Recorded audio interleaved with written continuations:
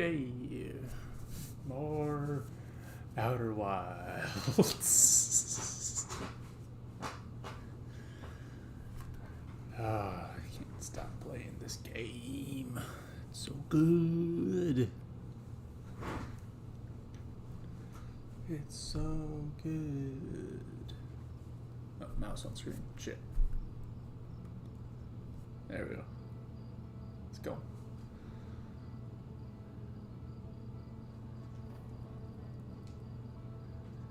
Outer Wilds. Zoom expedition.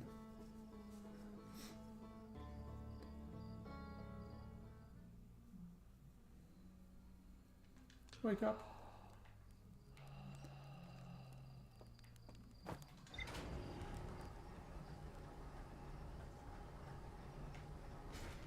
That's where I'm going.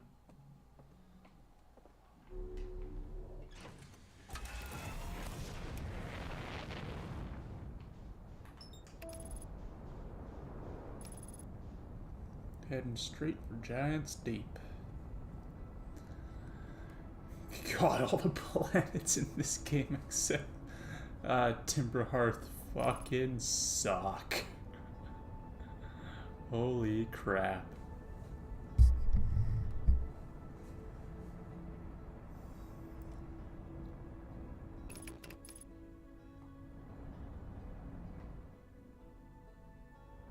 Uh-oh. Don't hit the cannon. Don't hit the cannon. Okay, there we go.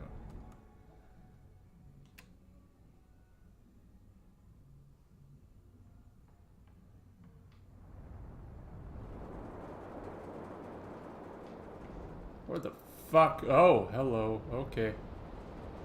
And we made it.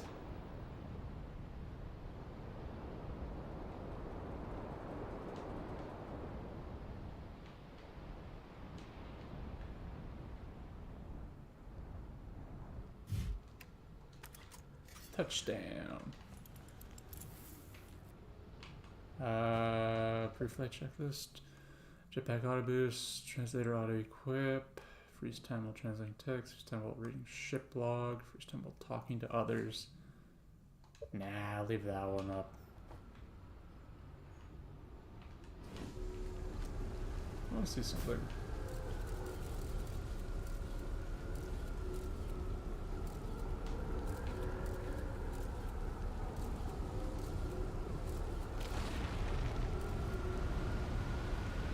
Oh.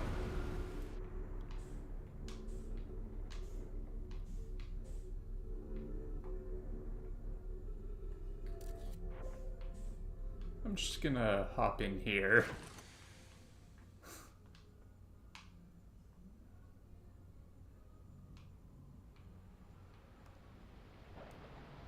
There we go. That's better.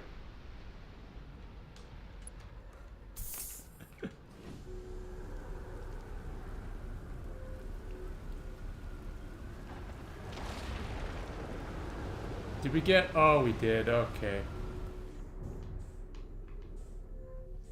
We got hit by another one. Because of course we fucking did. God damn it. You can see the land masses popping out. Interesting.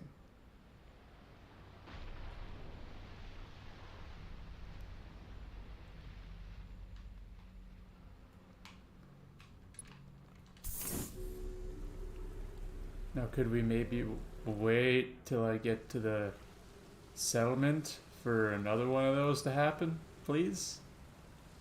But did that? No. I'm risking it anyway.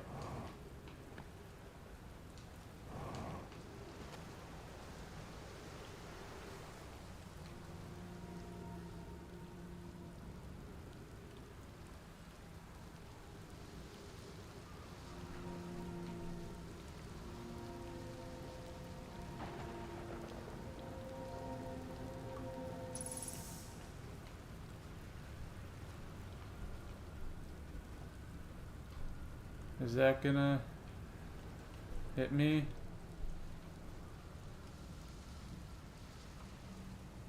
No, it's gonna pass by. I need to get to the big place down there. I need to remember where I found the entrance. Where was it that I found it? Oh, there it is. Yeah, that's it. Okay. Oh, that's not what I meant to do.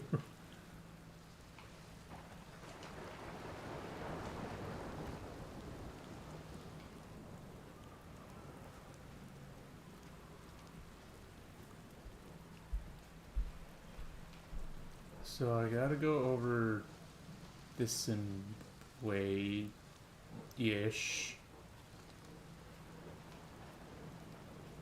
There's probably gonna be a way that I can get in there under... Ow. The water.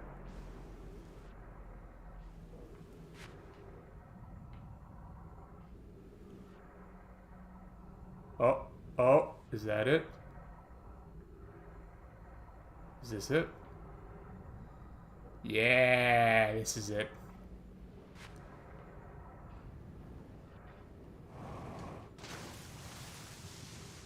There we go. I made it inside.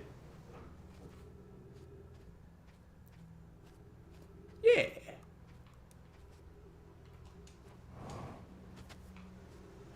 Why would you really need to worry about you know what? Whatever. Huh. I'm not exactly sure what this is saying. But okay. Yarrow, would you kindly step back so Daz is close to the statue? When pairing, the statue will choose whoever is in closest proximity. See how its eyes have opened? That tells us the statue is paired with Daz. Now, no matter where he is in the star system, Daz's statue will record his memories and send them to the Ash Twin Project. This is an extraordinary sculpting work, Phlox. He has outdone himself again, hasn't he? And now that we have our first successful pairing, we can test my memory storage prototype. Each statue will send a single nomized memories to his or her own storage unit within Ash Twin. Each storage unit will be equipped with a mask, the statue's counterpart, which will be able to send those stored memories back to the corresponding nomi. Neato.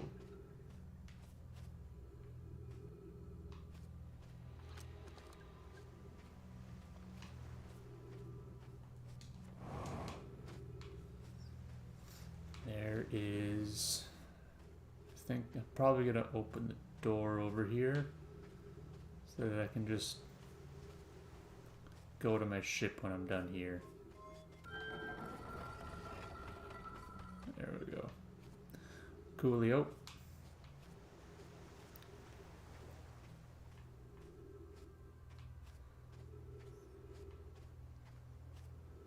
Not exactly sure how rock islands float, but whatever. Where am I on the planet? There. Yeah, the only problem with Giant Steep, unlike all the other planets, can't exactly see what's going on it from the map. Ash Twin Projection Stone. Pretty sure I've already read this stuff. Installed the... Oh no, I haven't! I've installed the maths inside the Ash Twin Project Phlox. They look beautiful, although I do feel as though I'm being observed. It's comforting to know the statue will not pair until the project succeeds, otherwise I imagine the experience would be hard to endure. Ideally, they'll only need to activate once the project succeeds, as a safety measure. However, the statues will also activate in the event of equipment failure. They will? Why is that? If anything goes wrong with the Ash Twin Project, the statues and their masks will make us aware of the situation and enable us to fix it. Otherwise, it would be possible for us to remain permanently unaware of the problem. I hadn't thought of that. What a profoundly horrific fate that would be.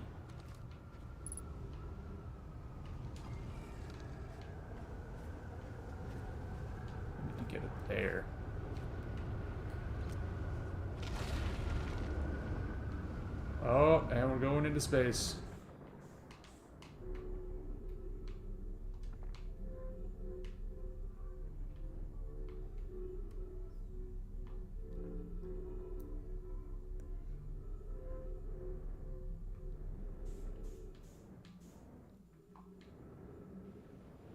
Uh-oh.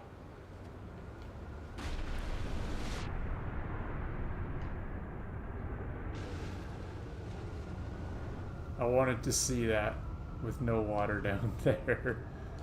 Projection stone? Oh, that's what these are. These are the masks inside of the Ash Twin project. And there's 3 working. Which is me, the guy on this planet, and someone else. I imagine the other person who has been paired is the guy that's in Bramble Hollow with the harmonica. I would like to find trees. Ow! My ankles. Oh, good lord, the gravity on this planet is too high. Oh, I know what I need to do. I need to wait until we're in space and then I can float over there. But I also need to go get some fucking oxygen.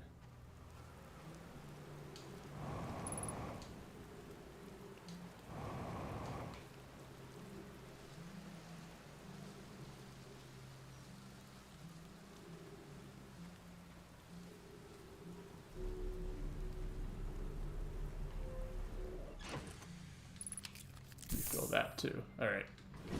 I know what I need to do. I need to hopefully get over there before a cyclone hits and blasts us off into space.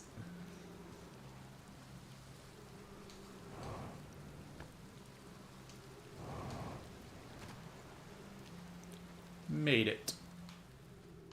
Wunderbar.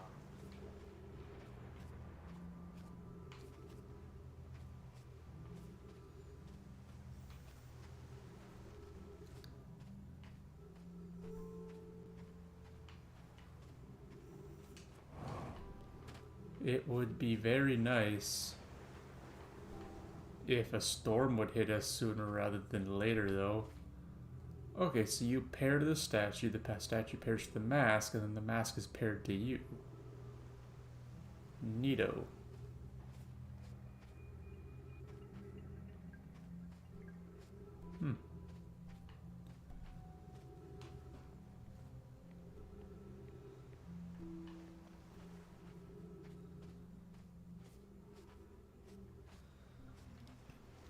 I would very much like to get up there, though. If the storm could, just... You know, I could actually probably maybe get my ship into here, too? Maybe. I don't want to go back to my ship and wait for oxygen on the off chance that this place gets sent.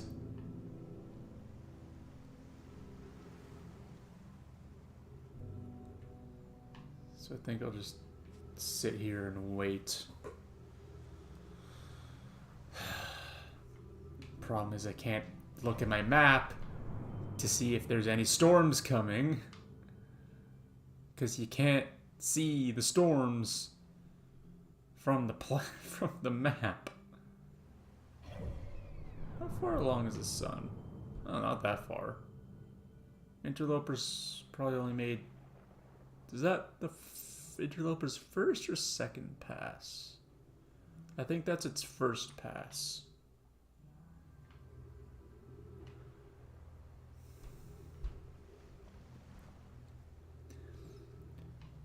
I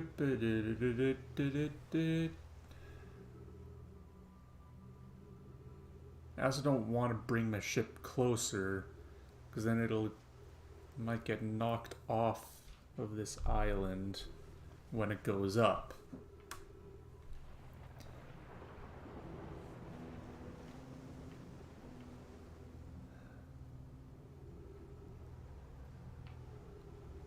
Is that a cyclone coming here? Is there a cyclone coming this way? Maybe? Maybe? Are we gonna get sent? Come on. And lift off. There it is. Yay. That is terrifying.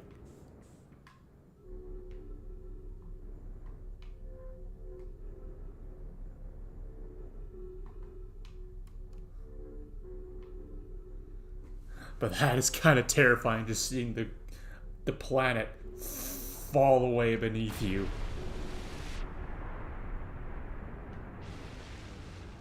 There we go. I can read this. I'm curious, is sending a being's memories back in time the same as sending the being itself back in time?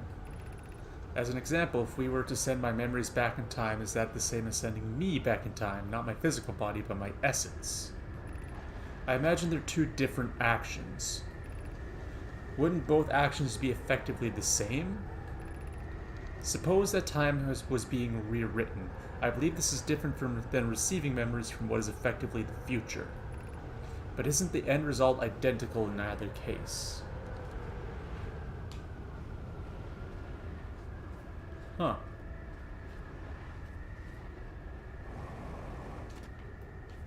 Neato.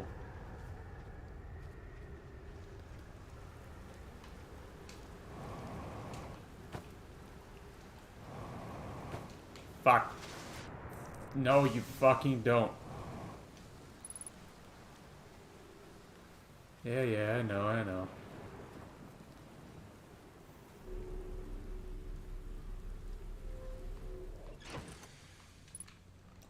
Alright, let's check my ship log. Construction yard, Bramble Island, statue workshop. Quantum signal. There might detect a quantum signal coming from somewhere on Giant's Deep. Still haven't found that. Statue Island, statue workshop. Gabbro's Island. Gabbro and I seem to be the only ones aware that we're in a time. We are not, because there's 3 masks activated, which means there's 3 people in the time loop. Ocean depths. Strong current beneath the surface of the ocean that prevents anything from sinking below it. Construction yard. Bramble Island. Island of thorny vines and what appears to be a frozen jellyfish. It looks like Feldspar camped here before heading off to Dark Bramble. Quantum signal. I wonder...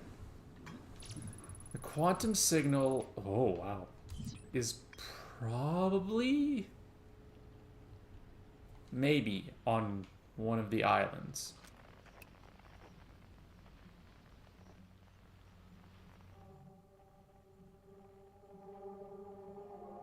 Or maybe?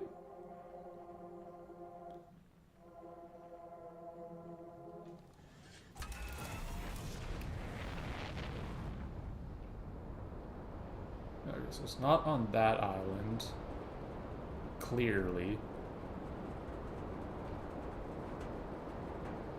Okay.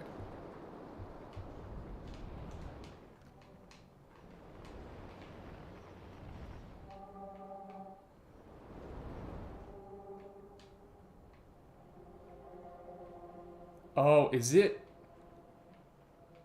It is not in the North Pole.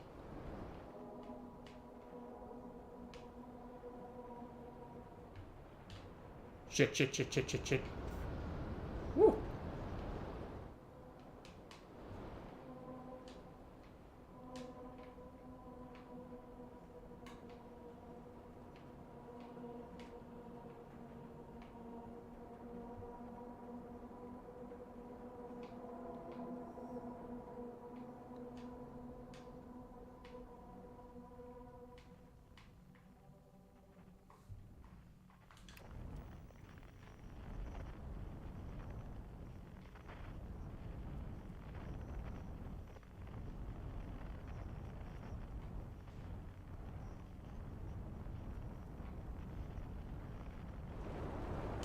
Oh, fuck me. Ha! I did it! I made it inside of the fucking north cyclone around the North Pole. Holy crap. Is anything damaged? Yes! Gear's damaged. So is my headlights got damaged too. Holy crap.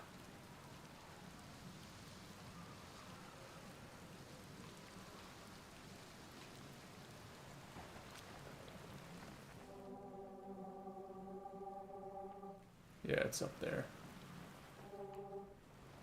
Seems to be in only one position, though. Interesting.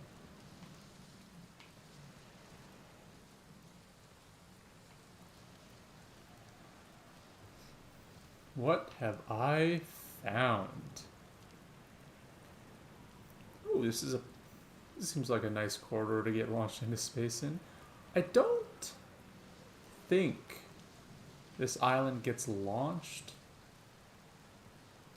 Huh. Be welcome to this place. This tower shares with all who ask the knowledge needed to make his or her first quantum journey. That's right. This is where that guy went before he took the trip to the quantum moon.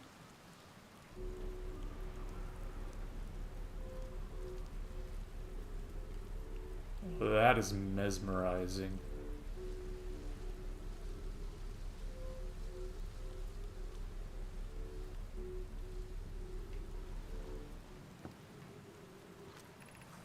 Enter this place without friends. However, these are lessons to learn for yourself. I guess that's a way down. Oh. Where is the signal coming from? Oh, down there.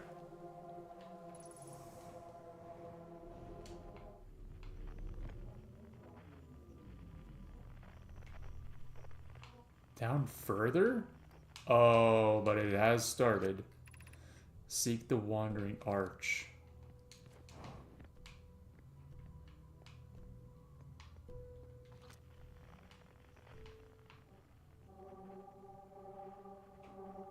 Yeah, it's down lower.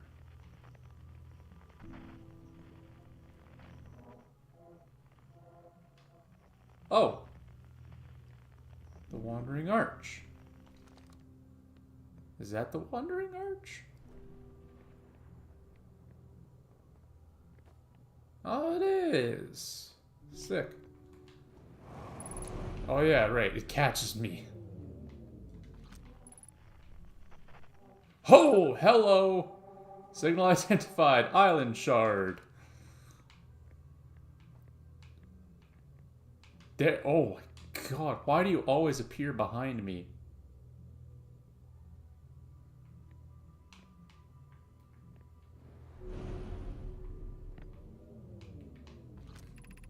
Observing a quantum object, observing an image of a quantum object. These are the same.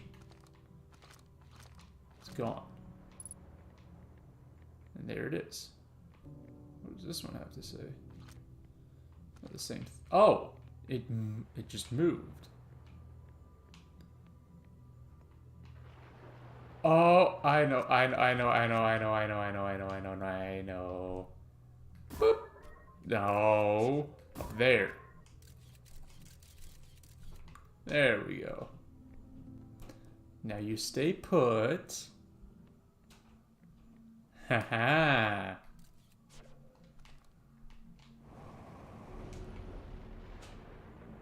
Oh, the shard's back. Ah, shit. The sun's going nova.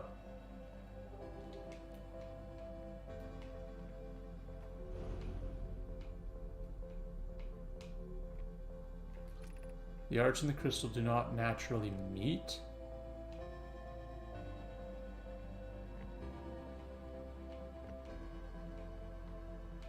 No, they don't.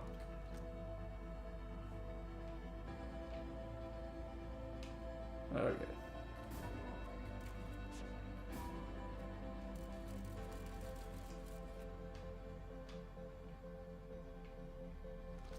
There. What? Oh my god.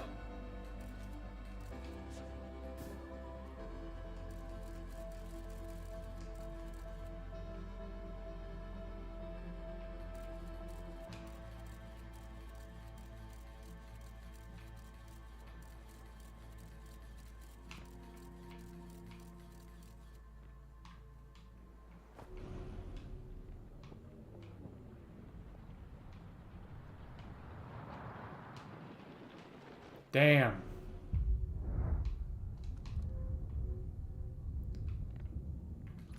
This is the last one, but we made it harder.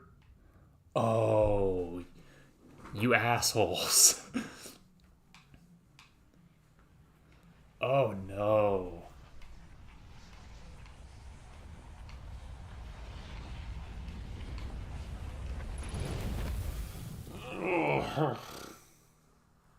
Okay. I gotta go back. Oh, that's the mask that I'm seeing my memories through. It's getting sent back to my past self. It all makes sense. Cool.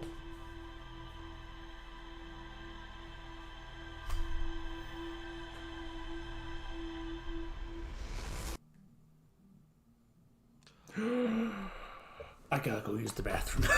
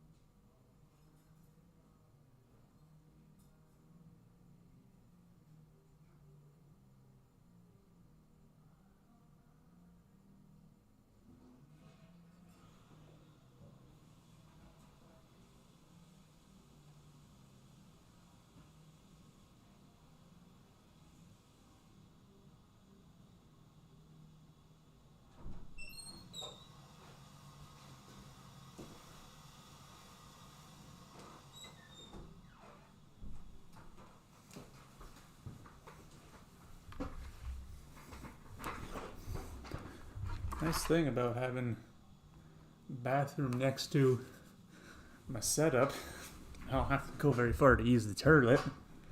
Bad thing, you can probably hear everything.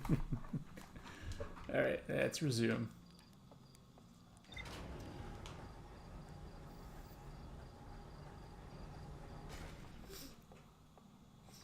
And I'm off. Back to Giants Deep.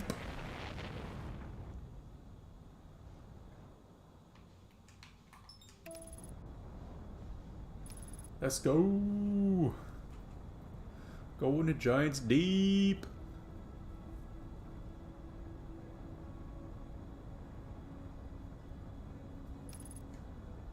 Firing retro rockets.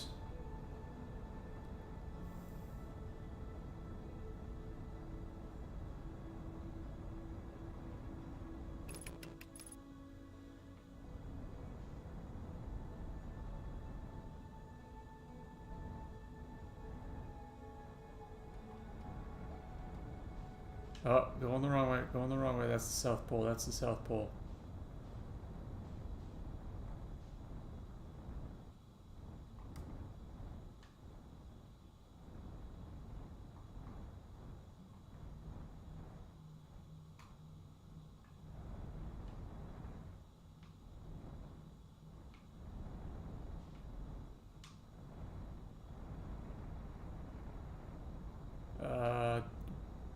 There we go. There we go. That'll do it.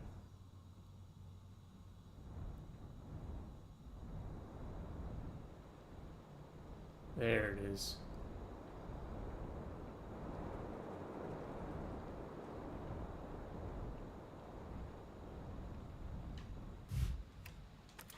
Nice.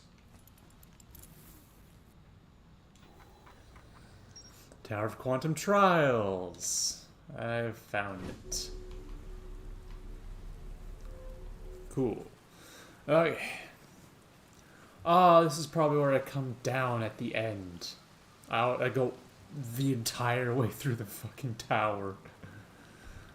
It's also cool that the rock can move the quantum shard, the tower shard can move between floors. So it gave the impression that the rock I'm on can also get launched into space, just like all the other islands. I like that. Also, that shit's terrifying. Let's go, baby! Tower of Quantum Trials! Here we go!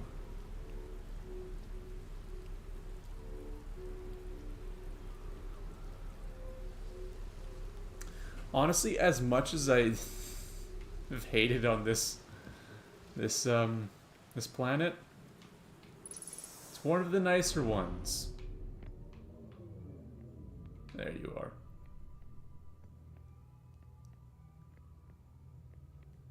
It is definitely one of the nicer ones. Hello, shard. Hello, rock. There you are.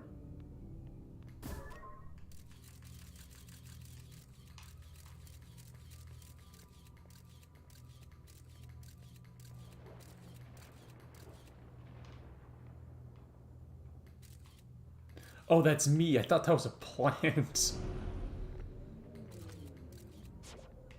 It's still there. Ah. There we go.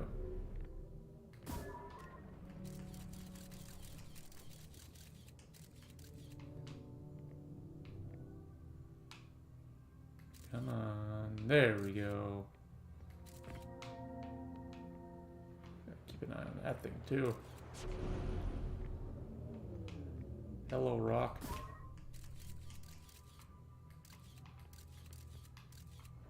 Huh. Okay. That one was back and forth. That one was back. So where does this one go? Goes up there, over there, both up there, both down there, both up there, one of them down there. Okay. Oh god, this is gonna be a pain in the ass.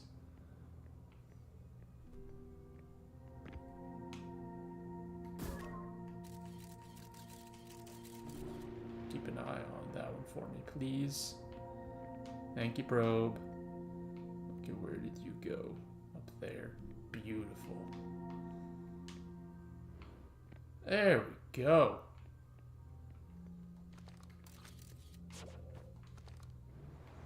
Yay.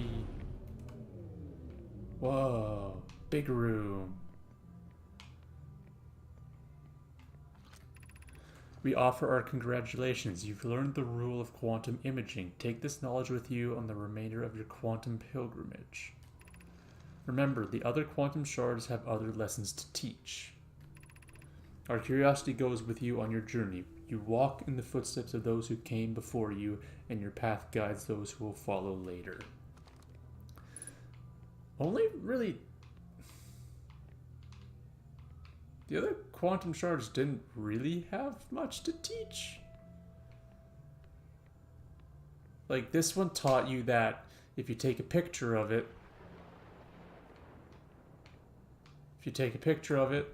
it'll, stay. Oh. Okay. It'll stay The one on Ash Twin taught you that if you're standing on it and you see nothing, you will move with it. And like the ones on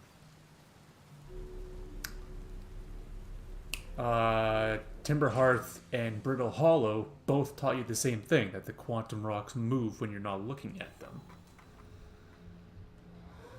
Okay, this guy, Tower Quantum Trials, did that. Sick. So all that's left is the ocean depths. Okay, here we go.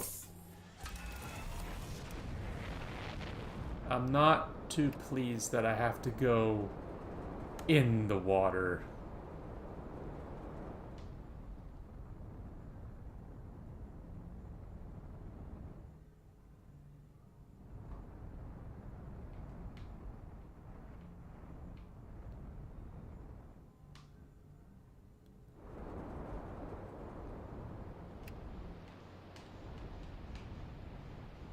Okay, I gotta find the counterclockwise tornado.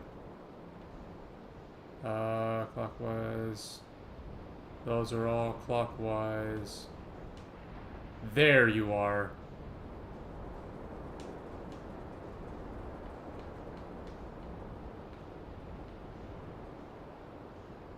Counterclockwise, push me down.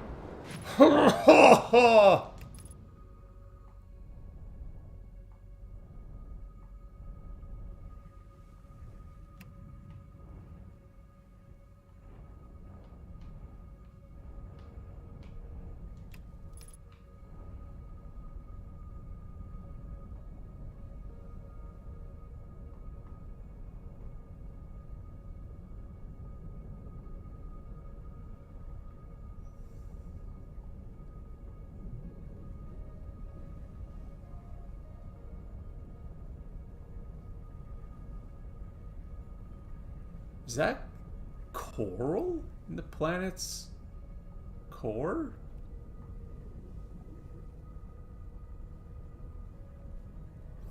Fascinating. Oh.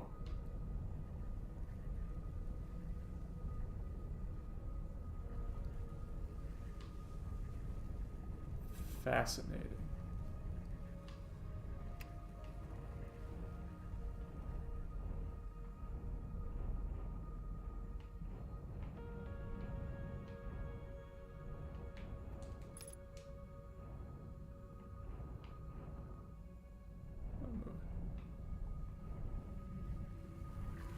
Does my ship hey.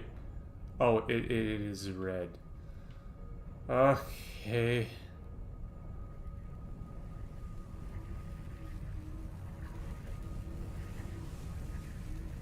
What? Ah! Electrical systems damaged. Okay. What just... Did I just get hit? What am I getting hit by?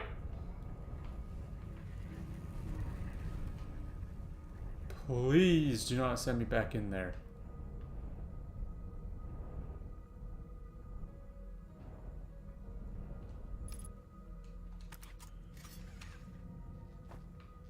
Ah, fuck. Okay, fine.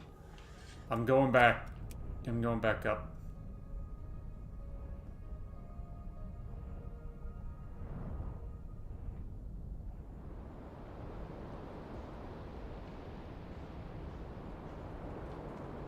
Woo. Oh, goody. I'm landing blind.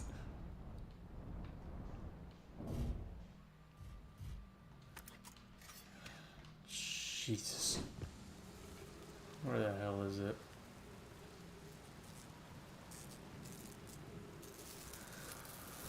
So that fried my electrical systems. That's good to know. There we go. Ocean depths. Was that it? That was it. The ocean is surprisingly calm beneath the current. Some sort of electrical field surrounds the planet's core. That's it? Okay then. Found everything on Interloper. Got everything to do that. I need to get to the probe cannon.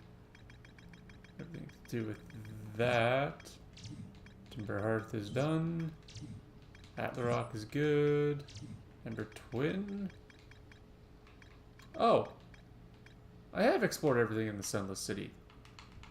Okay, cool. Sun Station is done. Every member still need to find a way to get into the Ash Twin project. Well, orbital probe cannons next. This should be interesting.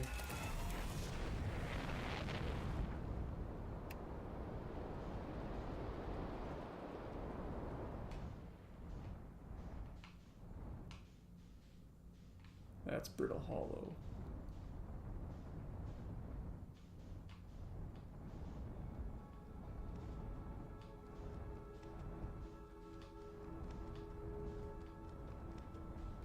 Where is it? There it is.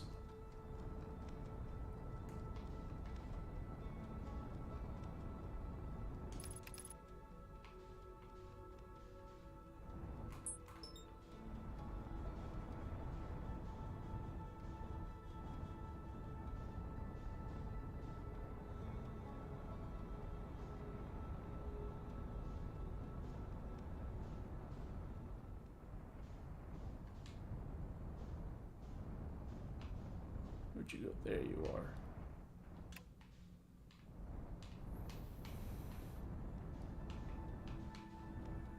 What the actual fuck is that? Oh, that's the that's one of the islands. Jesus Christ. Match its velocity.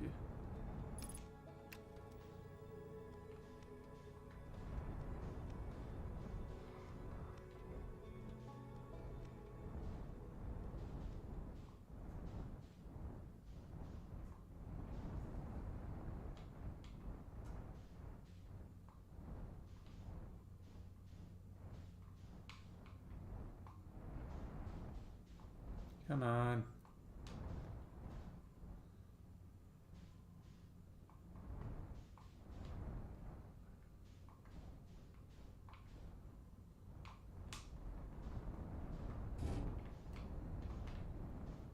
Fuck me.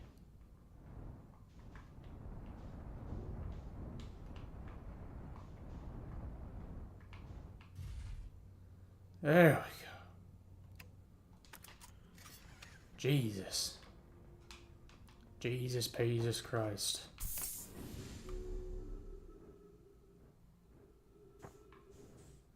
Oh, just get in there.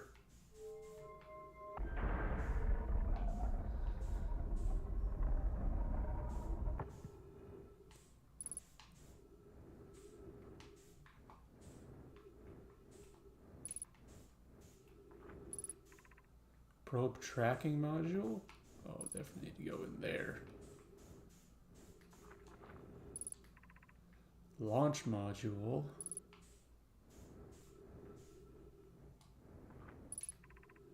Control module. Let's go into the probe tracking module, and it's gone.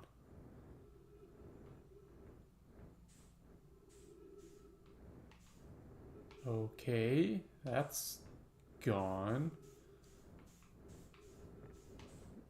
Wait. Hang on. Which one was this one again?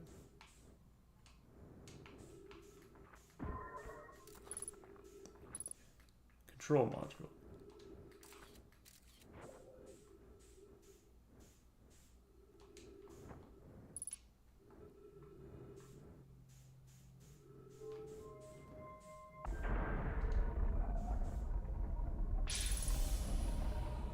Oxygen?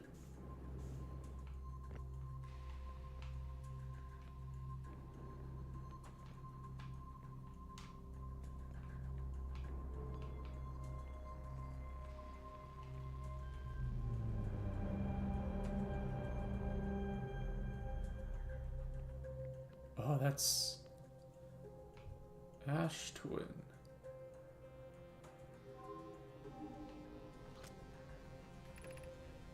"14 minutes ago, 51 14 minutes, 51 seconds ago, request to launch probe received from Ash Twin Project. Cannon aligned with randomly selected probe trajectory, gravity field activated.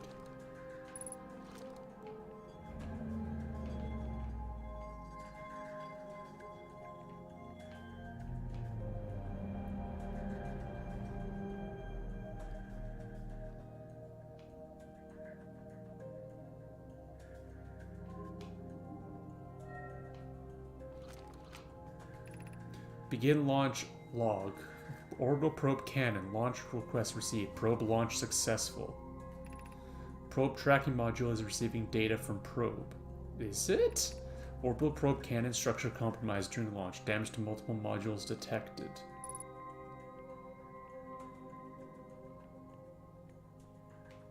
Yeah, I'll say. And I'm up here now.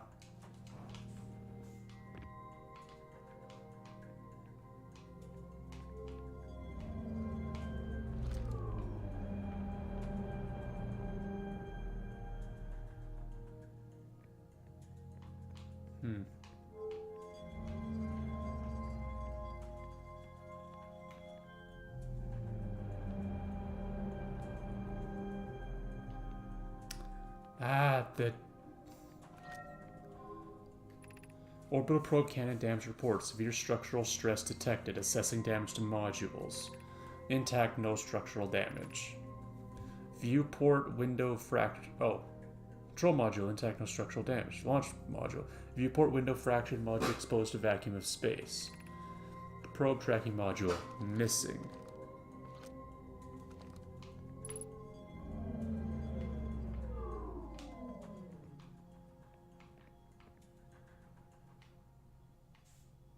Sick.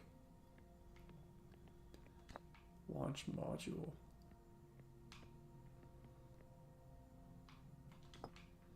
Giant's deep projection stone.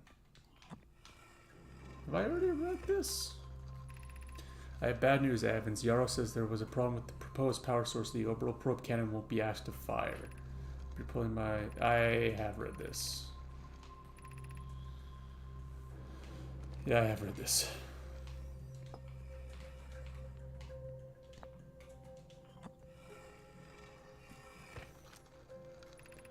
Mallow made better 50%. Cassava is sending the last of the cannon components. Soon, relatively speaking, we'll know the eye's precise location. The thought of concluding our elder's curious and challenging search increases my heart's temperature, my love. Cassava tells me he and the construction yard crew have determined a power setting we are not under any circumstances to go above. I see, and am I right to think that consequently we'll be ignoring that setting? I can posit with nearly 100% certainty our friends have accounted for our nature, so I suggest we do. Giving the orbital probe cannon all the power it can structurally withstand creates the greatest chance of finding the eye of the universe. Yes, the probe must travel as far as it can, I'll make some adjustments.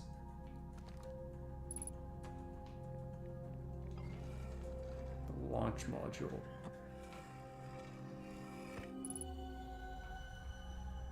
Exposed to the vacuum of space, you say? Goody.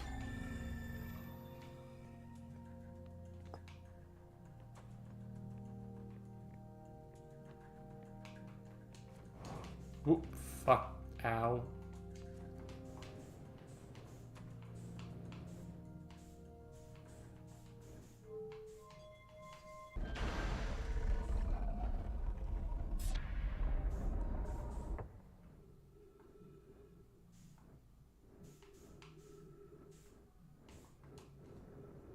That's the control module. So this is the launch module. Oh, I'd have to go outside to get to you. Great. I don't want to do that, but okay. Okay, I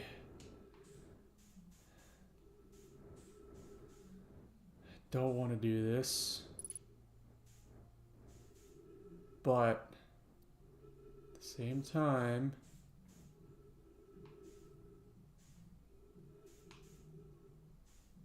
I need to find where the module went.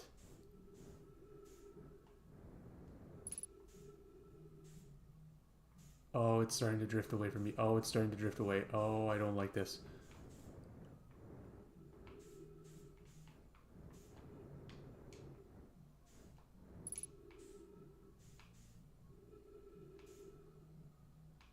Where could it possibly be?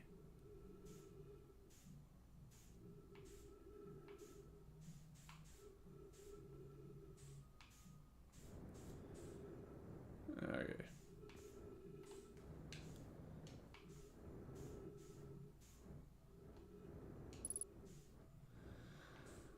Alright. Is this it? No. There.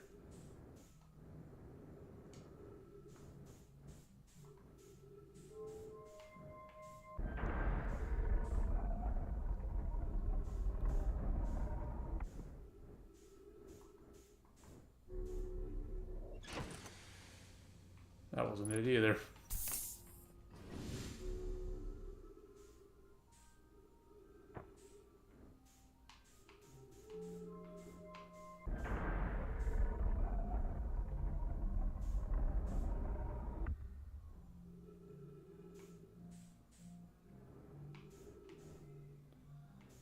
Yeah, that's the one that's intact. Okay.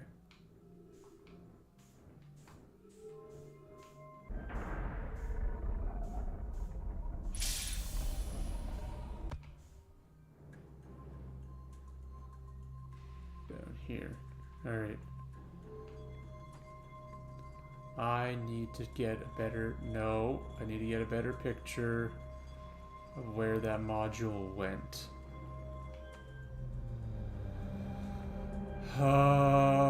It should be right in front of me when I go out that window. But it's not. It's floating out in space somewhere, and the sun's about to go nova. Okay, cool.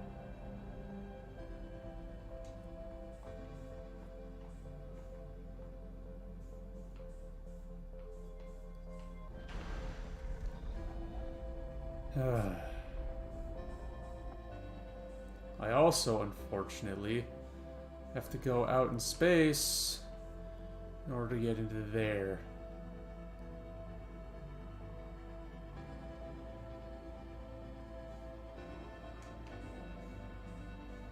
It should be right outside this wood, right outside here. But it's not. Where is it?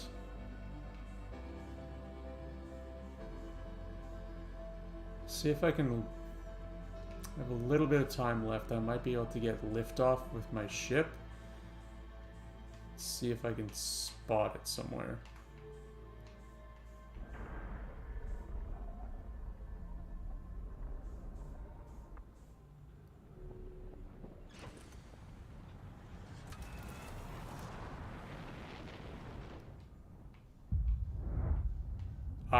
I cannot see it.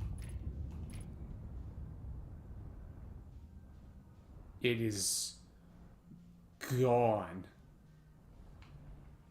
It has disappeared off into the ether. I have no clue where it is. Okay. Huh. Where...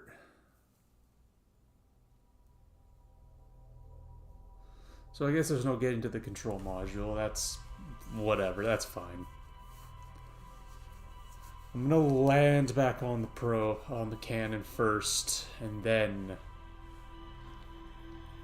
I will check my log.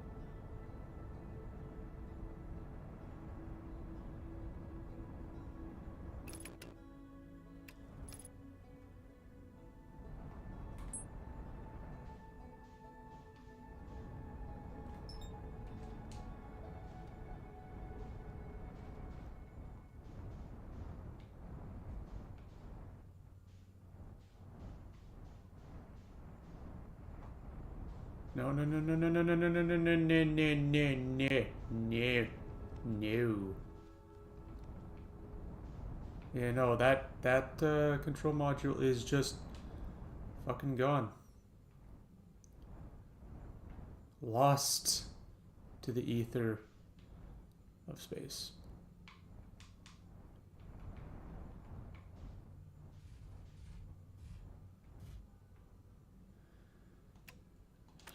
Okay.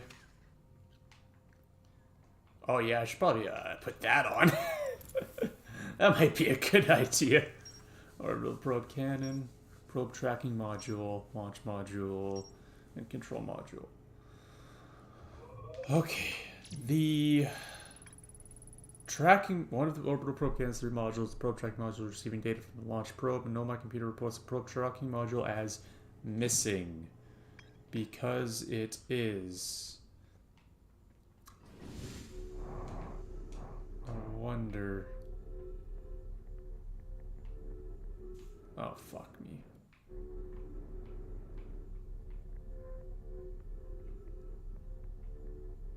Is that the ruptured one? Or is that the ruptured one? I can't fucking tell from out here. Because of course not, that would be too easy. That's not what I meant to do.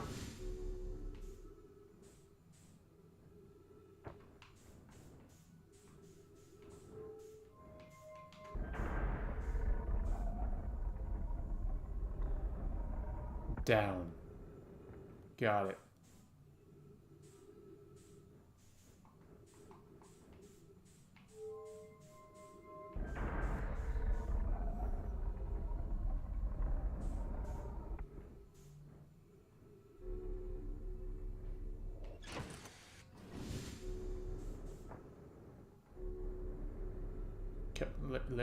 Let me up.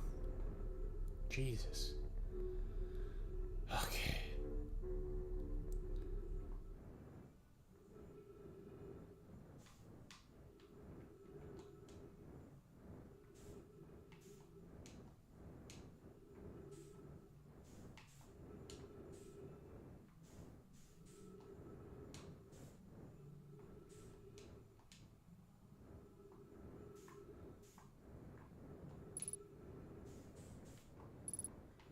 Oh, key smoky. I have made it inside.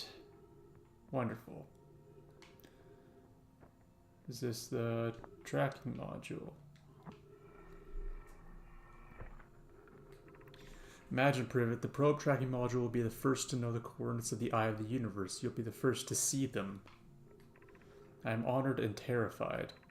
You won't ask the orbital probe cannon to use so much power that it breaks, will you?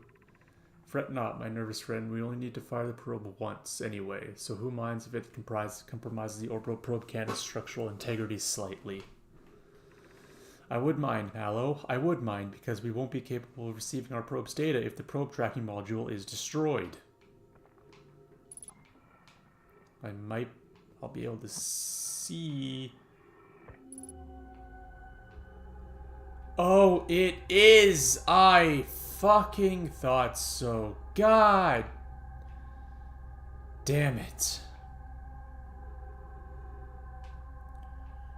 Great. I knew there had to be something else to it. God. Fucking damn it. Okay, I gotta get back to my ship.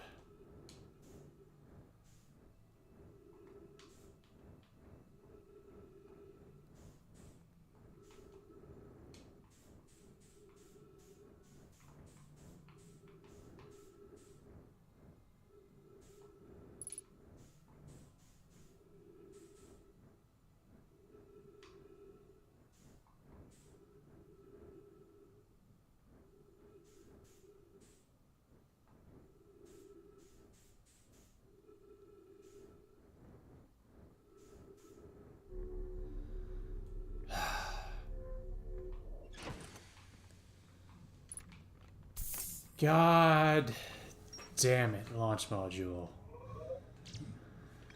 Yep.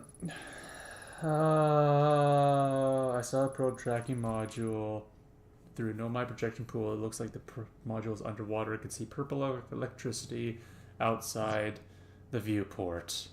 It is in the core of Giant's Deep. I knew there had to be more to the core of Giant's Deep than that.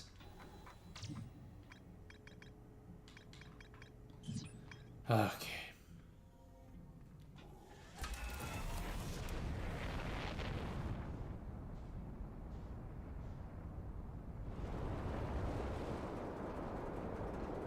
There we go. And I'm out. Alright, counterclockwise. Where is the counterclockwise? There. Send me Big Papa. What? No, send me Big Papa?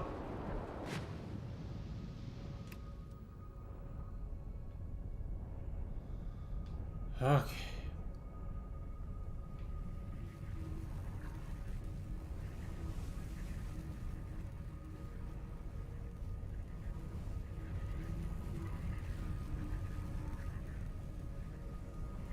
How the fuck?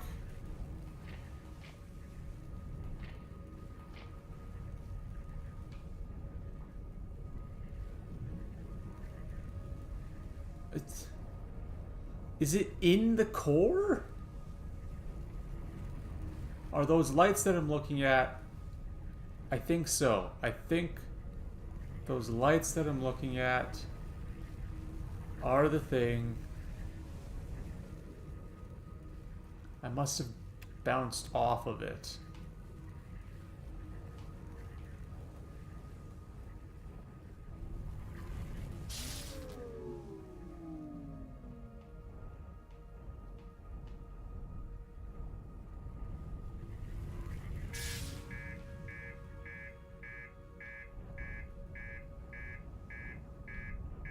Oh, that's no good.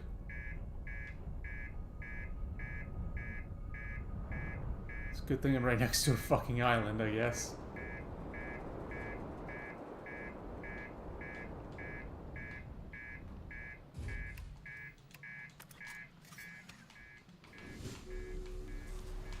Ow!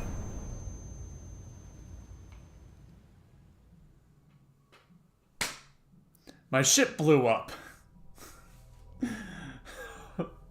That legitimately fucking scared me.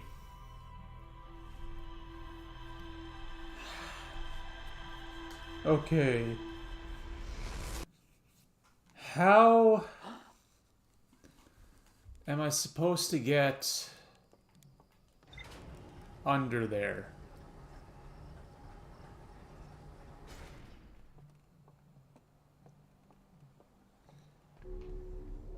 Maybe if I go talk to the guy who's chilling on that planet, he'll know what to do.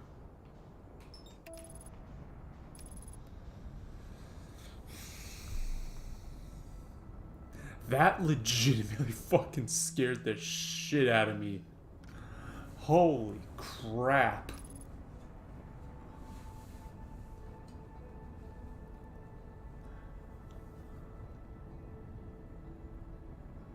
God damn.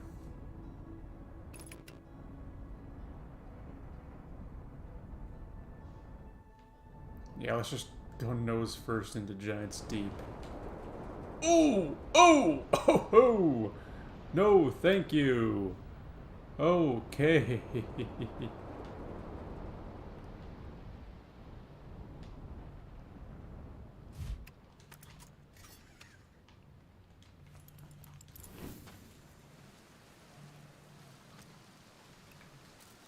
No, this isn't the... This is not the Ghost Master path. Oh, fuck. Wait. No, I don't go... Oh, it's right here. Hey, you know, I kind of wish I'd built a hammock here before we ended up in this time loop. This will come face... How do you stay so calm in the face of repeated impending death? Deep breaths. No, seriously, I meditate. Want me to teach you? It'll be the next loop before you know it. Sure, why not? You close your eyes.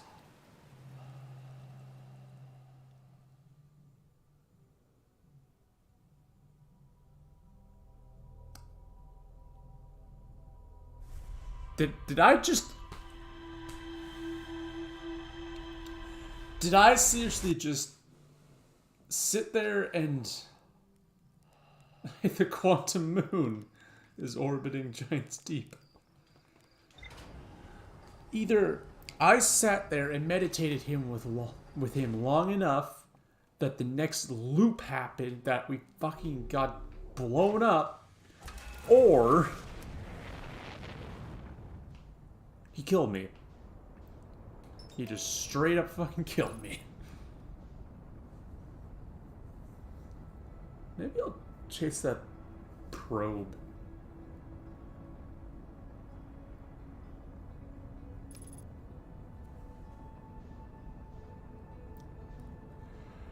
We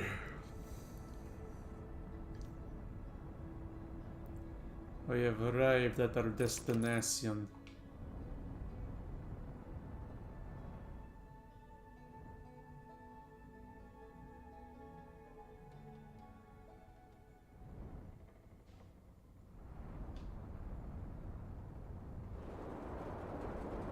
Ooh, hoo, hoo.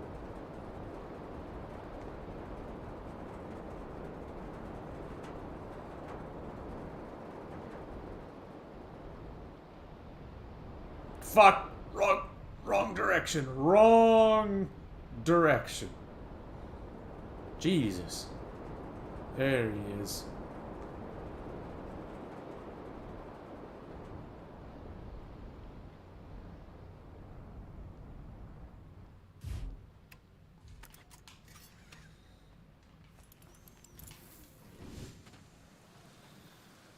Let's go.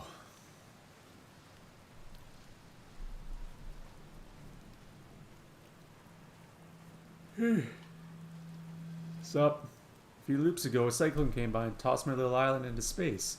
Dying like that was kind of unpleasant. I found something. I reached the inside of Statue Island. So the Nomai created those head statues to record memories, huh? Yeah, I could see the Nomai doing that. Not sure what for, but it seems like their sort of thing. Do you think the statues are recording our memories then? Because I remember that one on the beach looked at me funny. That must be my memory friend. Hello, again. Found something. Found what happened to the orbital probe cannon. Whoa, that's the cannon breaking apart at the start of each time loop? For real? Did you figure it out? Over enthusiasm. It's kind of scary how much that sounds like something Slade or Feldspar would do. I'm pretty surprised that Nomai built something that actually broke. Come to think of it, though, broke might be the wrong word, because it looks like the orbital probe cannon is still firing successfully at the beginning of each time loop. I found your quantum poem. Oh yeah, the one in the woods? I remember writing that. Pretty fun, right? It worked out to a good 24 poems. When I'm done exploring, I want to make some more quantum art. Maybe some kind of creature sculpture that just, like, shows up while your back is turned and scares the daylights out of you.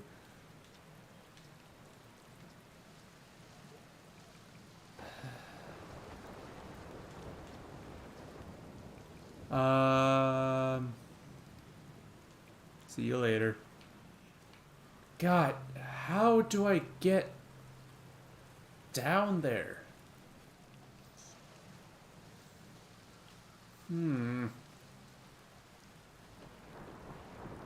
There's his ship! It's just floating on the water!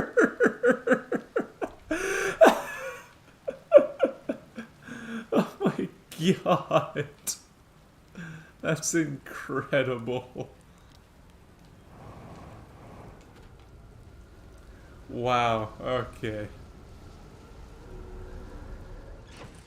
Oh man, I don't know how to get down there. But I also need to go use the bathroom again. Oh, I have a new option. Kill myself.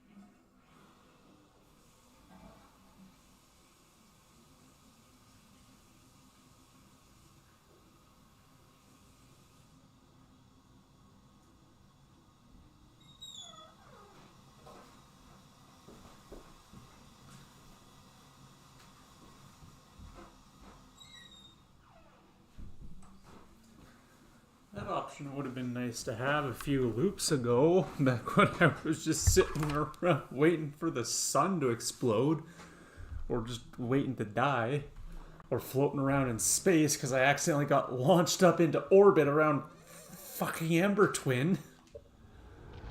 Oh, here we go. Yay.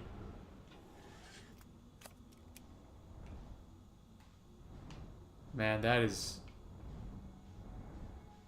cool.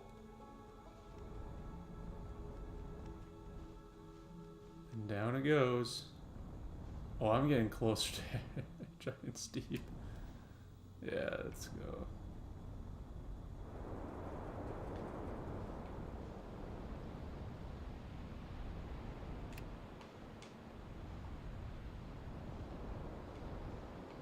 Where's counterclockwise, boy? There it is.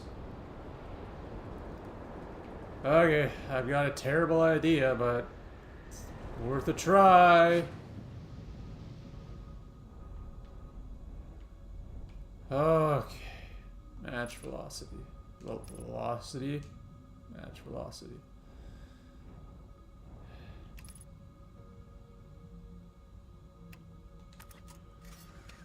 Oh, this is a terrible idea.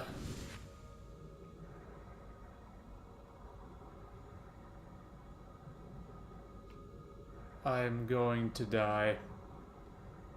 This is gonna kill. This is how I die. Oh, is my ship rising up? Maybe. This is how I die. Yup. Ow. Okay. Going back to my ship.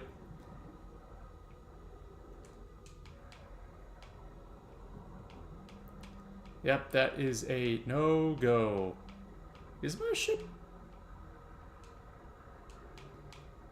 Well, I'm getting closer to it now. But it did seem for a little bit that it was rising up away from me. Wait, is it above the current? Oh my god, it's moving away from me. Why is it moving away from me?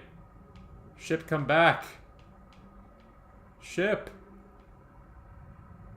Am I not moving up? That's the wrong button. I was moving down there. Okay, now I'm moving up. No, I absolutely am moving up. There's my ship. Oh, ship, come back.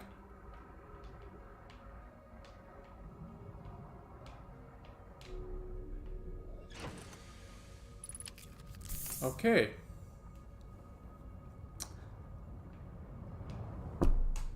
Oh.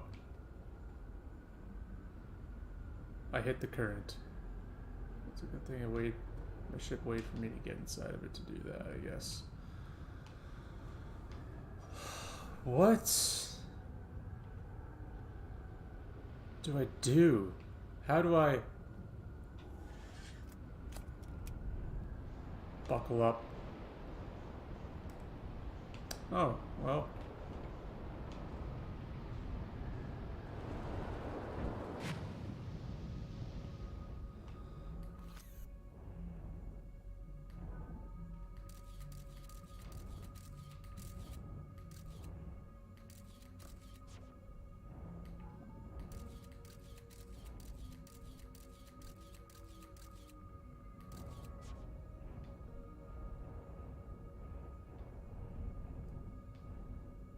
There's gotta be a point on here somewhere.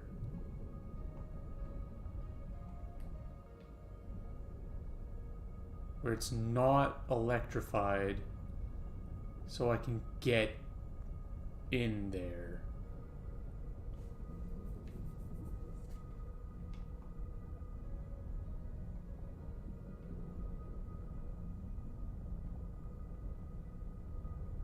I can't see the... Why can't I see the glow from inside of it anymore? Weird.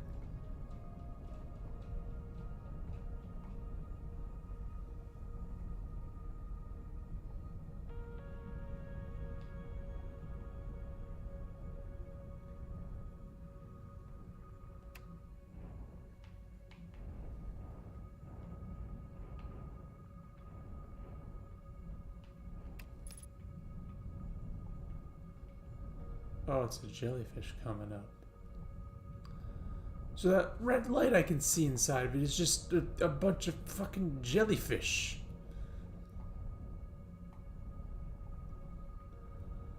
And as far as I can tell, there is nowhere on here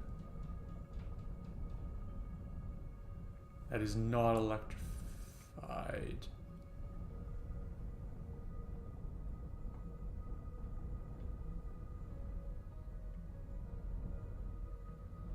And I would almost have to fucking get pushed in there.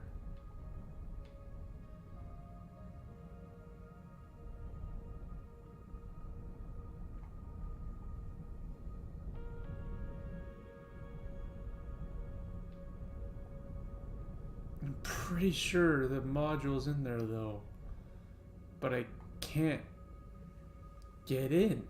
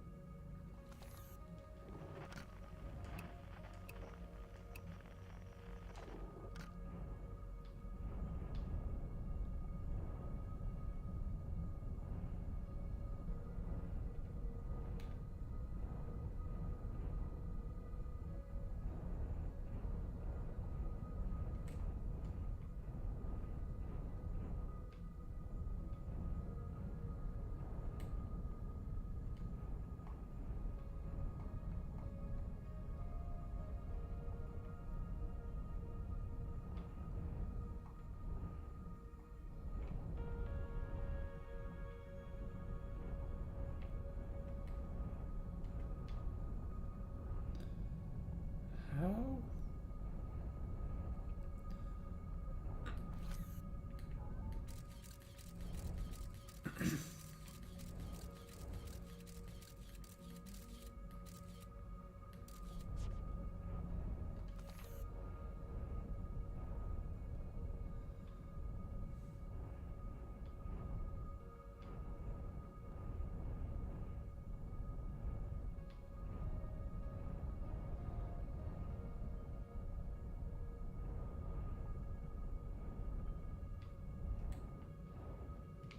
Maybe it's just on the edge and I've somehow completely fucking missed it this whole goddamn time.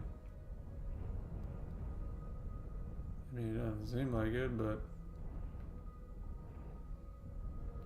Fuck me, man, I don't know what else it could possibly be.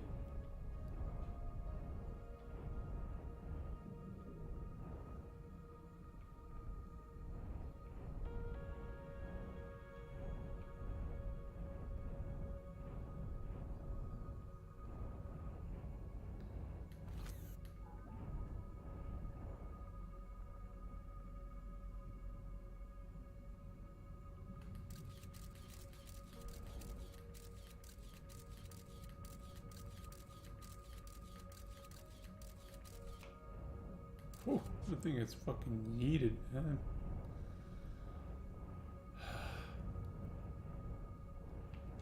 I don't know. I legitimately do not know.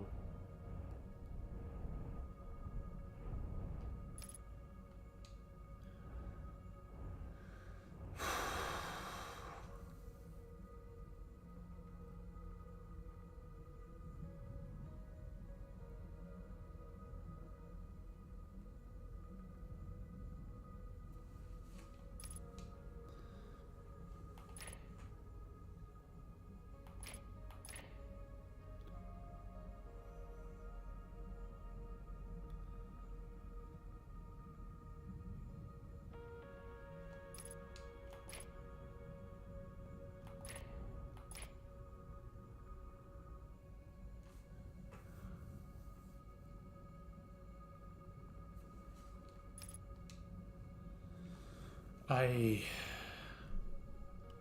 I don't know.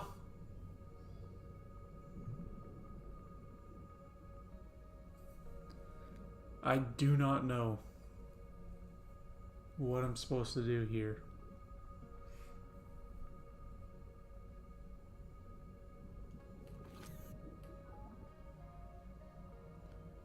Because the scout just bounces off.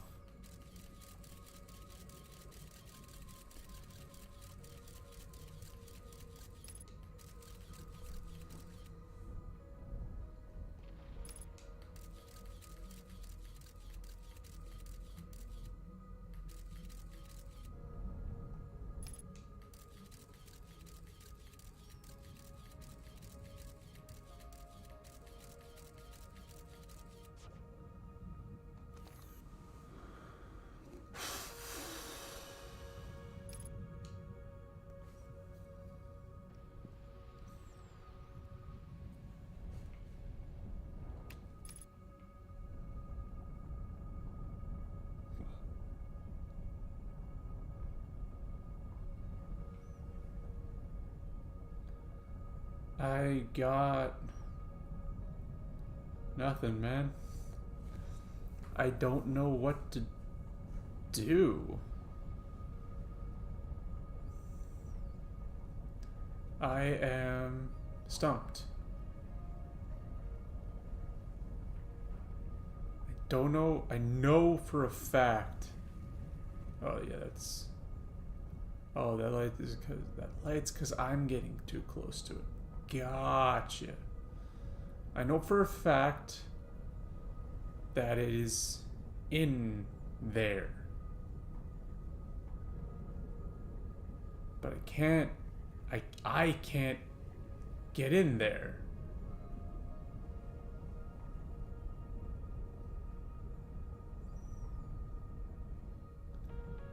Pretty sure it's in that cluster, maybe? I don't know, man.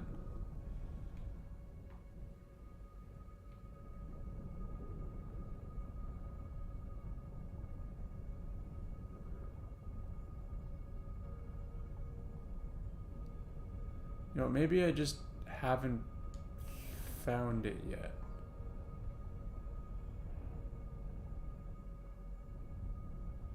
You know? Maybe what it is the entrance to the thing is sticking out far enough that I would myself be able to get in, but I just haven't found it yet.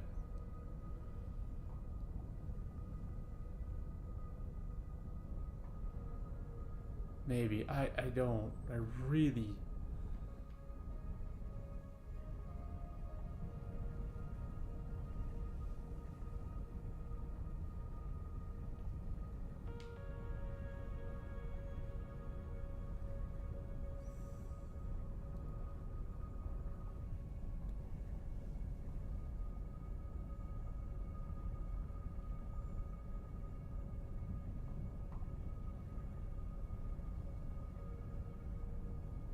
Maybe I'll head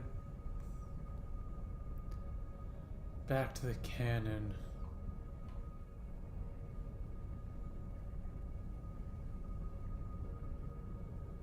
And I'll be able to see for sure whether or not that's the case.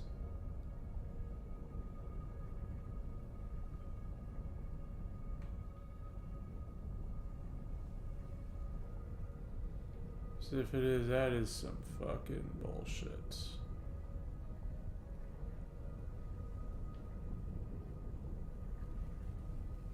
Oh, I think the sun might be blowing up. Or maybe not.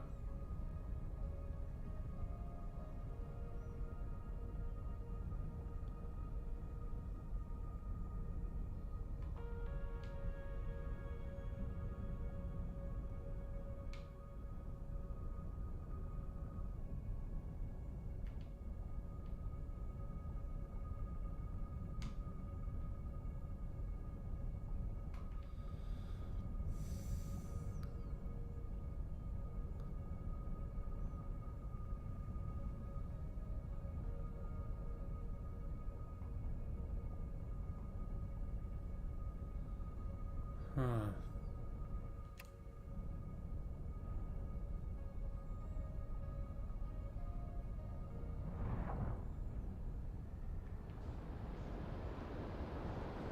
Send me into space, Big Papa. Oh God, please stop spinning.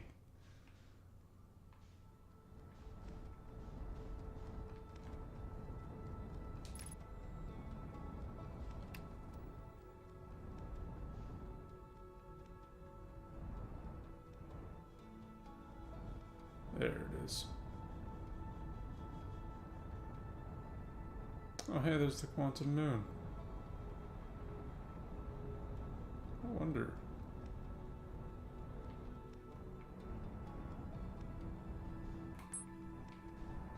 Can I target the quantum moon? I can.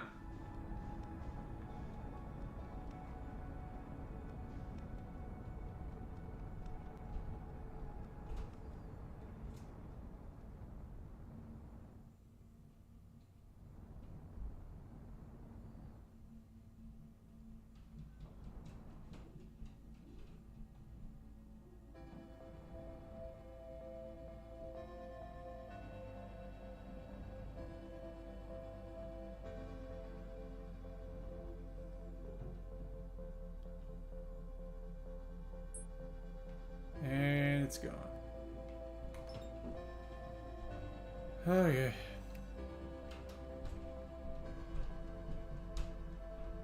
Where the fuck? Oh, this big asshole's blocking it. Are you? Where the... There you are! 16 kilometers away.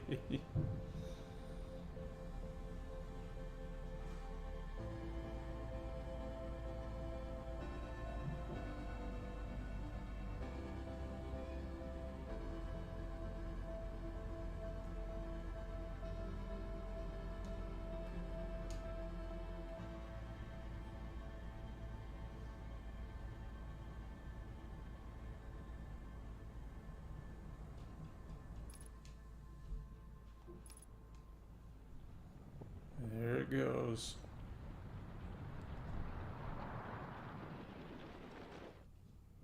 Poop!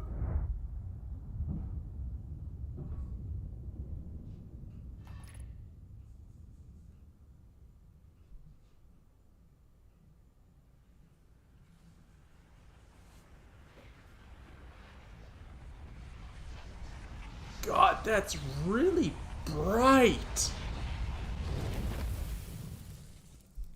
Holy shit, that's bright. Okay. Let's go again. Real productive loop, you know. Kept fucking trying to figure out how to get to the goddamn thingamajigger.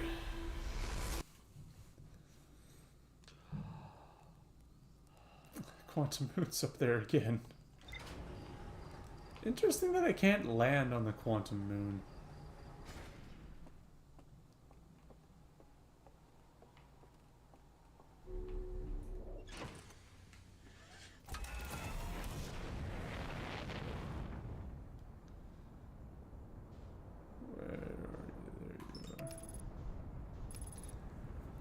Okay, Giants Deep.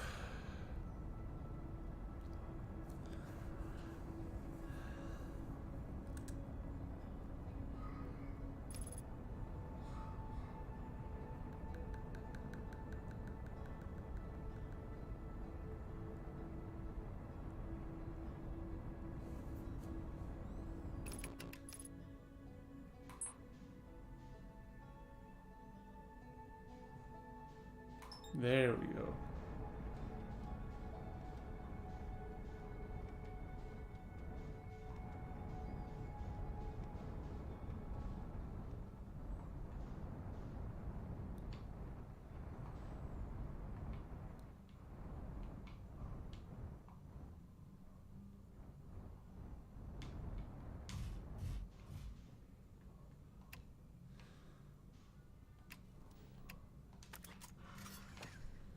Okay.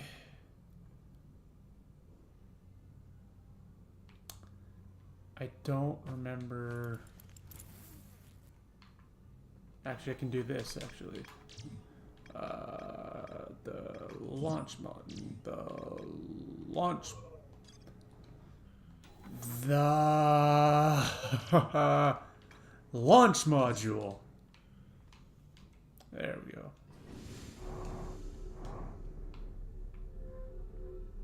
It's that one. Deep breath. Oh. The quantum moon. Here we go.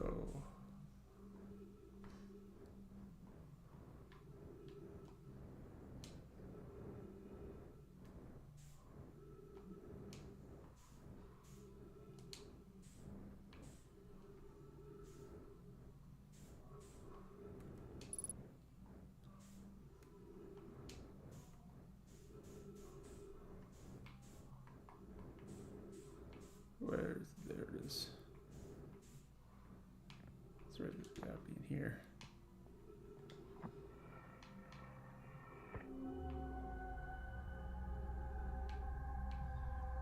Yeah, no, it is full on in the center.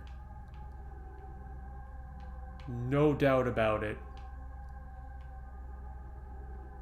It is full on in the center of the planet. How the fuck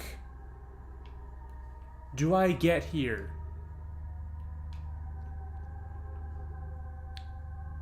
How?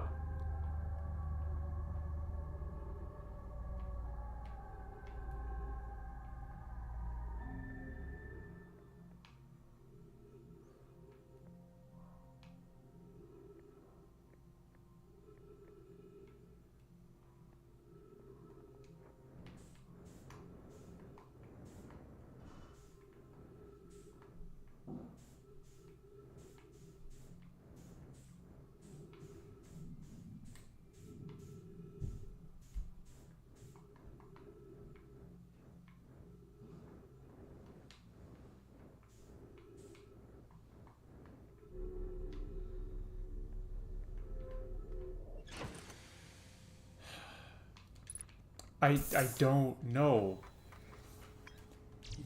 How the bloody hell do I get there? This is very clearly in that ball.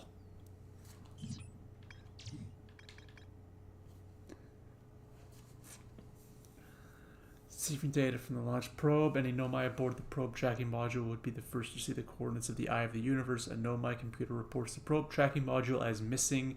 I saw the probe tracking module through a Nomai projection pool. It looks like the module is underwater. I could see purple electricity outside the viewport. It is, without a doubt, in there.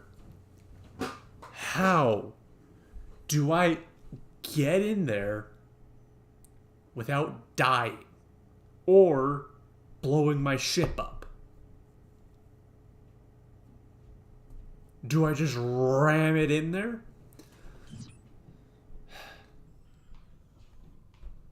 I don't know, I'm gonna go try something stupid first. Where are the twins?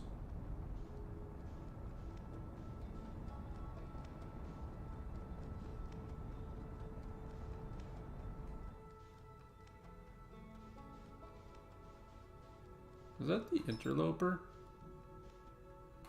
Probably. Ash twin? Yeah, that's the one.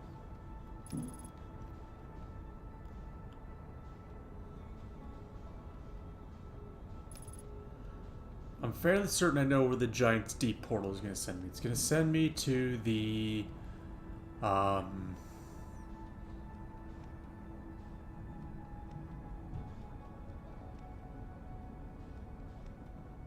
receiver on the Statue Island. Without a doubt.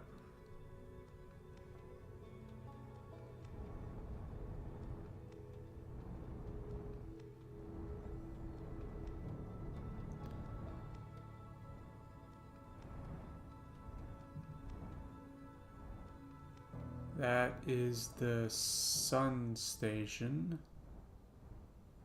Which means the next one is the twins.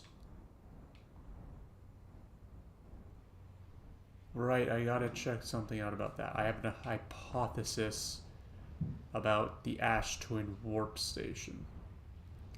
The hypothesis is that once all of the sand is gone from Ash Twin, that station will warp me to the Ash Twin Project lab in the core of Ash Twin. Maybe. Maybe it won't.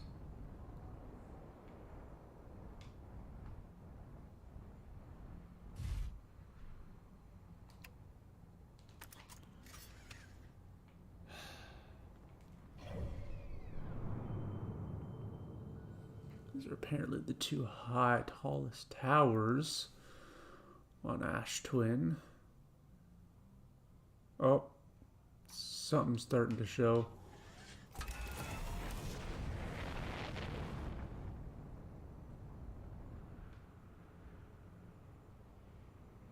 Yep.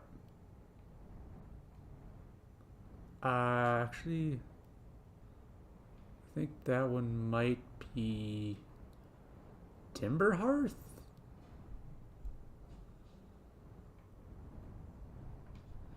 Yeah, I'm pretty sure Giant's Deep was on the other side from the Sun Station.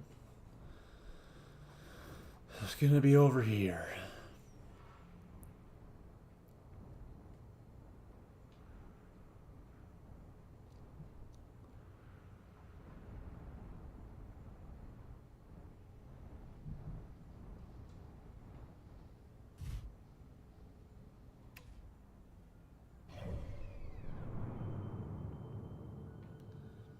I wish I would be able to... Oh!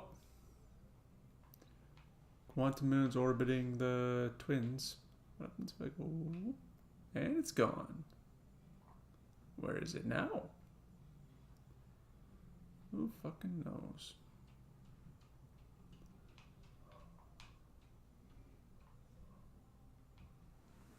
Is that another star going supernova? What the... What? There's a bunch of stars going supernova in the background. What the fuck?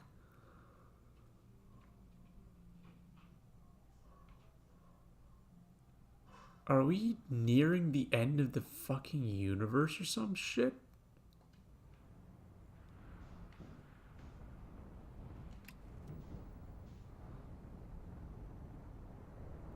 Oh, come on. Oh, there it is. I think.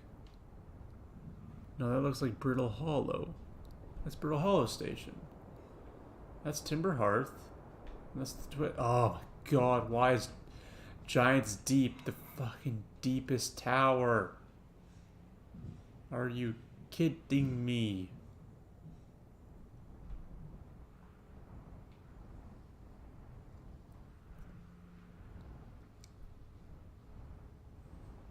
Yeah, that's Brittle Hollow.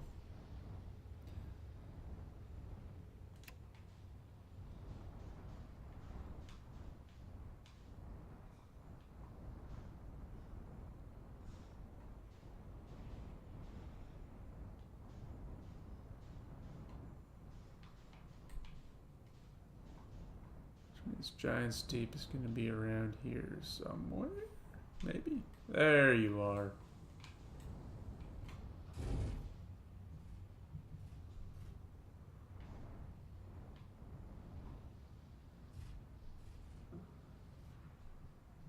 Ah.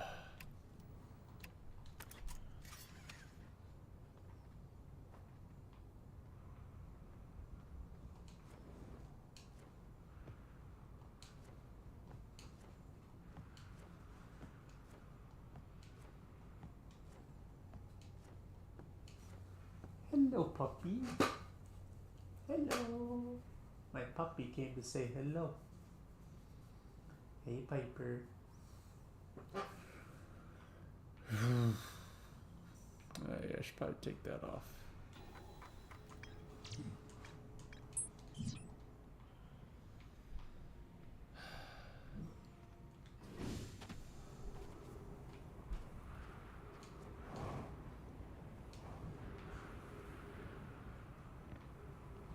No, I can't. I have to wait. Oh, I can get inside now. Dope.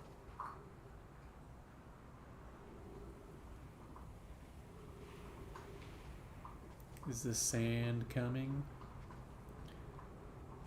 Is it gonna get real sandy?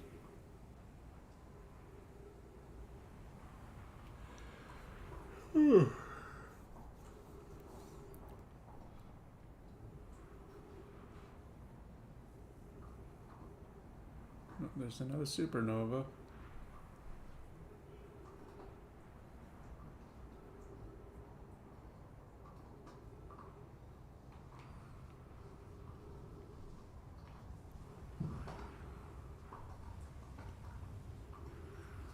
Now, where the hell is Giant's Deep?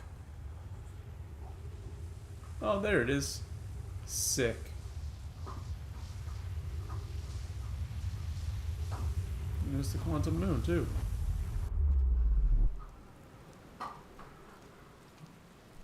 Yeah, I thought so.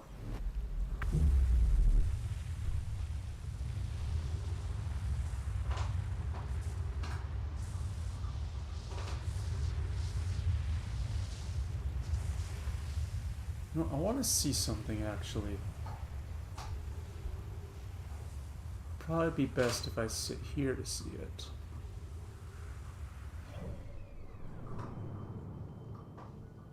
Oh, it's gonna be forever until that thing is aligned with Giant's Deep again. Maybe not. I want to see if this thing lights up. Oh, there's another star going supernova. If this thing lights up when Giant's Deep gets into the radius. There's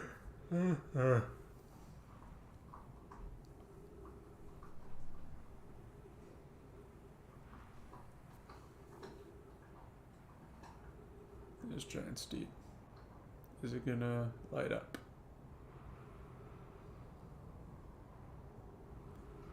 I don't think so.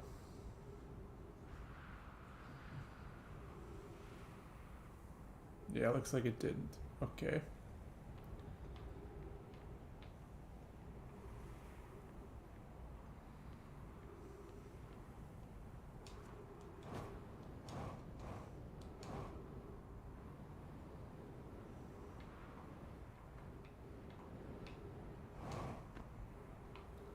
Oh shit, I don't want to go this way. But now we gotta fucking wait. Oh! I got in here the stupid... Oh no, right, I was trying to get over there. To get over there. To get up there, that's right. Oh, that was the Whitehall Station.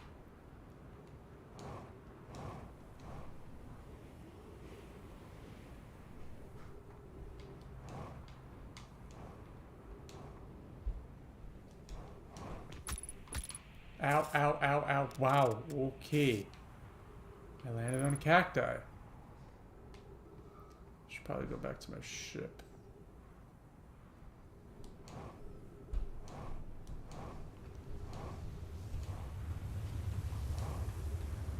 Ship. Ow. Patch myself up.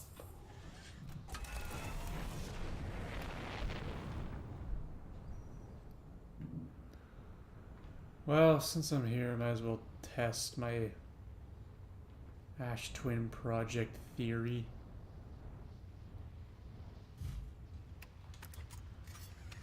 That being that once all the sand is done getting poured out,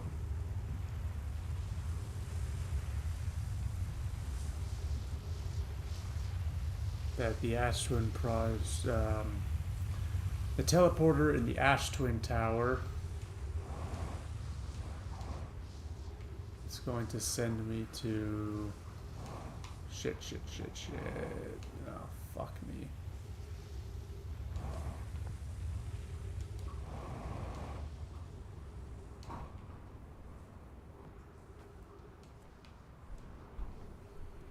Is this... Oh, yeah. This did nothing when Ember Twin came around. So maybe it'll do something once the sand stops pouring. Which should be pretty quickly, actually. I'm gonna stand in here until then, though. Well, is there a closet in here? Yes, there is. Okay, I'm gonna stand in the closet until then. I can just watch it on here.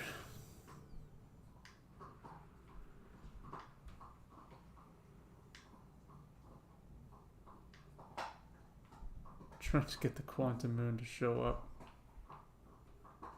It's on nobody. Oh, nope, it's on Giant Steep. Okay. And it's gone. Now who's it on? Dark Bramble.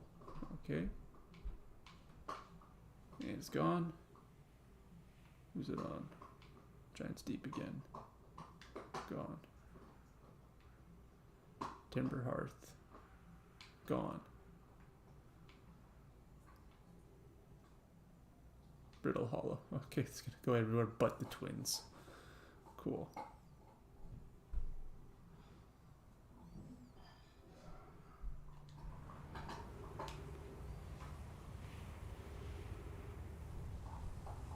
Oh my.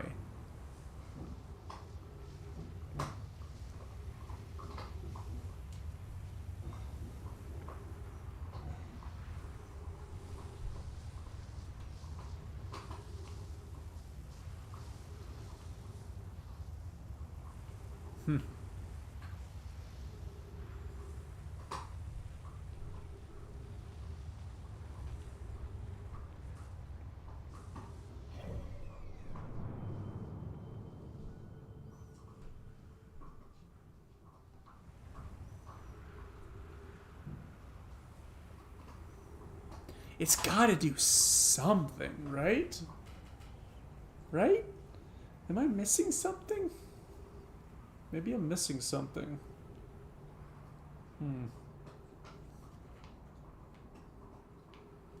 As the sand is not... That was the sun. The sand has not stopped pouring yet.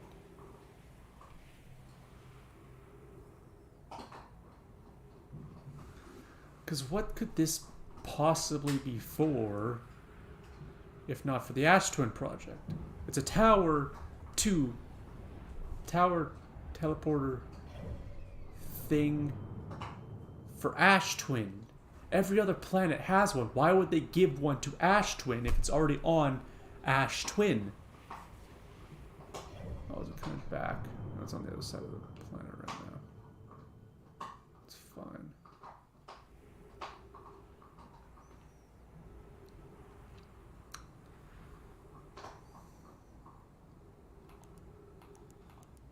Why would they have one for Ash Twin?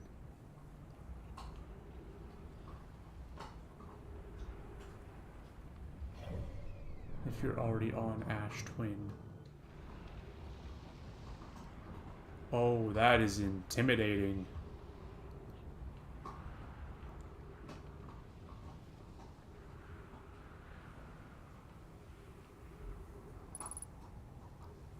I know. That's coming back around too. Great.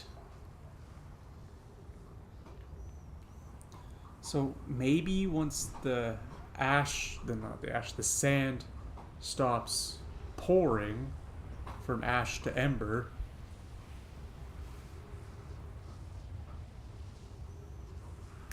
maybe the portal activates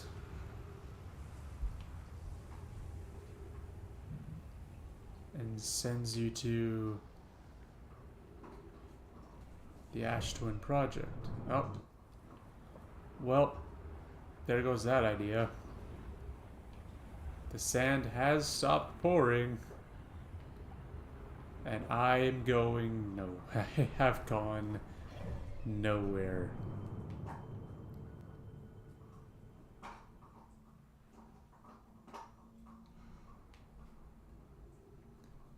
Where the fuck do you go to? And how do I get to the Ash Twin Project?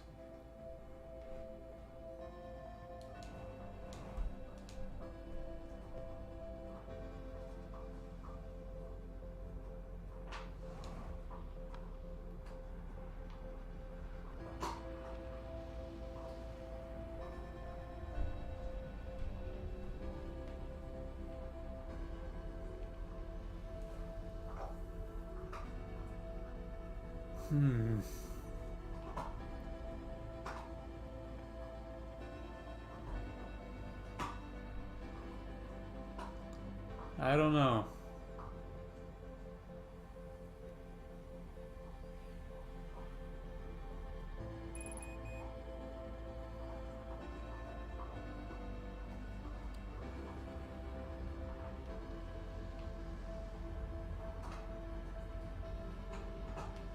I need to refill my oxygen.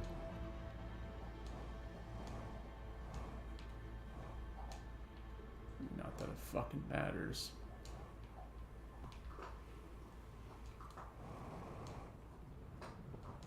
Oh yeah, there it goes. Did not matter.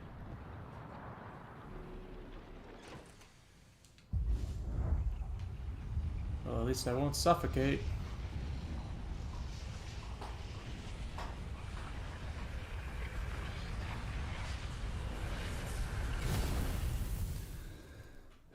I don't know what to do. I'm stumped.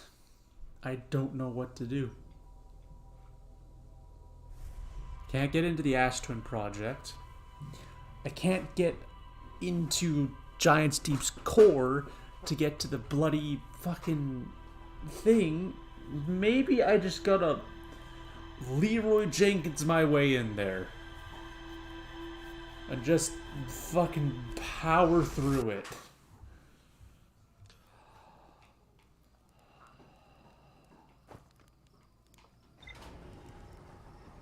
I don't know. I really don't know.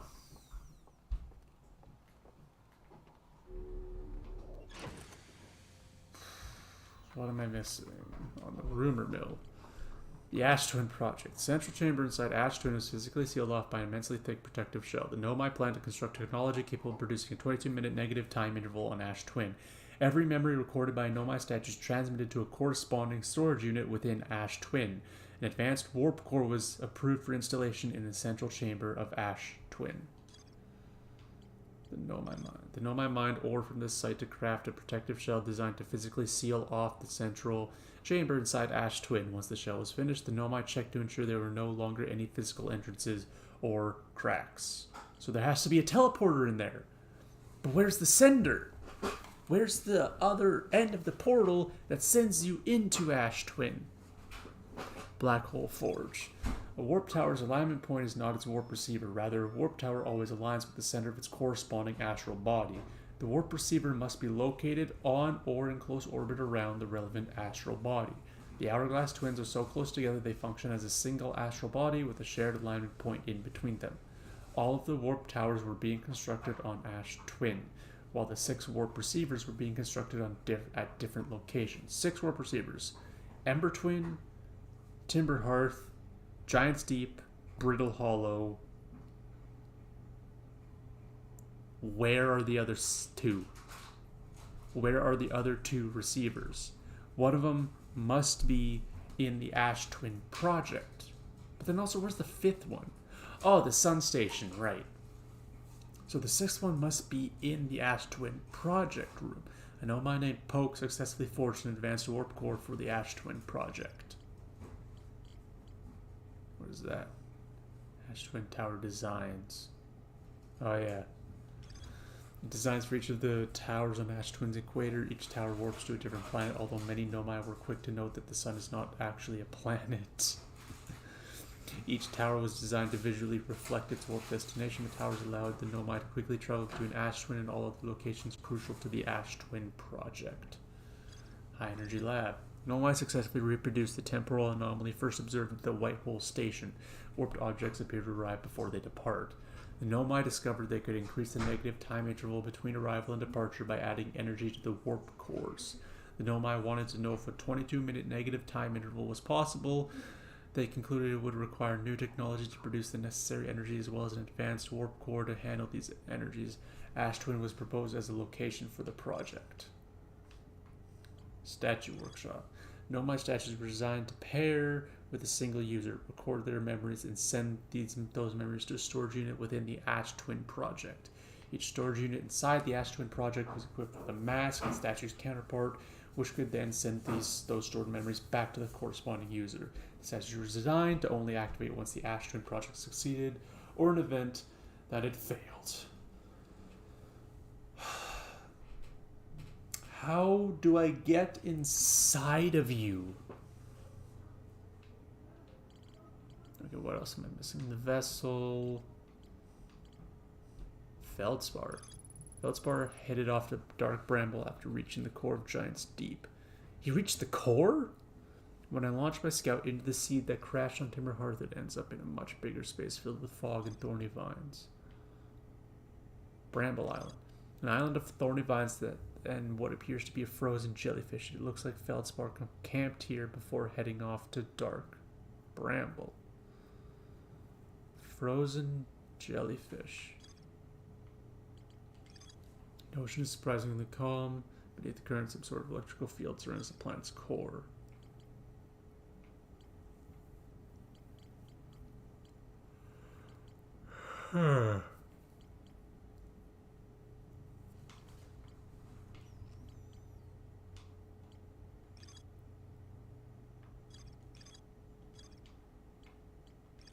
Feldspar headed off to Dark Bramble after reaching the core of Giant's Deep. Feldspar found a way to reach the core of Giant's Deep. Yeah, I can reach the core, but how do I get inside the core? Fuck it, I don't know what else to do. I'm just gonna Leroy Jenkins my ass in there.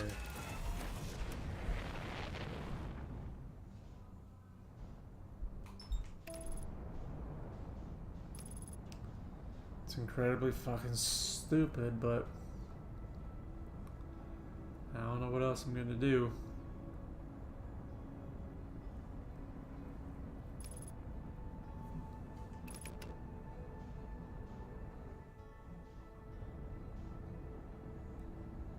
Oh shit, shit. Into the water I go! Woo-hoo-hoo! Where's the reverse spinny boy? There he is. Launch me, baby! Let's go, baby! Yeah, I bounce off of it. There's no way to get in there. I don't know.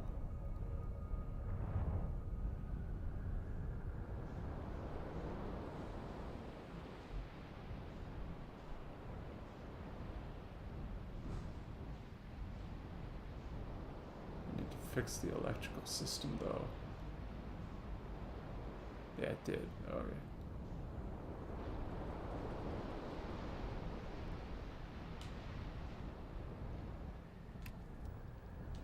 Right, landing blind.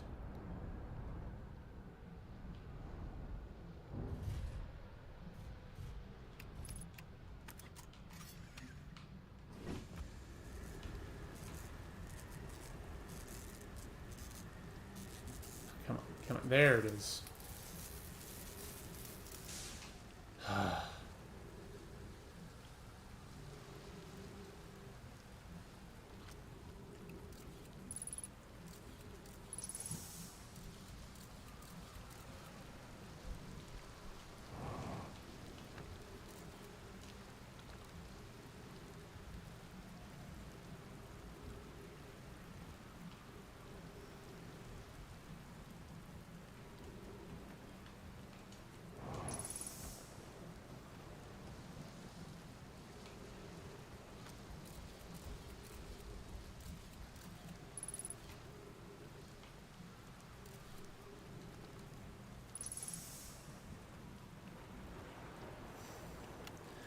Trip 4, entry whatever, crashes 2, burn crashes 0, remember to see slate when I get back. Yeah, all the way down to the core. Consider yourself conquered, Giant Steep. You just got feldsparred. That was one of my more dramatic feats of Odysseus myself. Can't believe I wasn't electrocuted. Can't wait to tell Hornfels and Gosson about this one. I guess brute force isn't always the answer.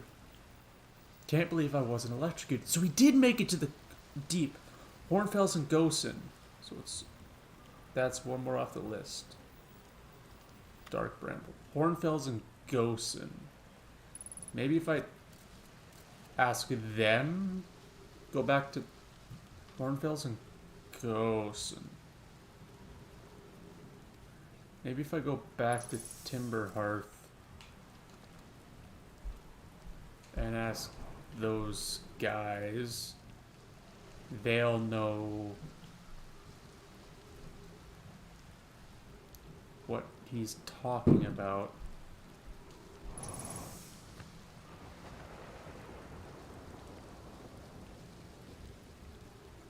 Because Hornfels and Gosson aren't... There's Esker, Chert, and then...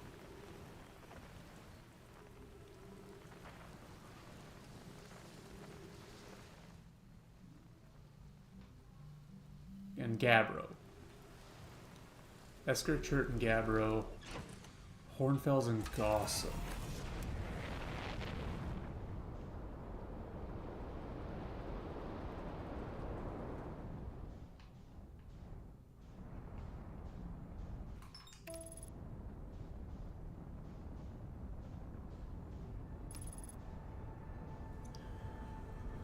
Hornfels and Gosson. Gotta find one of those two. I don't remember who either of them were, though.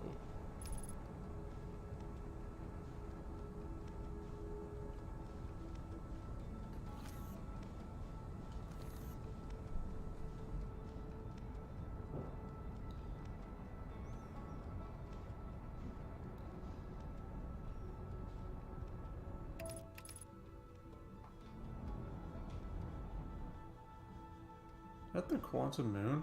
It is. Sick.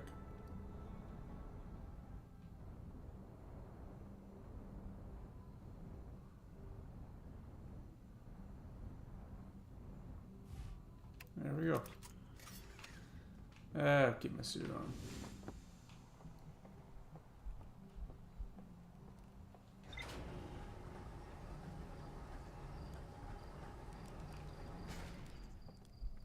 Or slate. Actually, maybe they're in the museum. Maybe they're the museum guys. Oh my god.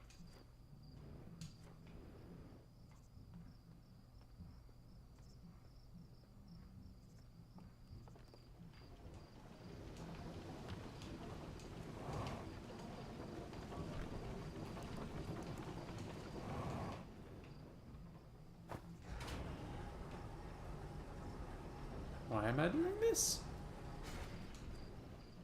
I don't know.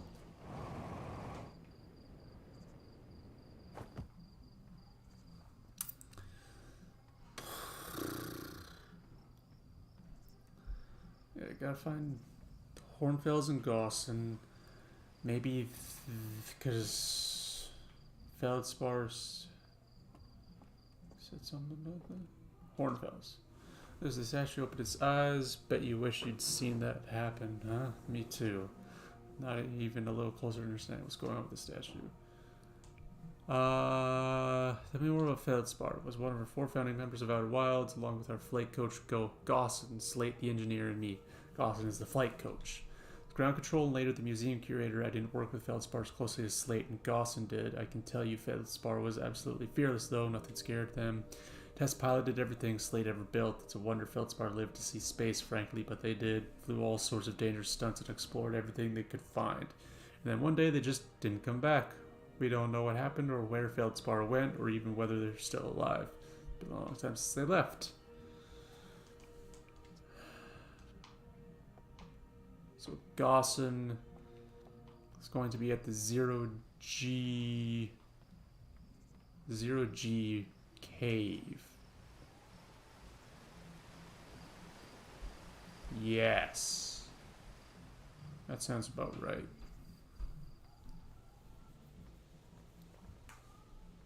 And then maybe I'll be able to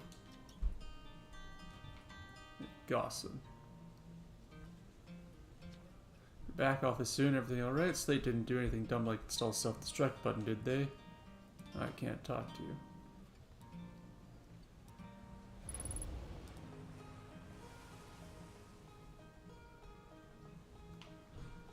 Okay, I gotta go see Slate apparently.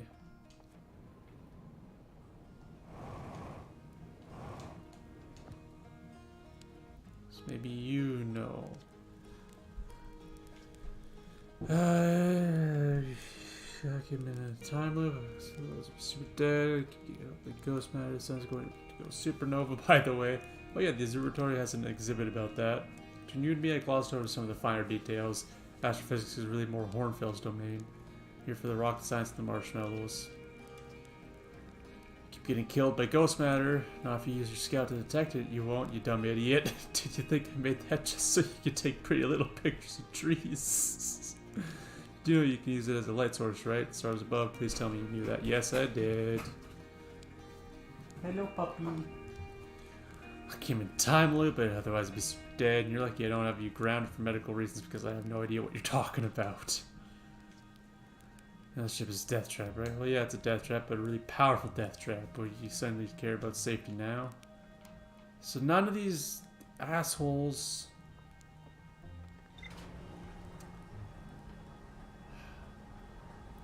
Maybe if I go into Dark Bramble, I can find Feldspar. I hate that I said that, because I really don't want to go to Dark Bramble. But maybe I can find Feldspar. And he can tell me how he got into Giant's Deep. I really don't want to go to Dark Bramble. But he is undeniably on Dark Bramble. And he had somehow managed to get inside that thing. I am going 1 kilometer per second. Oh, wow.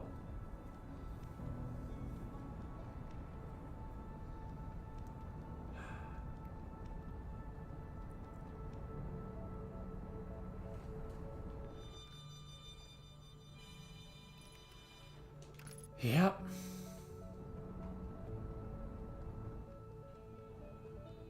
I also want to see if there's anything of interest on any of these chunks too first.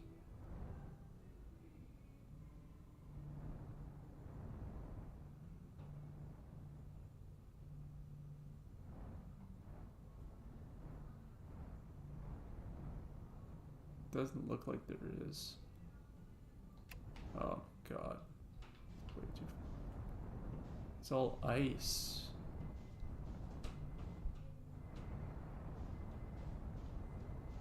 It's all ice though.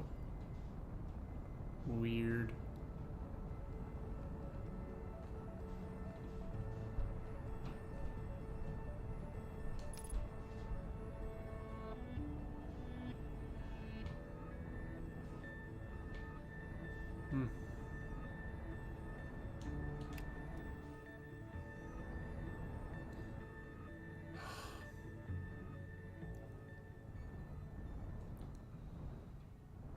Okay.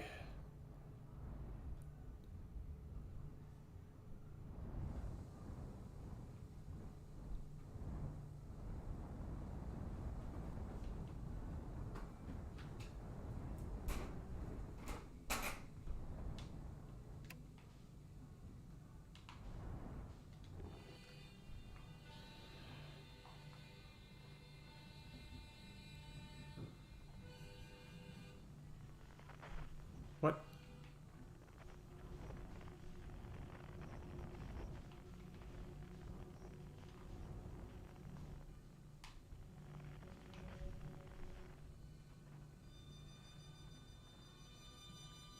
There.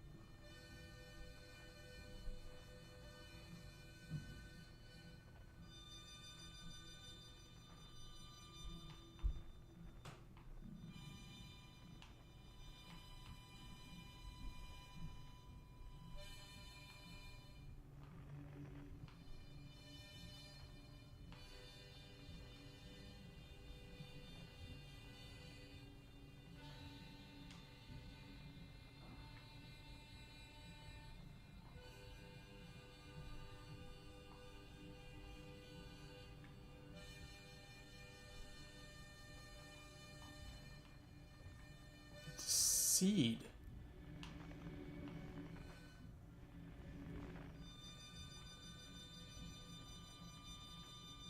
Here we go.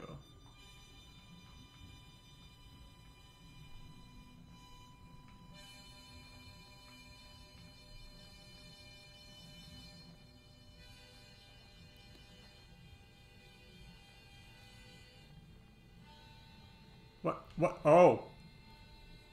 Hello, big fishy.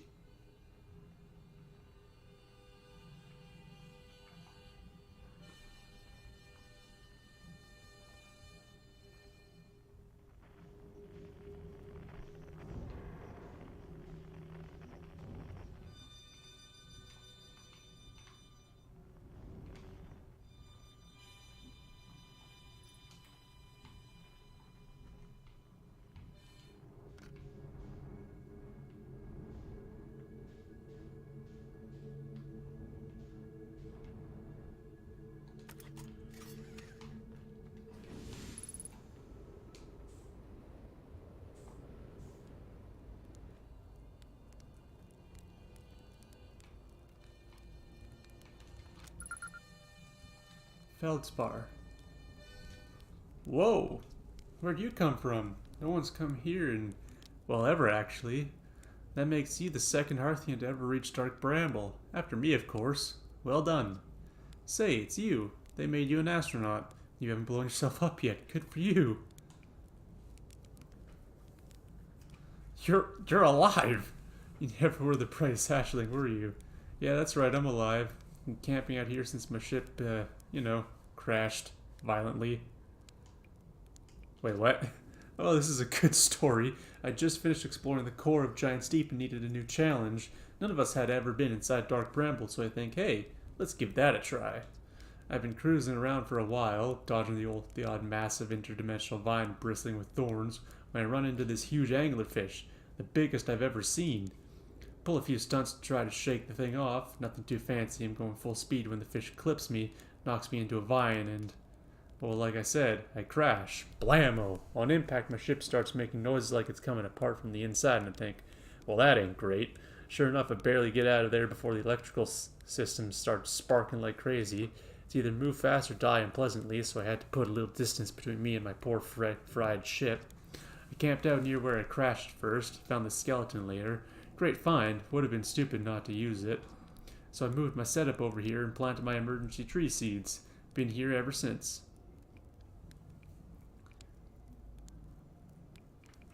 Wow. Yeah, pretty much. Anyway, that's how it all went down, hatchling. Story's over, but feel free to stay and enjoy the fire a while. Or don't. Fire's not going anywhere. How'd you hear Giant Deep's core, huh? Ah, that was a wild one. But since you're asking, I gotta assume you haven't made it down there yourself yet, right? If I tell you how, it kind of feels like cheating. On a completely unrelated note, that sure was a big hollow vine my ship crashed into. Yep. If I were you, I'd go take a walk and see where it ends. You'll want to go to the tail end of the anglerfish skeleton here and take a look for flickering light in the fog. That'll be my old ship. Path starts there.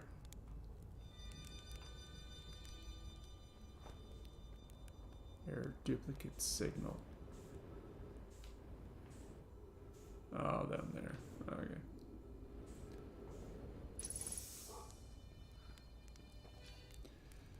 Bulb marshmallow stick.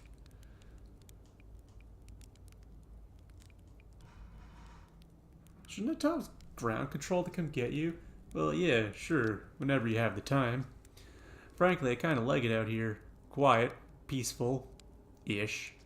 You're a little young to understand, but it's a lot of pressure being the best that ever was. Been nice to have a break. What happened to this anglerfish? Oh, the skeleton? It was like this when I got here. As near as I can tell, this anglerfish must have been chewing on the vine and eating a seed. And then the seed grew and grew in the poor fish's stomach until this happened. Gross, huh? The skeleton was a good find. Keeps the fish away. See, they're territorial, so they mostly avoid each other.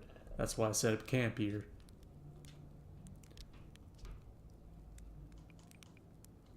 Not far from here, as a matter of fact, if you go straight past the tail of this anglerfish skeleton here, you'll see flickering light in the fog. Follow that and you'll find my old ship. What's left of it, anyway. Where should I explore here? That's the spirit. Anywhere's good, but you should know that space is weird here, intensely. Ever tried throwing your scout into one of those weird seats? See there with the little opening? It's just big enough to launch the one thing. Oh, your scout tracker will tell you the scout is in two places at once, but I don't think that's wrong exactly, because space doesn't work right in here. That seat looks small, see, but inside it's bigger. Much bigger. I've had a lot of time to think about this, and my theory is space and dark bramble kind of expands as you go through each sphere. That's why it's bigger inside those seeds. Well, that's my theory. Keep that in mind while you're exploring dark bramble, and maybe you won't get lost inside forever. Good luck!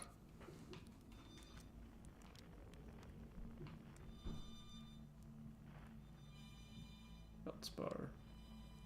Error duplicate signal. Oh, it's going Nova. Found something. Dark bramble seed on timber hearth. That's bad business, hatchling. As Chirp will tell you, if you so much as glance in dark bramble's direction, there used to be a fifth planet where the bramble is now. This infernal plant appeared at the center and kept growing and growing and growing until it shattered the planet and scattered its pieces across space. If we don't get that seed you found sorted real quick like, expect Timber Hearth will be headed towards the same fate. And I tell you what, we Hearthians have overcome far too much to be done by some worthless seed. Well, I don't think that'll matter very much. No, my writing saying anglerfish are blind. So the blasted things do have a weakness, meaning my fly as fast as I can approach to deal with them could have used a bit more thought behind it. Oh, at least they didn't eat me. All's well that ends well, eh? Hatchling.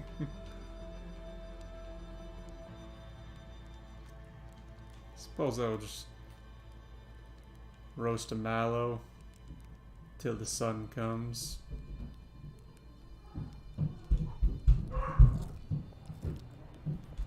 and consumes all.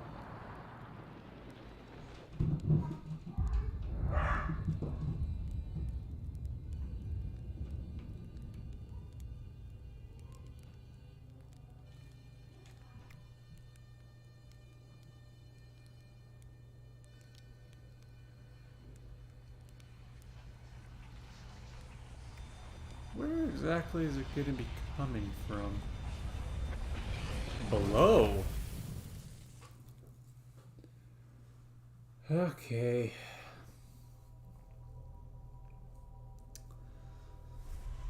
Shh, I really thought he was going to tell me.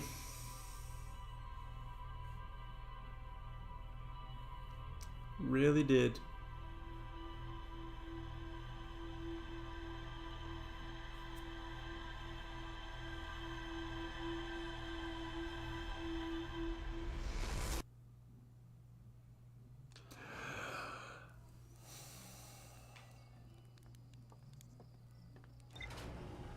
Maybe his ship will have a logbook or something on it.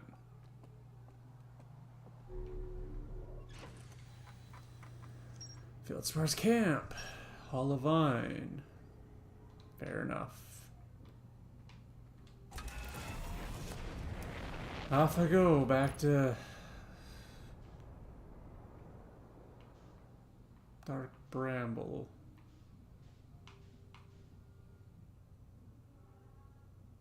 What the fuck is Dark Bramble?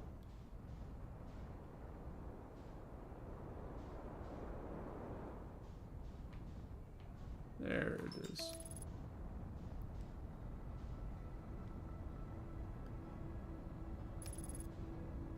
Do not set abort. Christ. It's gonna send me into the fucking sun.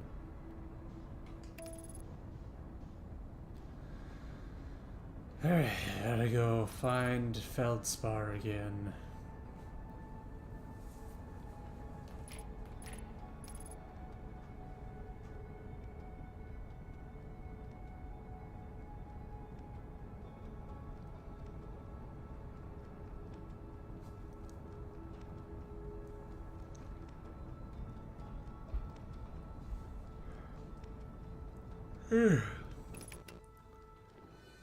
Okay. Headlights off.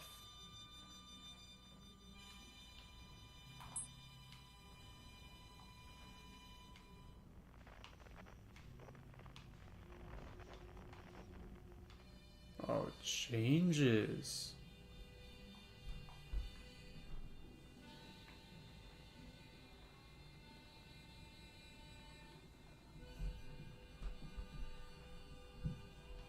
Be interested to see what that red one is.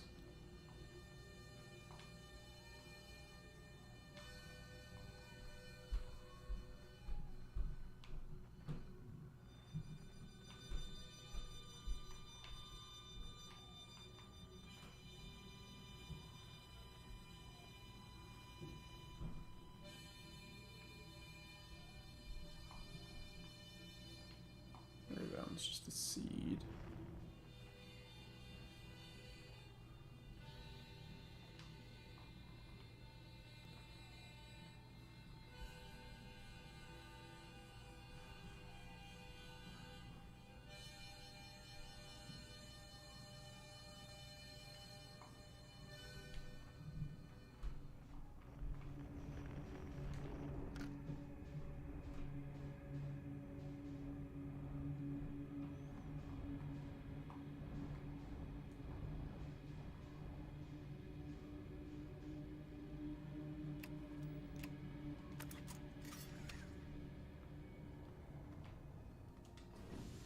No, no, no, no. Bad idea, bad idea, bad idea.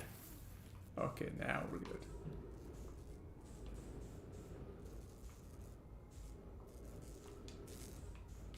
Ow! Wow! Weezowie oopie powie.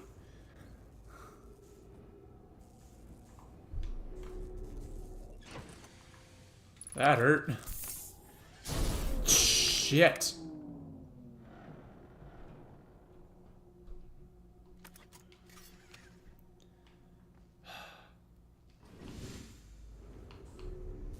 No, that's not what I meant to do. Oh, Jesus.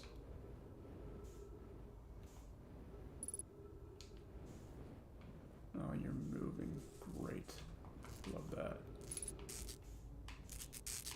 Right, repair the electricals. Please. You did not. Why are you saying you've matched the velocity when you very clearly fucking haven't?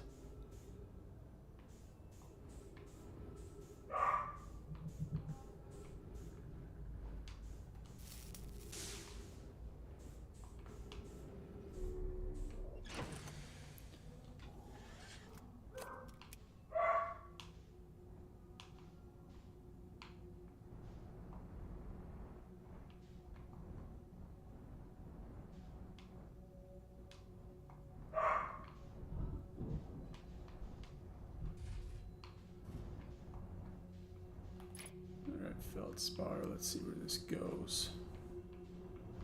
Shit. Fuck. Ass.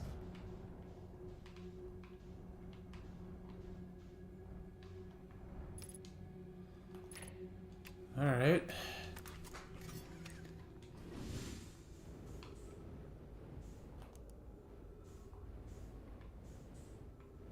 So going on my own then.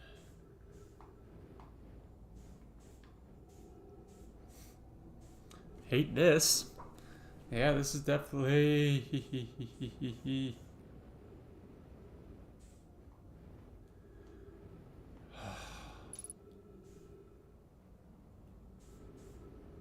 I'm gonna try error duplicate signal.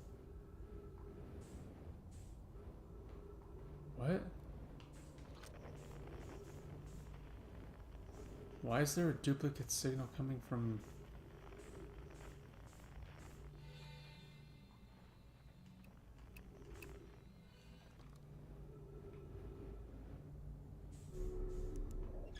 Why is that being tracked? I don't know. Anywho. I'm gonna try one more time. Get in here. Nope, absolutely cannot. Alright. Fuck it. I should probably refuel first. I'm a brave boy. Death doesn't fucking matter anyway.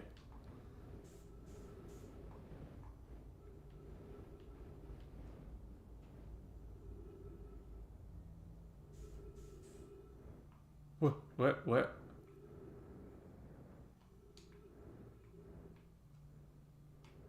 Why am I falling back? I don't want to fall back.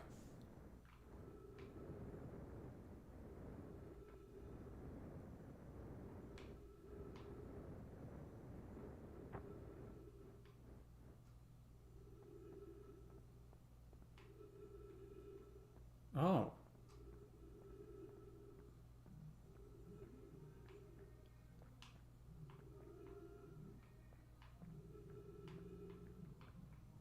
What the fuck? Trip 4, entry number, I'm gonna say not 1, crashes 3, boring crashes 0, personal best. Whoa ho, never thought I'd see one of these species outside of Giant's Deep. They were awfully useful back there. Maybe a jellyfish could be useful here too? Ugh, this thing tastes terrible. The outside is all rubbery and tough. Maybe that's because it insulates the jellyfish's insides from getting zapped by electricity. Right, I'm going inside of this jellyfish's interior cavity to see if what's in there tastes any better. Oh!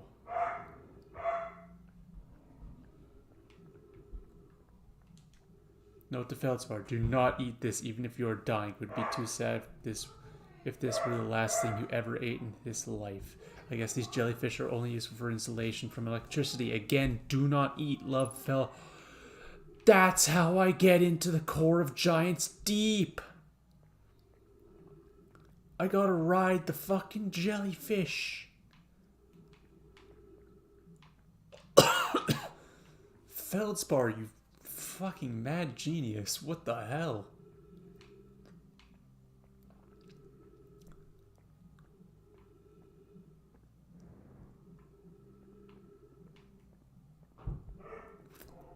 mean, I'm not too sure I'm exactly very thrilled about the prospect of what I'm gonna have to do.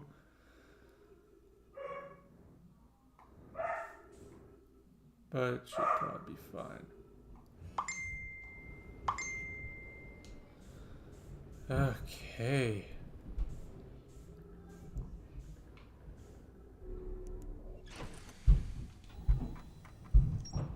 Frozen jellyfish. Okay.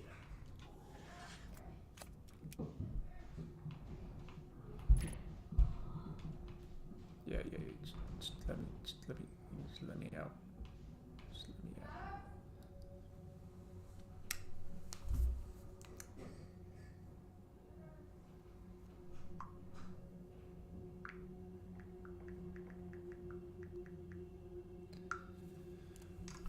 Okay.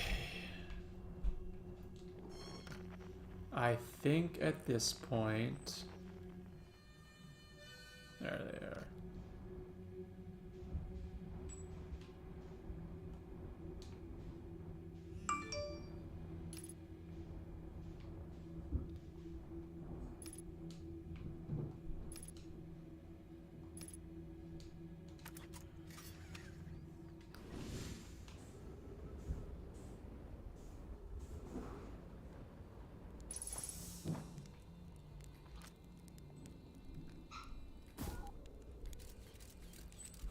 Where are you going?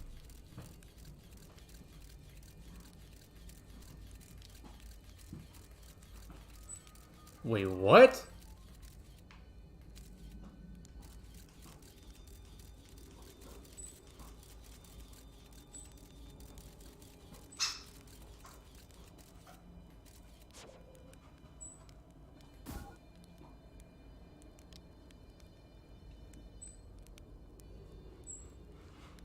Okay.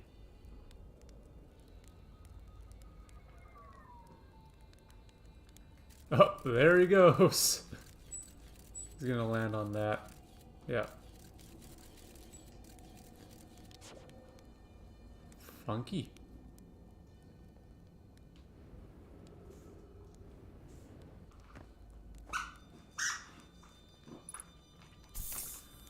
Well, meditate until next loop.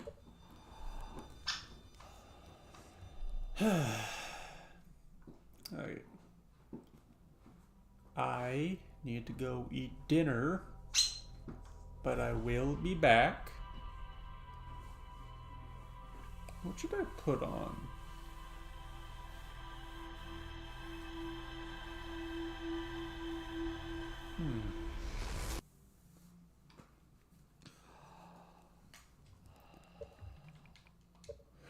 Quit for now. Let's see, what am I gonna put on? Ba-ba-ba-ba-ba.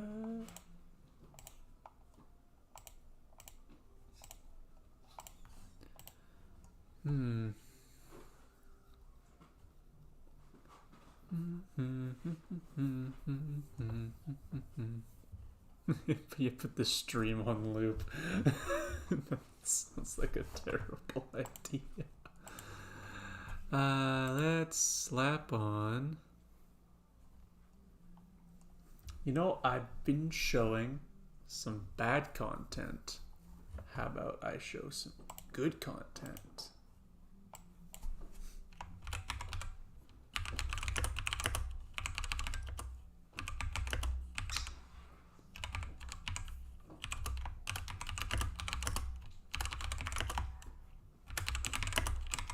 Nature.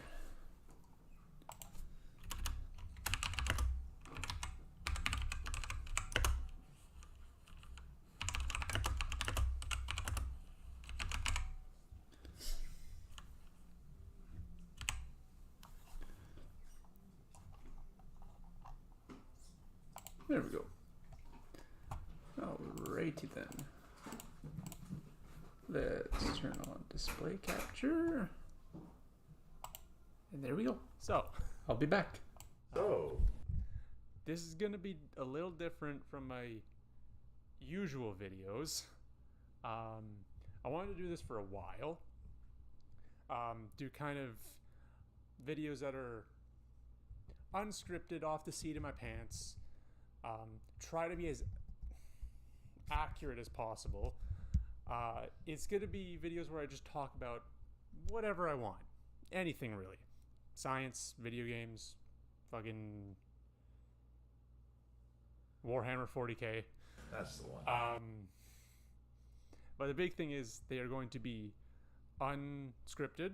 So if I just start rambling, hopefully I'll cut it out in editing, but maybe not.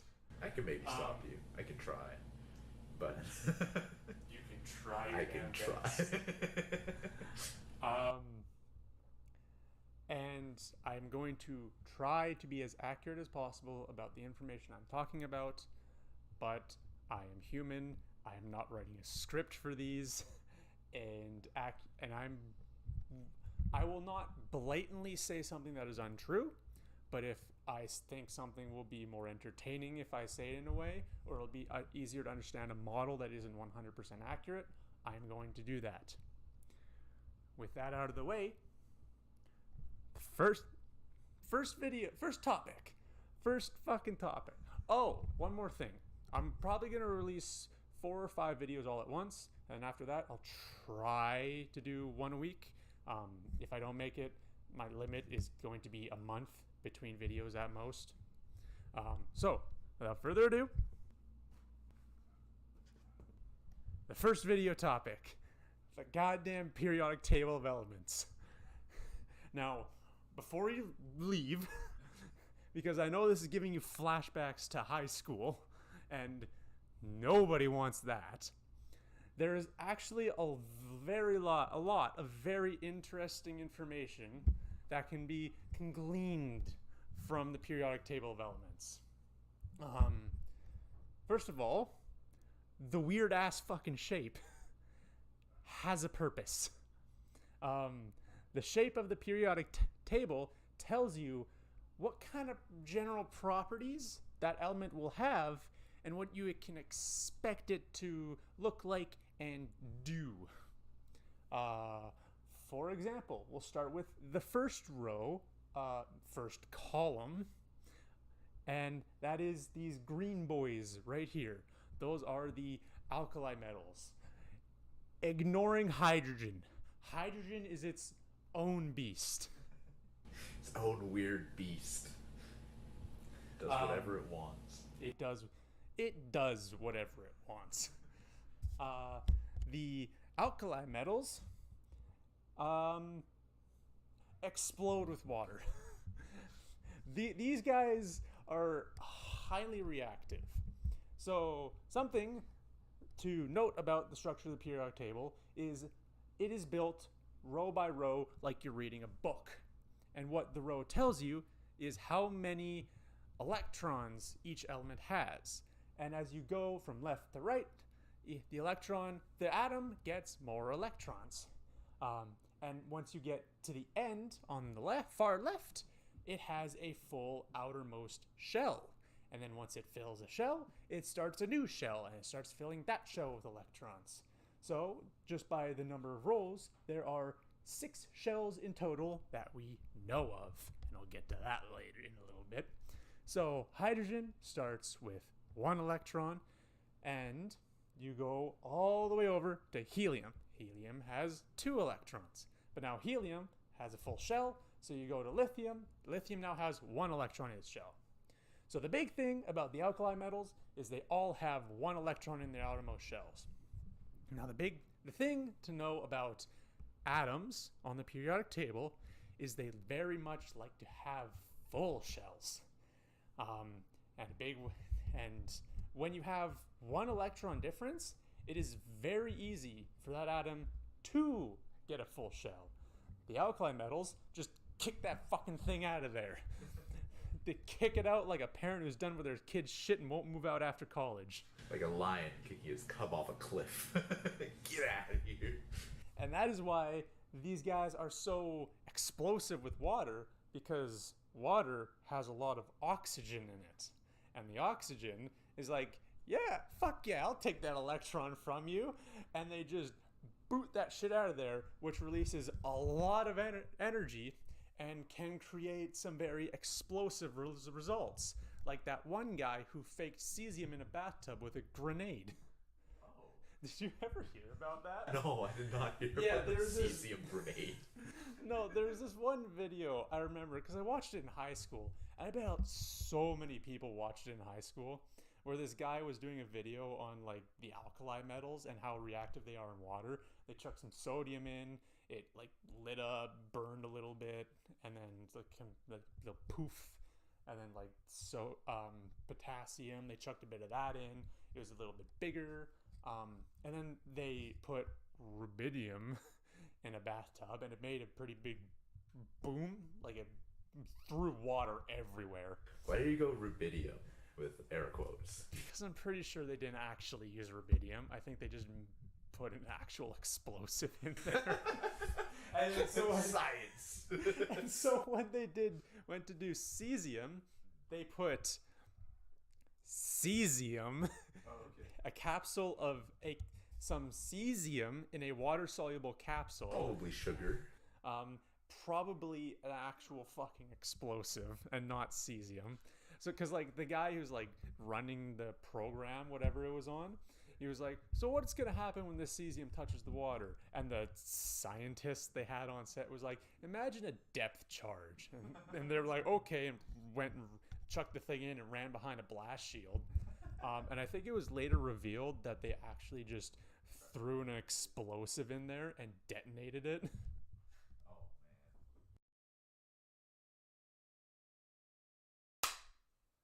That one was weak. Oh, shit, this is on. Oh, well. Yeah, I was like, do you have a cool wallpaper you could put up or something? You're like, nah, That's it's fine. what I'm you were just looking talking at about. Audacity, running in the background. I'm like, You meant up yes. No, I meant on your computer monitor. So, yeah. It's like a grenaded bathtub. Goes Yeah. boom. Yeah. I'll try to find a clip of that. Because like I'm pretty sure it was revealed that they faked it, and they didn't actually put cesium in there.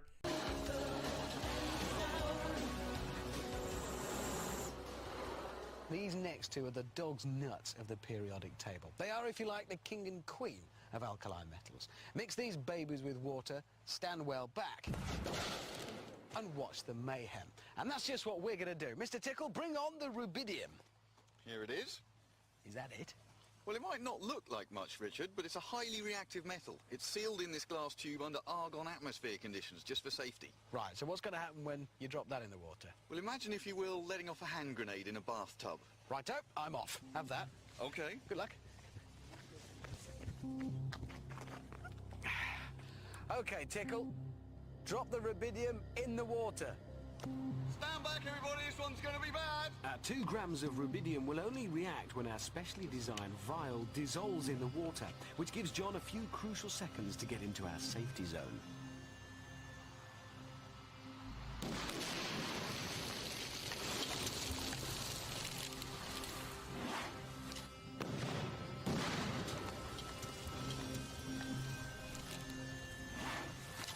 Yes! Wow. That is more like it. Only on Brainiac do you get that kind of science. But I believe we can go one better. There is one more alkali metal we can legally use. Yes, Richard, cesium, the emperor of alkali metals, particularly nasty, could go off at any time. And that's it. Oh, yes. Brilliant. I like it already. Now, what's that going to do when it hits the water? Imagine a depth charge in a bathtub. Fair enough, mate. I'll leave it to it. Good luck. Thank you. Okay, John, go for it. Warning, warning, warning, extreme danger, clear the area. As our cesium sinks in the water, the rapid generation of hydrogen gas should produce quite an explosion.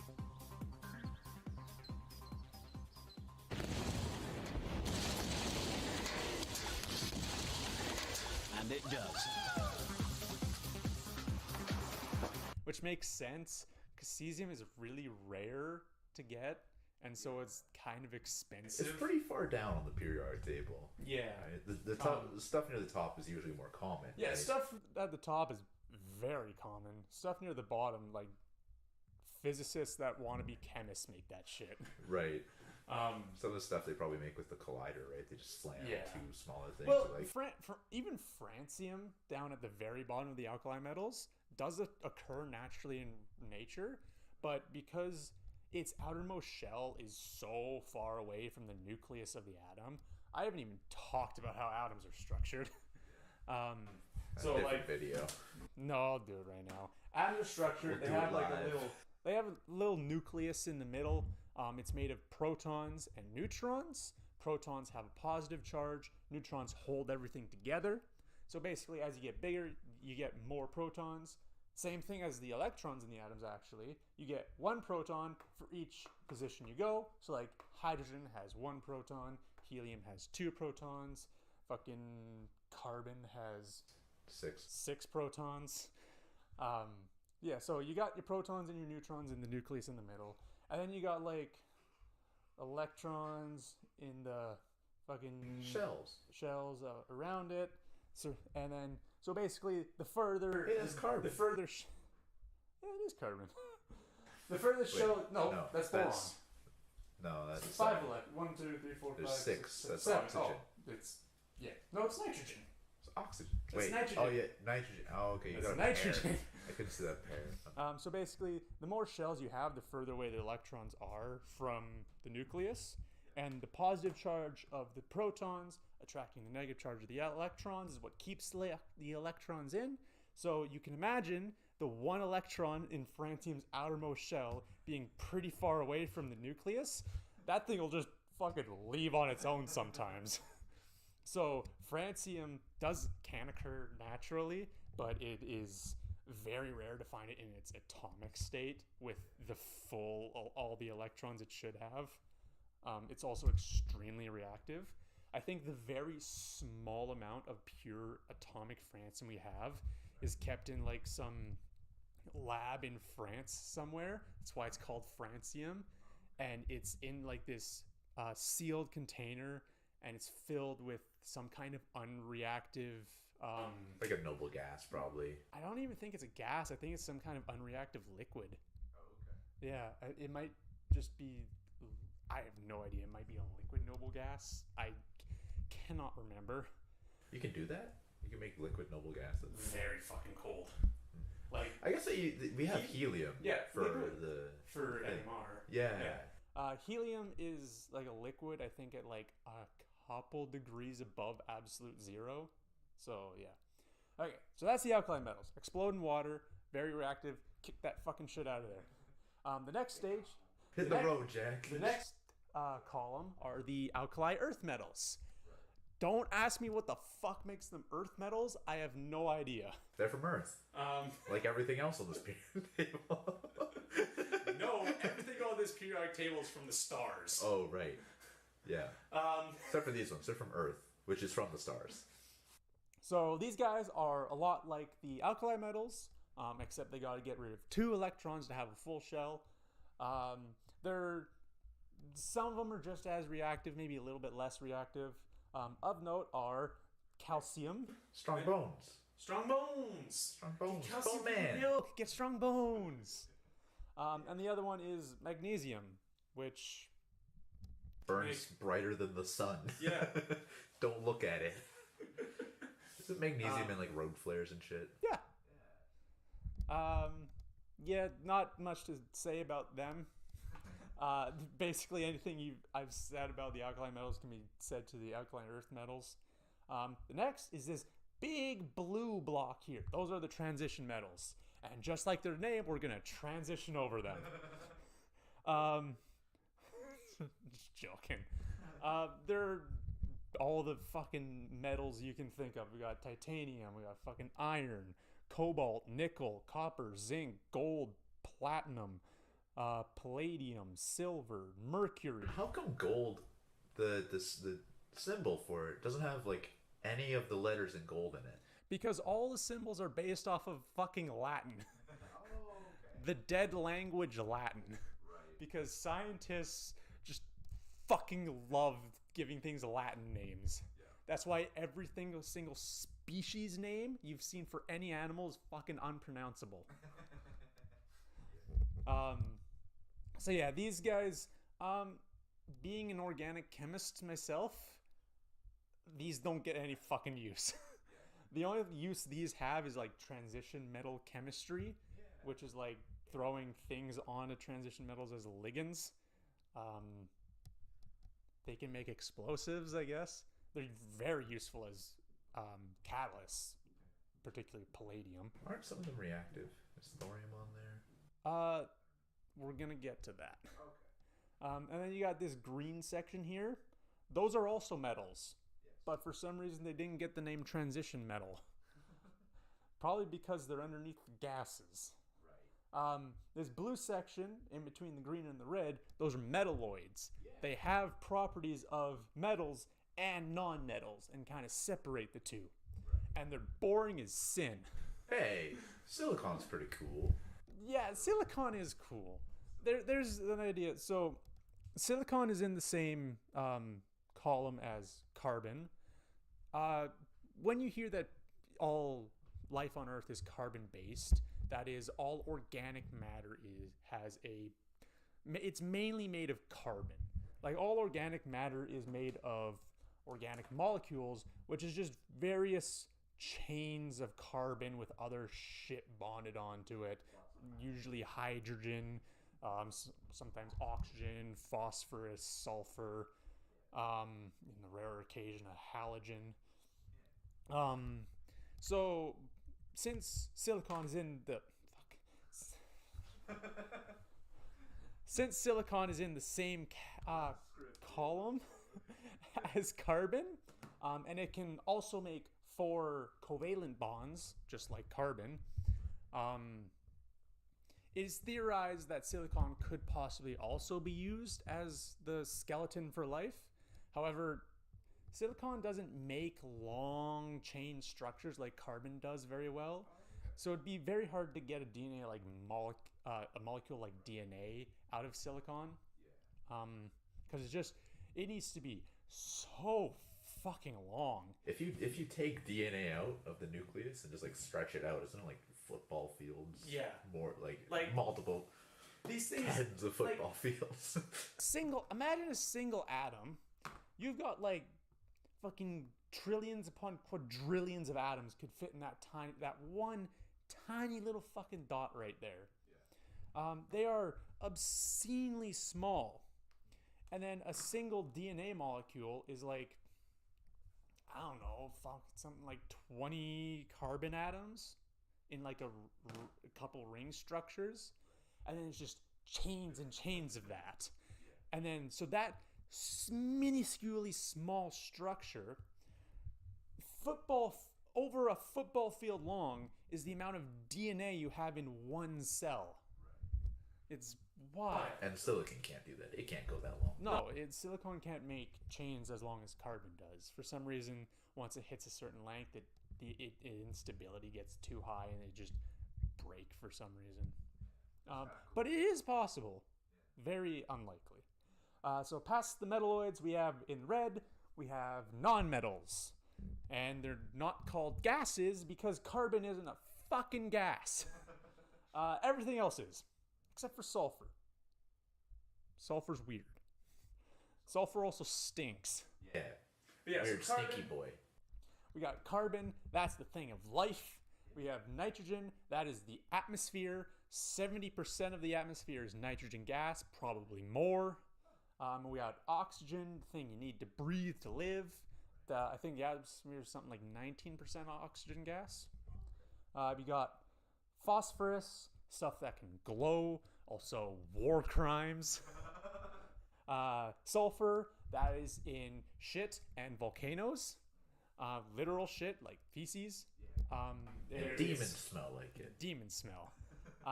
There's actually neat thing about that is feces and decaying matter, like dead shit, releases chemicals called thiosulfurs. And we have evolved specifically to be able to smell that and know that shit is bad. That is either shit or dead shit, and that shit's worse. Yes. Orange section, right here, we got the halogens. These will fucking kill you. These are mostly gases. We got fluorine, chlorine, bromine, and iodine. They will fuck your shit up if you breathe them in. Chlorine gas bad. War crimes. Chlorine gas is a part of the mustard gas they used in World War I to commit war crimes against the French. Probably deserved it by being French. If they didn't commit war crimes against the French would have committed war crimes against the French. Yeah. But why are they so bad to breathe in? Because just like they are basically the opposite of the alkali metals. The alkali metals have one electron in their outermost shell. My dog is here. Doggy. Hang on. Yeah, you should grab her. Come here, Piper. Dog. This is my dog. Her name is Piper. She's a border collie and she's almost 4 months old. And she's a very naughty girl who chews on everything. Yeah. Especially my shoes. Okay, go. Shoot grandma.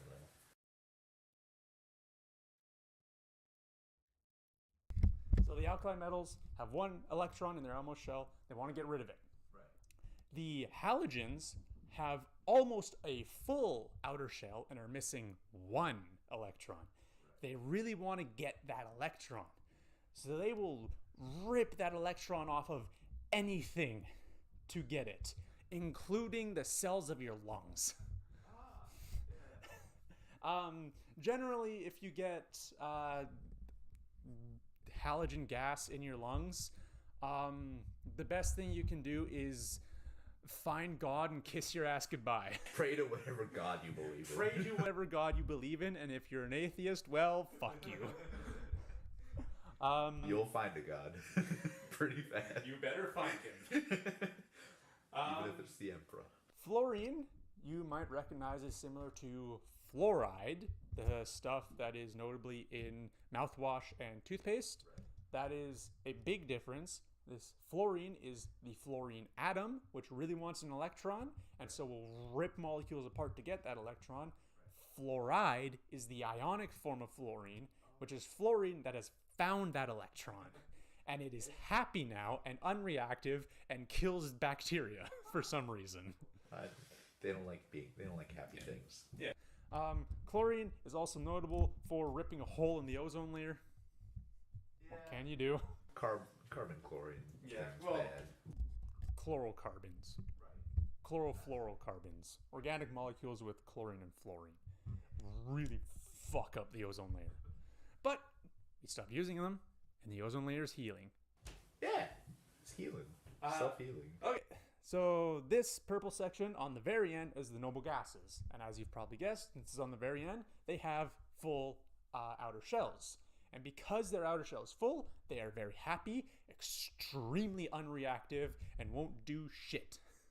But that does not mean they are not useful. Helium, for instance, goes in balloons. It makes them float, because helium gas is less dense than the air around you. We all float down here. We all float down. You'll float too. You'll float too if we fill you full of helium. Neon, if you run an electric current through it, fucking glows pretty colors. Neon lights. Neon lights. That's why they're called neon lights, because they're actually neon.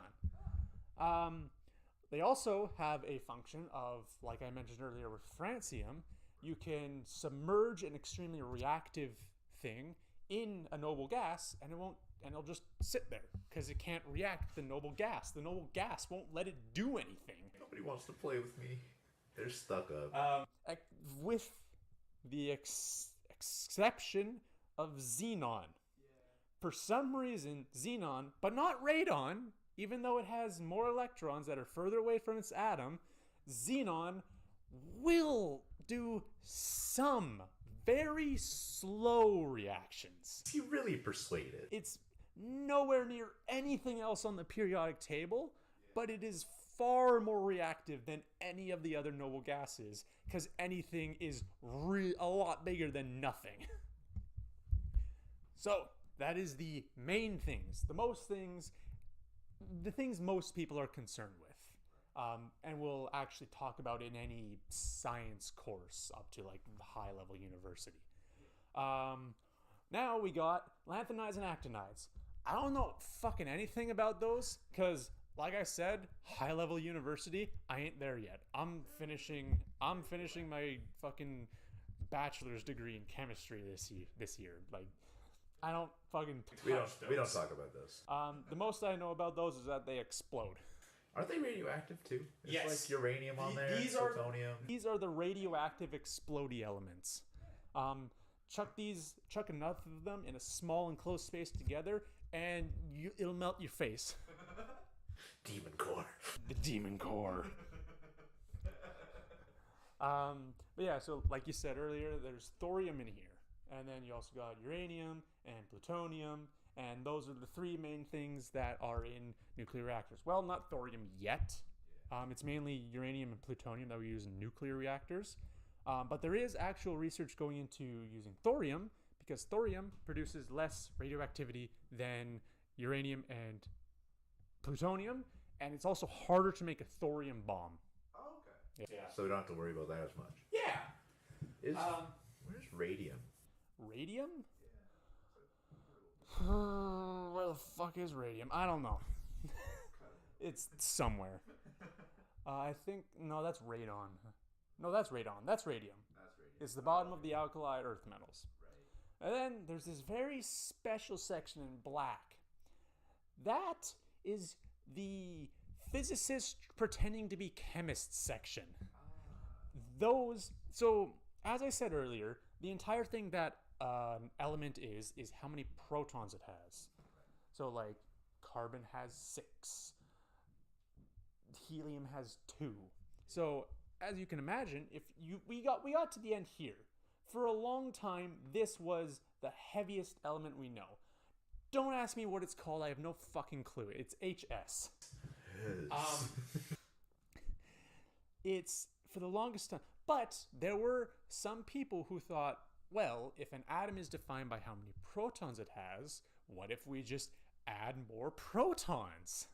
So we got big, massive particle accelerators, put a sample of this in there, and just flung protons at it so fast that eventually they'd stick to the atom, and we started getting this, and then that one, and then all of these new elements that don't fucking exist because physicists make them for a split second, and then they decay and split off into smaller, more stable atoms. I do not vibe with this universe. They do not vibe with this universe. They do not want to be on this plane of existence. The heaviest one is oganesson. It's in the noble gas category, but it is not a noble gas because I think the longest they were able to make oganesson exist for was less than a second. They made it, they proved that they made it, and then it just pieced out. So, yeah. That is the periodic table of elements. One last thing. The reason it's structured like this, because you might think like, why is hydrogen over here and not over here, and why doesn't everything just get moved that way or moved this way, so that if you want all the full shells to be on the left, just slide everything that way. Number one, it was the trend, like keeping the alkali metals together. Very nice. It makes it easy for undergrad students. Another thing, however, are orbitals. So the classic model of the atom, it looks like this. You have the nucleus in the middle with electrons on rings around it, orbiting the nucleus like planets orbiting a star. But that's not really how an atom is. That's just an easy way to think Yeah, of it. it's an easy way to think about it. It's a way to present the atom to high school and first-year university students without breaking their brain. You don't want to break your brain yet. No, not yet. That comes later. Electrons are so small. They are actually what is called quantum particles. And just saying quantum might get some of you fucking having an aneurysm, but calm down. Quantum literally just means really, really, really, really small. Electrons are one of the smallest particles we know of. Because of this, because of their property as being quantum particles, they don't really exist in a single point. They do, but not really, because at that small scale, matter also starts behaving like waves. So instead of an atom with a nucleus and electrons orbiting it, you have an atom with a nucleus and then a cloud of electron density probability of where the electron might be. And those clouds are split up into what's called orbitals instead of orbits. They get funny shapes. They do. Well, not the first one. Yeah, The first one's ones just are, ball. the first ones are just a sphere. Orb. Orb. Me pondering my orb. So they're split up into orbitals of shell numbers. So like the shell 1, shell 2, shell 3, all the way down. And then the shells, so the orbitals are in the shells, and then the orbitals are split up into S, P, D, and F orbitals. So that doesn't mean anything. It's just they wanted to assign some name to it. So Sphere. S for sphere. Not really. They just had to give a name for it, and whoever discovered it just decided to make it easy and do letters. So S comes first. The S orbitals can only hold 2 electrons. I may get into why in another video, but I'm already talking about too much shit and probably going too long here, so whatever. S orbitals can only hold 2 electrons. So you may notice these two guys before the transition metal starts. That is because these are the 2 columns that fill the S shell last. So you get the first electron in your S orbital in this row, and then the second electron in your S orbital in this row. Technically, by that logic, helium should be over here because it fills the second spot in the S orbital and then it's full. But since it's full, that overrides it and it's over with the noble gases. It acts more like a noble gas anyways. So lithium then fills 1 electron in its second S orbital. Beryllium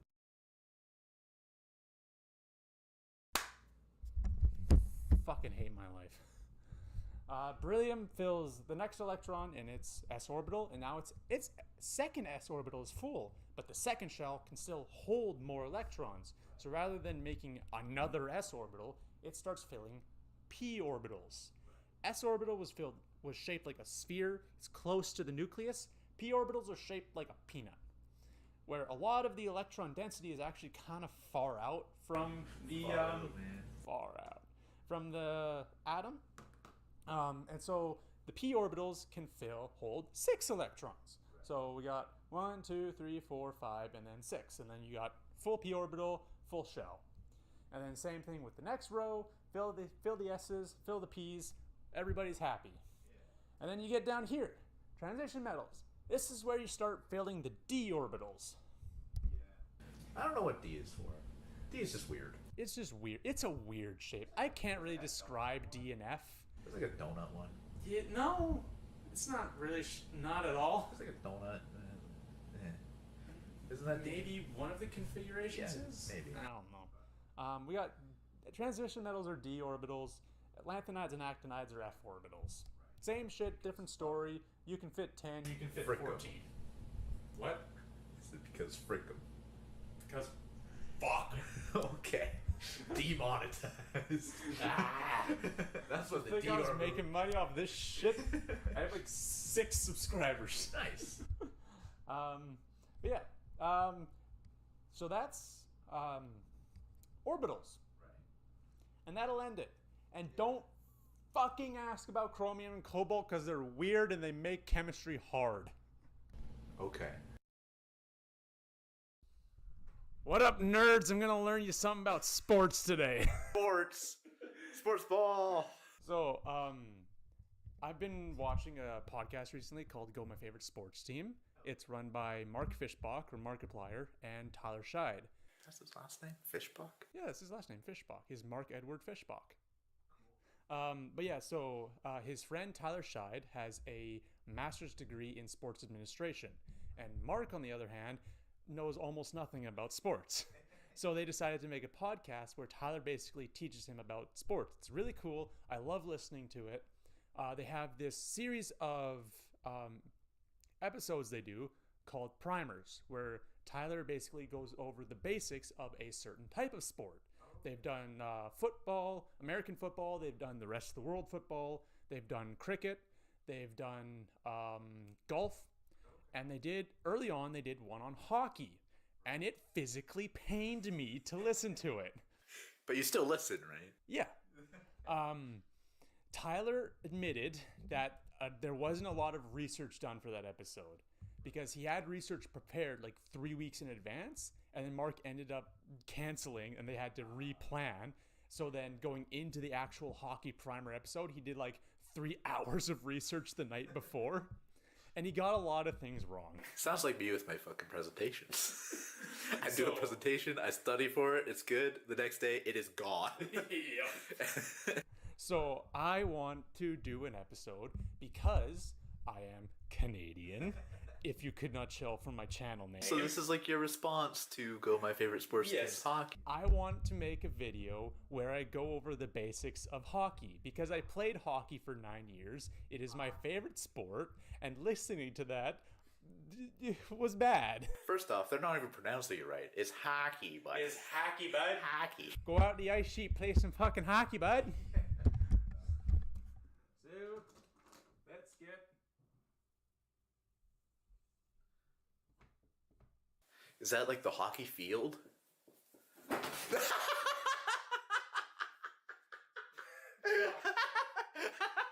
The fucking what? The hockey field, you know? The fucking what? You mean the hockey ring? Hockey... The ice ring? Hockey octagon? The octagon? Oh my god.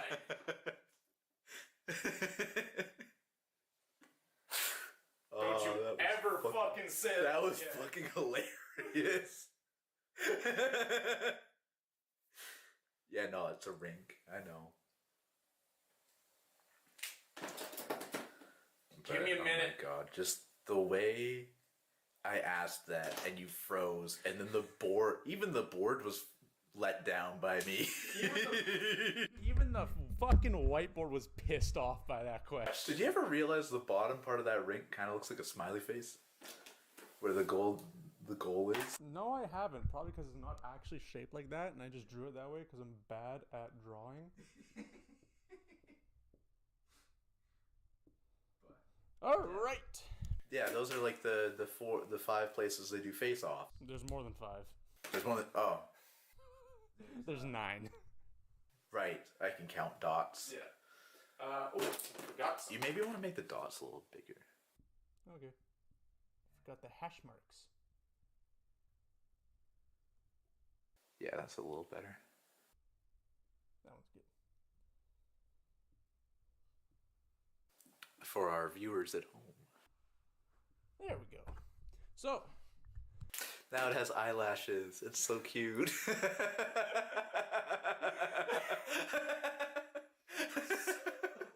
this is a representation Also, of... Totally looks like a phallus on the top right. Should maybe move the magnets away from that. Oh. That's better. That was also a face. Fucking mind out of the gutter. It is there permanently. My mind belongs to... So, this is an artistically terrible representation of the ice rink. So, hockey. The basics of hockey. Hockey is a game where, obviously, 2 players play against each other. Take stick, go on ice, shoot puck, win. The objective of the game is to get the puck, a little rubber disc, in the other team's goal. Each hockey team is composed of 1 goalie and usually around 20 players in like professional and semi-professional leagues. Right. But that number can vary. Obviously, there's no set rule. They're not all on the ice at the same time, right? Hell no. That'd be fucking chaos. There is a set maximum that a team can have. Like a team can have a maximum of 2 goalies and one Like sub goalie? sub goalie, I guess, who's like doesn't actually dress for the games. but he is there if both goalies or one of them gets hurt. Substitute goalie. Yeah, sure. The existence of the goalie suggests the existence of a dom goalie. You would be surprised. All goalies are dom goalies. And then the players. So like the goalie is for some reason considered separate from the players, probably because they don't move around very much. Yeah, they don't. The players are split up into defensive and offensive players. Right. So on the ice at any given time, a team will have 6 players. They'll have the goalie, two defensemen. Yeah, so they will have 1 goalie, 2 defensemen, and then they'll have 3 forwards, and they will be split up into 2 wingers and 1 center. The center is the player that usually participates in face-offs, where the centers will line up at any of the 9 dots around the ice. Those are our face-off dots. Oh, okay, that's where the centers go. Yeah, those are the face-off circles. The centers go, they line up on either side of the dot, on their respective sides, and the referee will come up, drop the puck, and they will try to push the puck in the direction they want it to go. Yeah. Usually it's back towards their defenseman, so the defenseman can pass it to one of their players. I don't think I've ever actually seen anybody push it forward. It does happen. It can happen. It's not a really smart play because you're just pushing it to the other team's defenseman. Expect the unexpected. Yeah. I have seen it happen before. Like, if there's like 5 seconds left in the period or something, you'll push it forward to try and buy time so the other team doesn't score. So 1 goalie, they stay in the net, and I realize I have forgotten something very important. The goalie crease. That's what it's called. Yeah. The crease. So the goalie stays in the net the whole game, doesn't fucking move. And the goalie can go anywhere, but you don't want him to. I've definitely seen them behind the net. Yeah, they'll go behind the net to like stop the puck. But typically they don't go further than the hash marks or anything. And they don't go into the corners. What's like a typical face-off positioning look like? Because maybe it'd be helpful to have like the positions on the rink for... Let's do that. So we're going to do this from the perspective of one team. Right. So remember, everything that I'm going to do is reflected for the other team. Right. So we'll start with the face-off at the center dot, because that is where... That's where face-offs happen whenever you start the game, start a period, or after a goal is scored. They'll line up at the center ice for a face-off. Yeah. So for a face-off, the centerman goes here, obviously, for the dot. We got the wingers on either side, on their side of the line. Kind of small. Can you draw it bigger? Yeah. I'm legally blind. And then wingers on either side of the circle, on their side of the line. Maybe you want to put like a W and like C's. I can do that, yeah. So centerman lines up there, and then the wingers on either side. You've got left wing and right wing, and then your defensemen usually line up about there. The defensemen can go wherever the bloody hell they want. It's just good to have them there so that the center can shoot the puck back at an angle to the defenseman. Yeah, it gives the center more options to... The only time this really changes is in the defensive zone. Okay. So we're going to do it from the perspective of this team. Right. So this is our defensive zone. This is our attacking zone. Okay. So the only time the lineup really changes is in the defensive zone, when you have your center lineup there, one winger here, the other winger right there, one defenseman there, and one defenseman there. And the reason you do that is so the centerman can shoot the puck back. This defenseman will go down for it and pick up the puck at speed. Oh, makes sense. So it's to do that so the defenseman isn't caught standing still in the corner. Right, yeah, no, that seems like it'd be bad. Yeah. And then, like, also that kind of lets you play towards center ice more, right? You've got more. Like, you got 3 guys here in front of the net. They can stop anybody who's trying to get to the net. Yeah, and you've got more area, too. Yeah. So, that's the general lineup, and obviously you have your goalie down there. In his crease. In his crease. And for anybody who's watched hockey, the goalie looks really big. Yeah. That is for a good reason. And it looks like he takes up a lot of the net, which makes it look not very fair because like 90% of the net is goalie. But that is for a very good reason.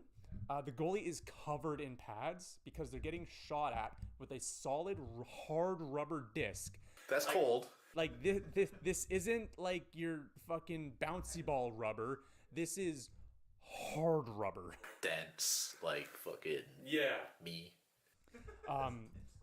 Like go get a hockey puck. Find out how hard it is. Surprisingly fucking hard. You think, oh, it's rubber. I can bend it. It's no. So he's covered in pad, and like this puck is getting shot at hundreds of kilometers an hour.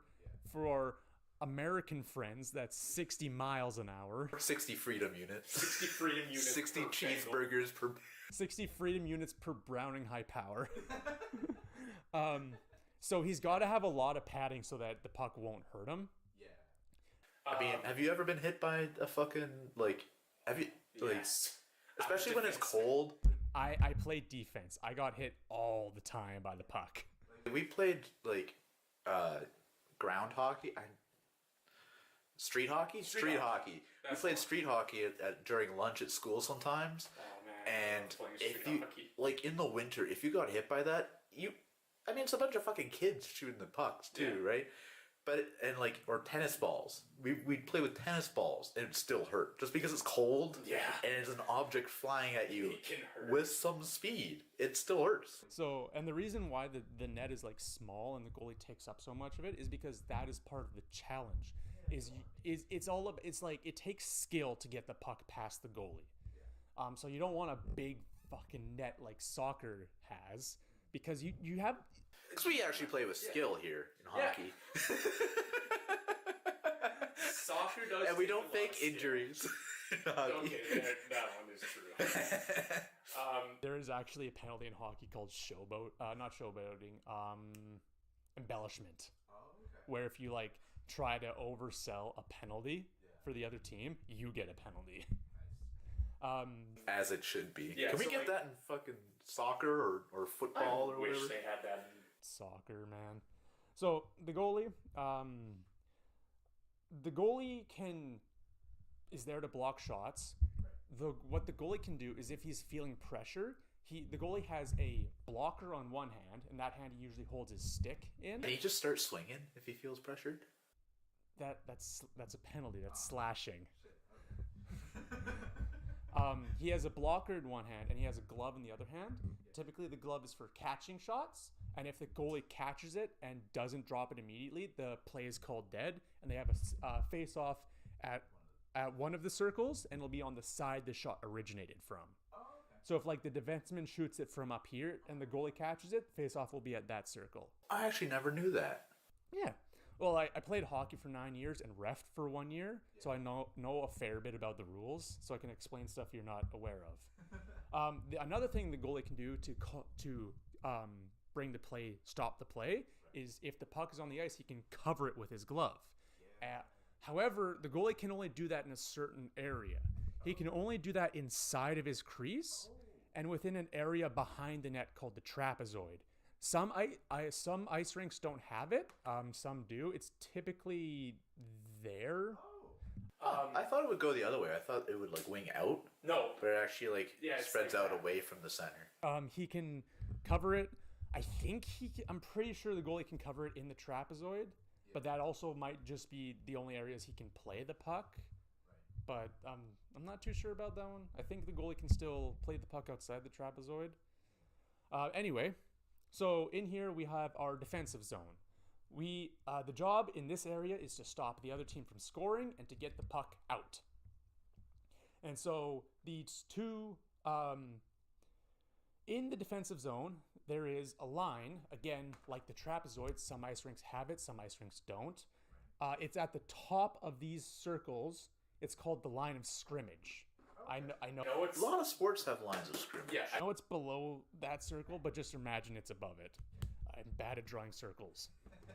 It's called the line of scrimmage. And basically, when you're watching hockey, when the goalie stops the play dead. You'll see a lot of players rush in sometimes to try and like knock the puck out of his glove because I've seen that. It looks like referee blows the whistle. I always feel bad for the goalie because like it looks like it's gonna hurt. and then the defending team will like try to rough the other team out of there, try to get them away from their fucking goalie, and it can sometimes cause a scrimmage. So anybody who's above the line of scrimmage when play is called dead cannot enter and get involved in anything in there, or they'll incur a penalty. Oh, huh. Interesting. And I'm a defenseman, so I'm very familiar with roughing guys up in front of my own net. I probably would have been a defenseman if I ever played hockey. Yeah, defenseman's fun. It's a lot of fun.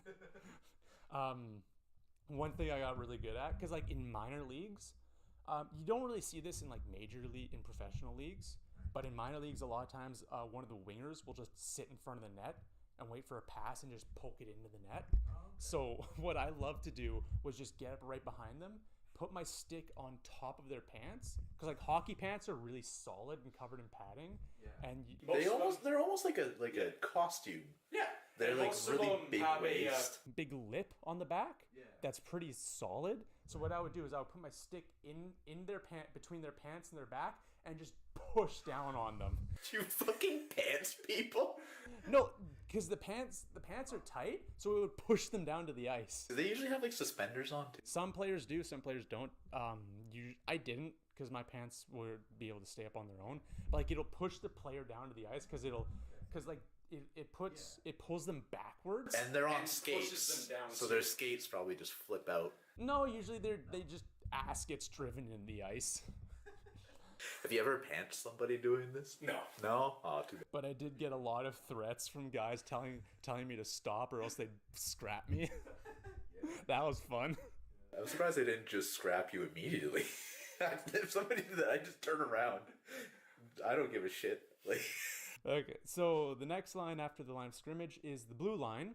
right. Is literally called the blue line. Yeah. And those are super obvious. Yeah, that is the offside line. Okay. So we will get back to what offsides are going into the offensive blue line. Right. Just know that if the puck crosses before a player, if a player crosses the blue line before the puck, plays and they touch the puck, plays called down for an offside, and then face-off will be on one of these two dots, whichever one the puck that was on the side of. Oh, those are what those dots are for. Yeah, those are. For offsides. And probably other things too. Yeah. But So then this is the center line. Right. The red line is the center line. That line is basically used for what's called icings. And what an icing is when a defensive player shoots a puck from their defensive side of the... not necessarily the defender, but one of the people playing. Not the defender, but the defensive team. Yeah. The defensive team on their side of the red line shoots a puck over into the offensive line, and it crosses the goal line without touching any other players, then it's called an offside. In minor leagues, it's called immediately. In major leagues, it's only called if the player... So, okay, I'm going to number this shit. So it's called an icing, but it's called... And Team 2. Yeah, that's fair. So team 1 shoots the puck from their side across the center line, and it crosses the goal line without touching any other player. If a player from team 2 is going to get to the puck first, and the ref will make this call after they've crossed the hash lines, the hash marks, which is these two dashes on either of these circles, those are the hash marks. If a player from team 2 is going to touch the puck first before a player of team 1, then it'll be called icing. Oh, really? Yeah. Keep in mind, this is professional and semi-professional leagues. Right. In minor leagues, it'll be called icing no matter what. So, but in semi-pro and pro, if a team 1 player gets there and gets it, it's not called icing? Yes. Huh. Yeah. That's cool. And also a point I'm going to make about this, and I'm going to call them out. Tyler from Go My Favorite Sports Team said that if a team is on the penalty kill, which is when I'll get into penalties, but if you incur a penalty, one of your players has to sit in the box, and you play with 4 players instead of 5. And so that is the only time when you can ice the puck. They get put in the rage cage. They do.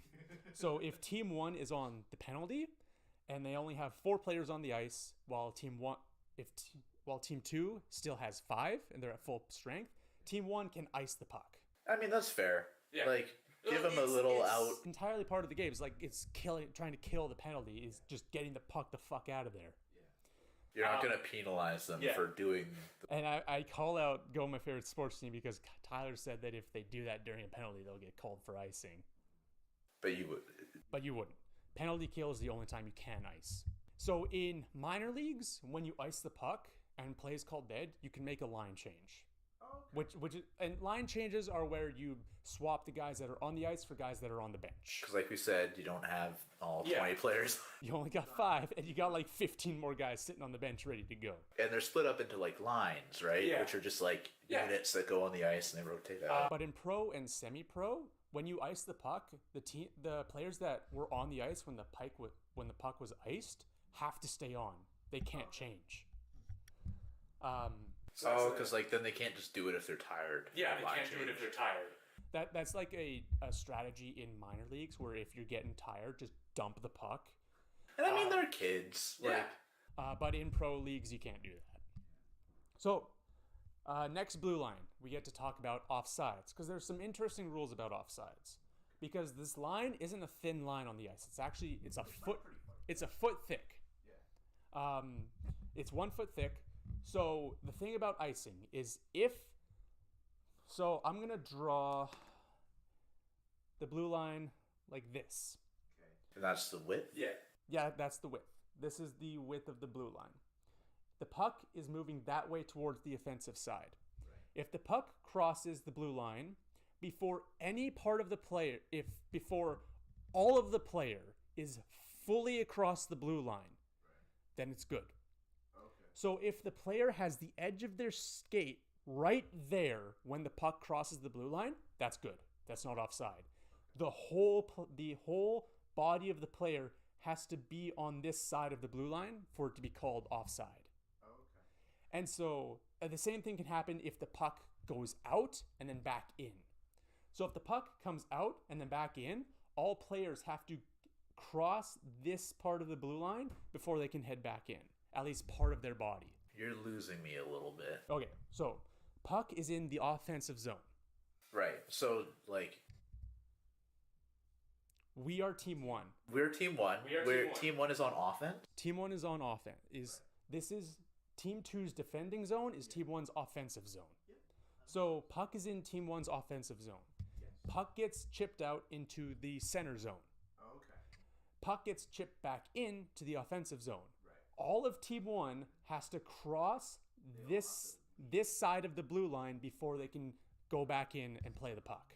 Or else it would be called offside. Gotcha. They have to follow the puck across and then back across. Yeah. Gotcha. That makes sense. And if they don't do that, then they're called offside and then you get offside face off. Most offside calls will either line up at the dots that are next to that blue line. Right. However, if the ref has reason to believe that the player purposely caused an offside so that the other team would not get an advantage, they will be moved to the other dots.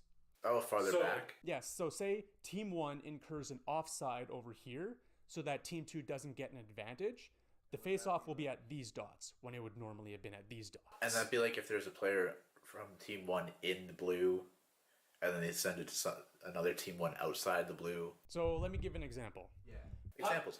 Puck gets chipped out into the center zone while team 1 is still in the offensive zone. Right. Puck gets moved back in, and a player from team 2 picks up the puck.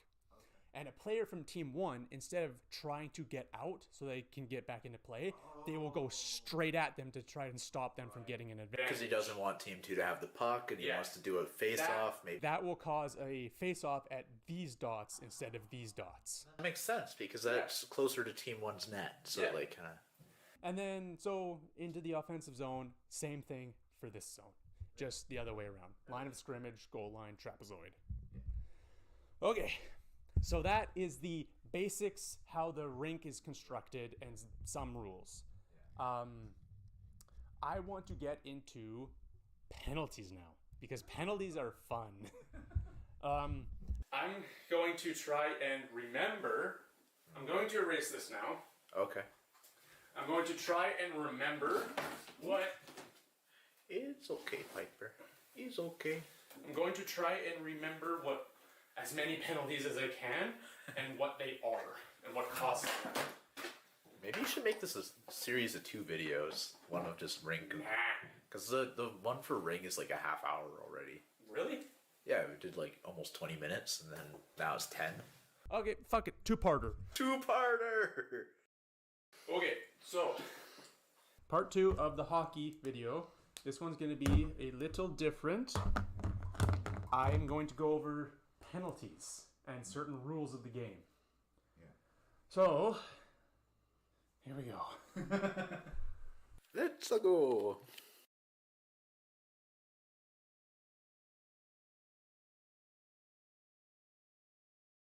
My cousin's actually a center, eh? Oh, yeah? Yeah. I had to look up his position, but... And he got a coast-to-coast goal years ago. Nice. Yeah. And it was like a...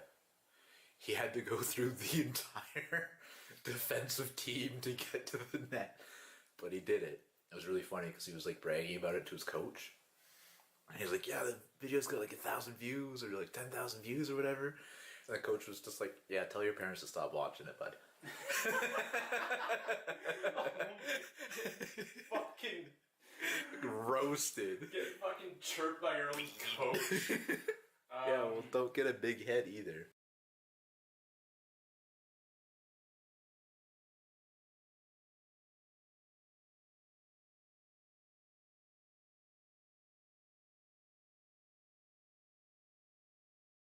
Okie dokie. So, these are as many penalties as I can remember.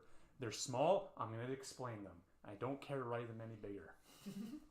And I'm going to try to remember what the hand signs are, because I was a ref for a year. Yeah. So, first we have slashing. The hand sign for that is just this. Makes sense. That's when a player uses their stick to whack it into another player. Yeah. No good. Don't do that. Don't do any of it. You want to hear a bad slashing story? Oh, yeah.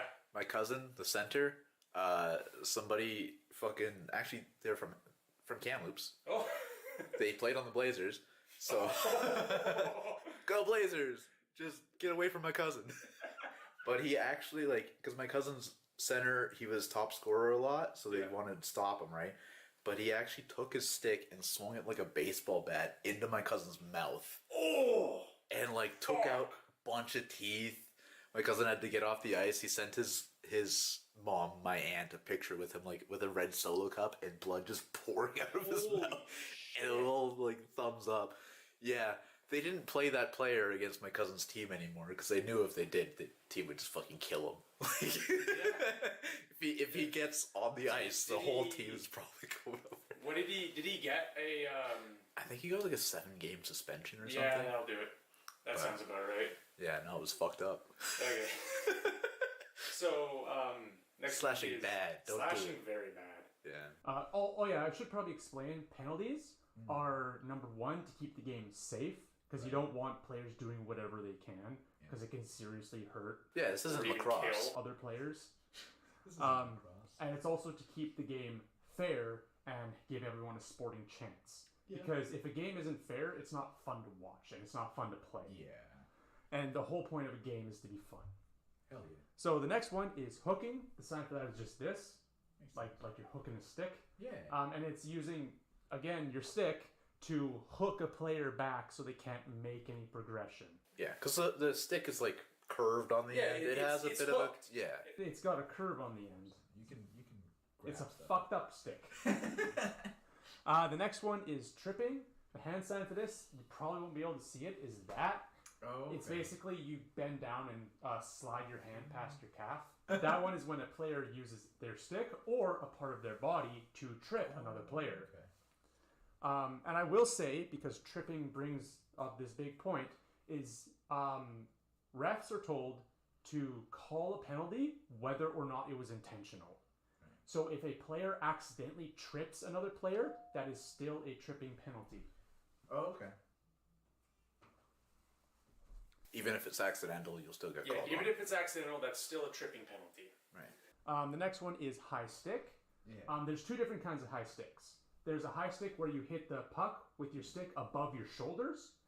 So if the puck makes contact with the stick above your shoulders, that's considered a high stick. Oh, okay. If you or a player on your team touches the puck, play will be blown down, Oh. and there will be a face-off on the next defensive line from where you are. Right. So say you're in the offensive zone, Yeah. on the defensive side of the line of scrimmage, Yeah.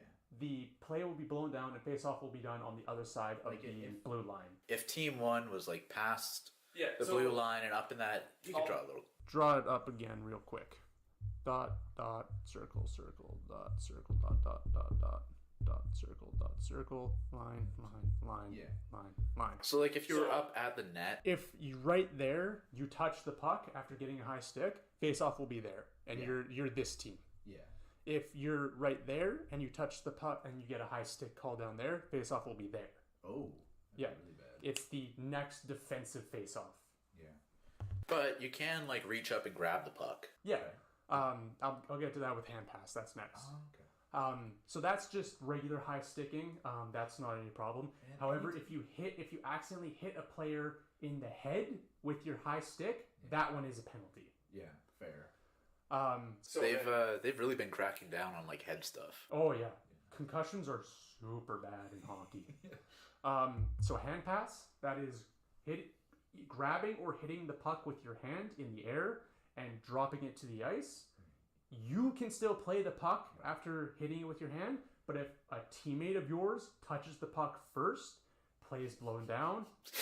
You can't just be like, "Hey, Chance, go long and grab it." Do that. You cannot bat the puck over to your teammate.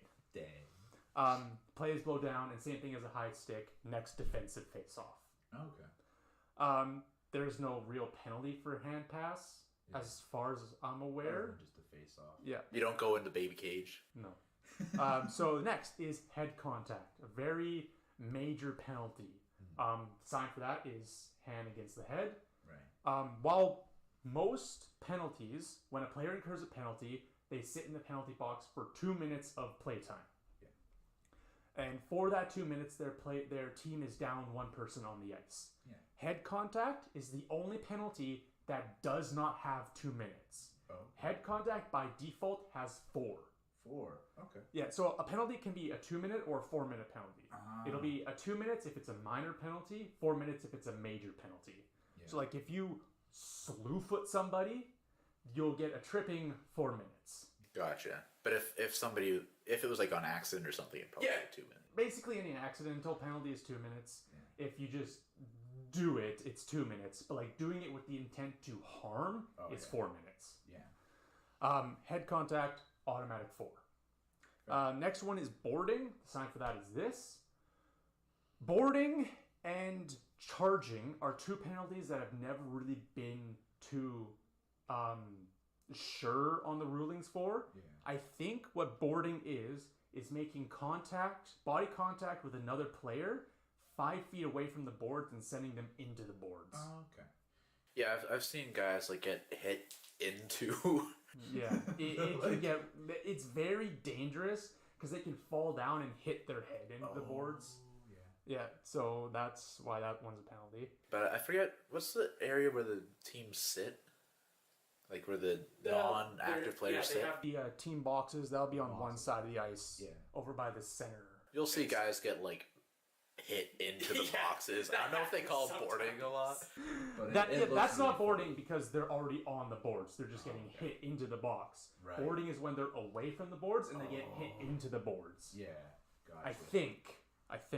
And if somebody was away from the boards and they still got hit into the box, it'd probably be still called boarding. Like if they got hit. Probably. Hey, editing Chance here. I'd just like to mention that the rules for boarding is actually if a defenseless player is hit, causing them to go dangerously into the boards. So I was kind of right on the fact that it was like hitting a player into the boards, but it's more so on a defenseless player that isn't aware of the player coming at them, and the defenseless player has no intention of like going for the puck, and the offending player has no intention of playing the puck either. So yeah, just wanted to clarify that is the actual ruling on boarding. So hit from behind is very clear, hitting a player in their back when they're not looking at you, or their side is towards you. You have to hit a player either in their side or their front. Yeah. What is the sign for hit from behind? I can't even remember what the sign for that one is. I forgot. Of course I forgot one. I knew I would. We're only human, dude. Don't worry. There we go. All right, we'll get to that one tonight. So cross-checking is one I would sometimes get. The sign for that is this. Yeah. And it's when you hold your stick like this and push it into a player's back. Yeah. So basically, instead of body checking them, you're hitting them with your stick in between Does your it hands. specifically have to be their back, or? No, it's most often their back, Yeah. but it doesn't have to be. Right. It can also be like their chest or something. Yeah. Charging is this, and that is when a player is continually making a skating motion with their feet up into the hit. Right. So basically, when a player makes a body check, they have to stop skating and be gliding into the hit. Okay. So if they keep moving their feet into the hit, that is a penalty. Gotcha. Yeah. Makes sense. You don't want to you have to stop for a little bit. Well, not stop, but glide. You have to stop moving your feet into the hit. I wonder the reasoning behind some of these.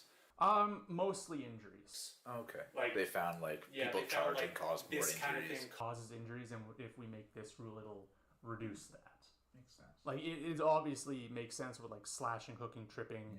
Cross checking's a little Head weird to me contact.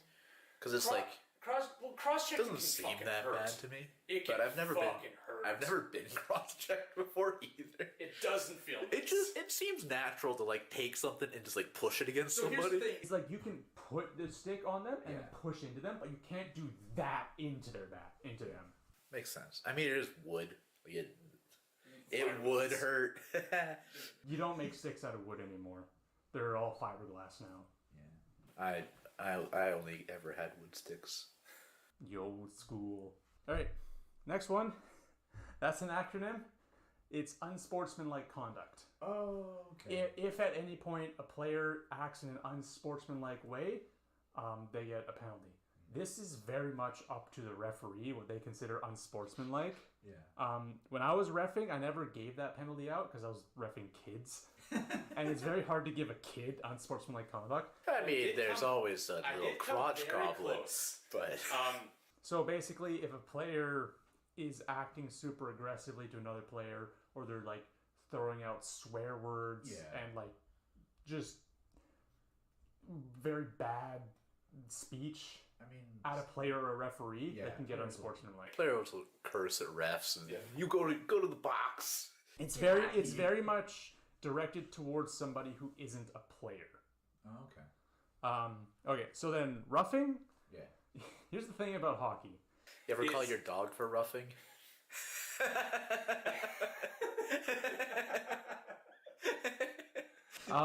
Hockey is a very physical sport. It can get very emotionally charged. Honestly, the closest thing I've seen to modern day gladiator combat is hockey fights. Okay, so here's the funny thing: you watch professional National League hockey. Yeah. You'll often see fights. Yeah. That is actually not allowed. Yeah. It just happens. But obviously, refs aren't going to get in the way until one or both players falls to the ice because they don't want to get a straight punch. Yeah.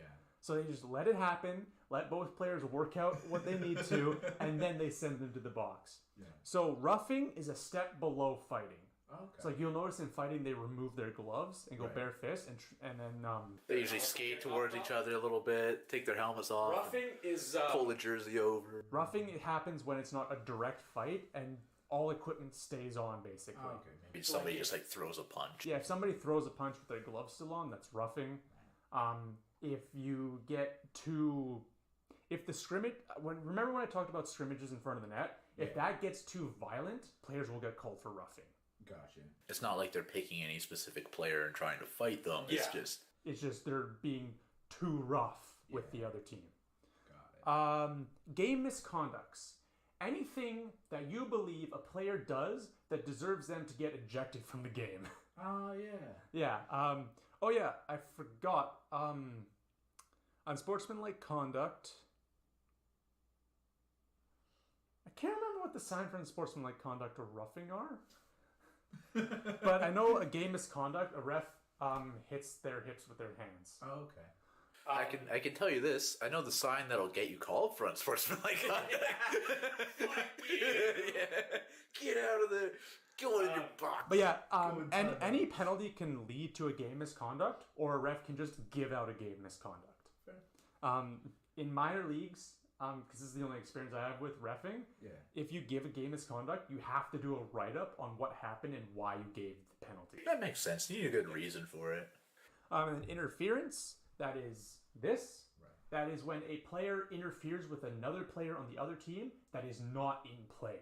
Oh, okay. So, like, say the puck is on these boards and players are scrambling to get it. If a player goes and body checks another player way the fuck over here, that's interference. Oh, okay. Gotcha. Yeah. So if Just somebody who's not involved in the play, really. if you try to stop the movement or body check a player that is not involved in play, that's interference because you're interfering with that player for no fucking reason. And I just realized I forgot another one. That's okay. How long has it been since you refed? Oh, it's been a while. I think it's been like 5 years. That's not too bad. All right. Holding. That's one I forgot. Oh, yeah. Holding, the sign for that is this. Just grabbing the forearm. Right. That is when you hold a player in any capacity. Grab a jersey or something. Grab a jersey, grab their arm, bear hug them. Anything suplex. Anything that will stop that player or slow that player from moving. Right. Yeah, and so another rule about penalties. So like I said, penalties can change. Yeah. Most of these penalties, except for head contact, start at 2 minutes, become 4 minutes if it's severe, can become 4 minutes and a game misconduct. Oh, and then that's when somebody would get ejected. That's when somebody gets ejected. Gotcha. If a player from both teams get a penalty at the exact same time, a ref can decide that they will sit in the box for 2 minutes, but the teams will still play at full strength. Because both teams have a penalty, both teams will play at full strength. Oh, okay. This usually only happens if the penalties happen after play is blown down. Right. Like the ref blows the whistle and two players are roughing each other in front of the net. Yeah. They'll both get a penalty for roughing. It'll be 2 minutes, but the teams will stay 5-on-5. Oh, okay. They don't do that for fights, though. I've seen they do that. Really? Fights is the biggest example of that. Huh. When two players fight each other, they get 5 minutes in the box, and both teams still play 5-on-5 full strength. Oh, okay. Oh, and then after when they go to switch off or something, they have to go to the box and sit in there for 5 minutes, or how does it work? So whenever a penalty is called, the player that incurred the penalty usually has to go to the box. And I forgot a penalty again. I'm not going to write on down. It's too many men on the ice. Oh, It's when you have one or more extra player on the ice that you shouldn't have, and they are involved in play. That definitely happens. That is a penalty. People get tired, confused. So any time a player incurs a penalty, they get sent to the penalty box, which is on the other side of the ice from the benches. So the player benches is on this side. The teams are over there. Penalty boxes are on this side. Yeah. And the penalty boxes are on either side of the timekeeper. Okay. It keeps the players separate. Yeah. I mean, they don't get to hang out with their friends while they're in timeout, right? No. It's also to show that the player is on a penalty, right? So that the coach doesn't sneak them out onto the ice during the penalty kill. Do you know any other funny names for the box? The sin bin. The sin bin. Love that one. I only know I don't even know if Rage Cage is sometimes. Yeah. If it's a really scrappy game, it'll get called the Rage Cage. But I like to call it the sin bin. Sin bin. So here's the thing with time and penalty kills. Mm-hmm. So a player gets a penalty. It's 2 minutes while the clock is running. Right. So in minor league games, the clock is always running. When play is blown down, the clock still runs. Okay. Except for like important games, like the final game of the year, the championship game. Yeah. That one will be stop time. Okay. And what stop time is the clock will run during play, but stop when the referee blows the play down. Right. When the referee blows their whistle and play is stopped, the clock also stops. And that means penalties will also stop. Oh, okay. In professional and semi-professional leagues, it's all stop time. It's never run time. Oh, really? Yeah. So the clock is always stopped when the referee blows their whistle. Okay. And the clock does not resume until the puck is dropped on a face-off. Right. So that's for most regular games you can see. Yeah. They stop time. And so when NHL games. when the 2 minutes is up and the penalty is over, the player can leave the box and rejoin play. Right. And their team is sent back to full strength. Okay. However, if it's one of the instances where both teams stay at full strength, they have to wait until the play is blown down and then they can return.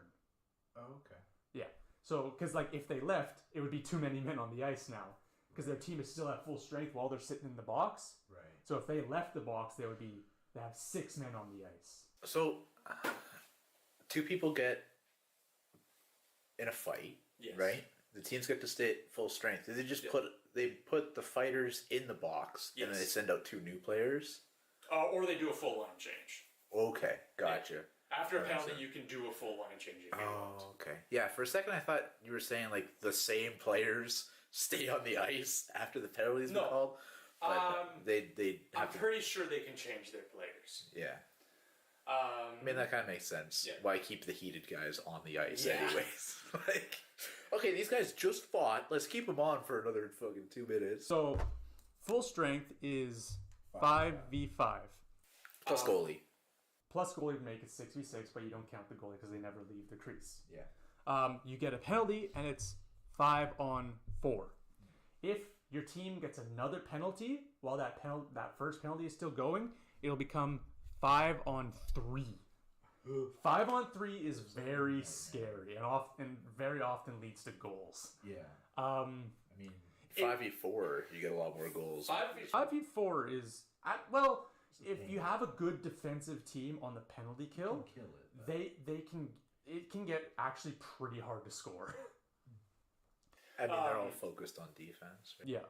It won't go any lower than 3. Okay. 3 is the minimum amount of players you can have on the ice at a time. You can get 5 players put in the penalty box at the same time. You would still have 3 men on the ice. Goalie v goalie. Everybody else is in the sin bin. Let's go. Sudden death. No, I don't think there's overtime, but there's no sudden death mode in hockey.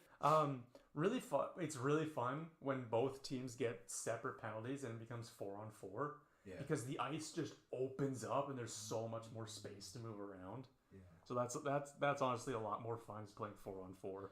It's always super tense too, because there's like 2 different timers going, and it's like, Yeah. oh, they're gonna get their player back. This could be 5v4 for a little bit, and then I'll be back to full strength, and yeah. There are, and I'm gonna talk a little bit about certain rules and rulings.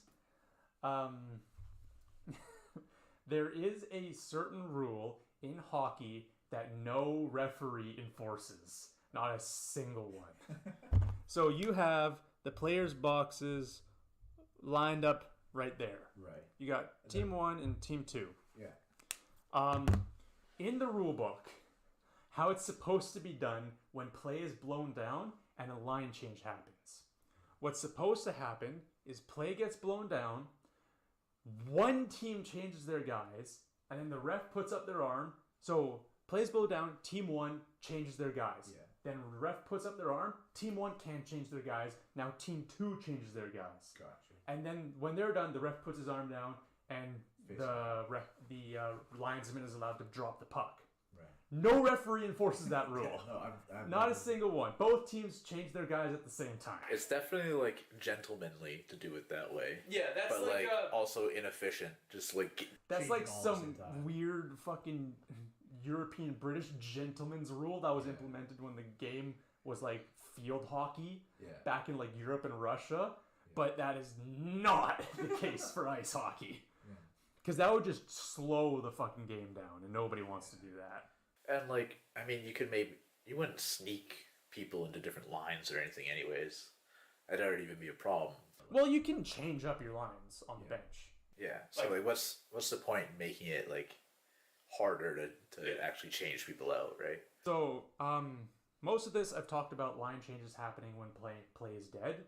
Yeah. You can, unlike soccer, you can change your players while play is still going. Yeah. Because I've seen that happen before. Because in games, play can end up, like, the puck can keep going and play doesn't stop for 10 minutes. You gotta be able to take you guys off the ice or they will be fucking bagged.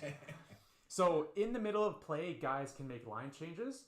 Defensemen will go to the bench and a new defenseman will come on the ice. Yeah.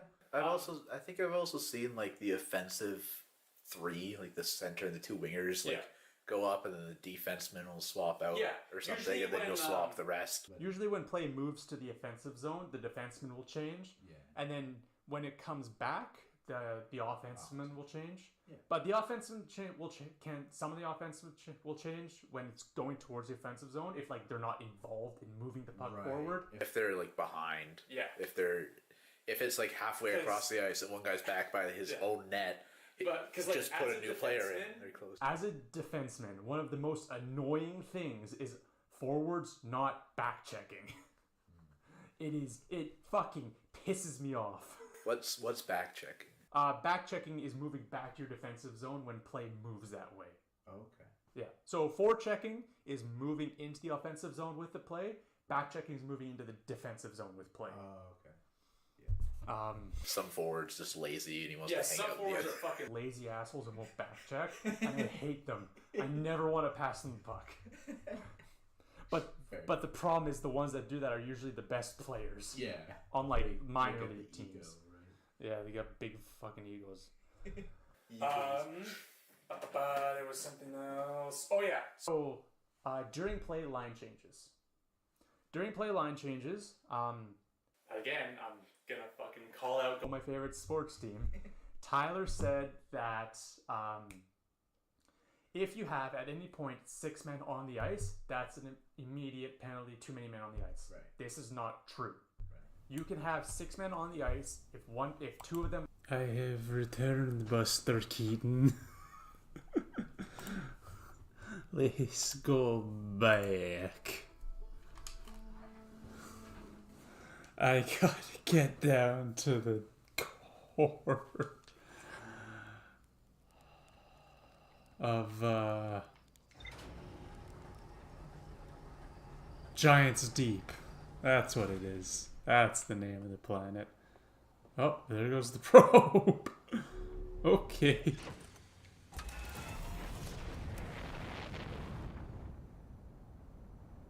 You know what? I'm gonna grab this. Before I autopilot the Giants Deep.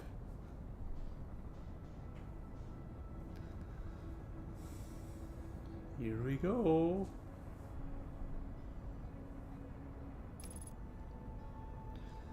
Firing retro rockets.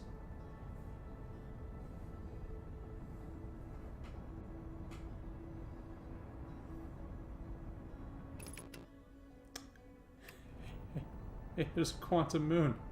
Oh, and it's gone now. Cool. Shit. Alright, I gotta find the counterclockwise vortex. There he is. I'm coming for you, big man. Send me. What? What? I said send me. Thank you.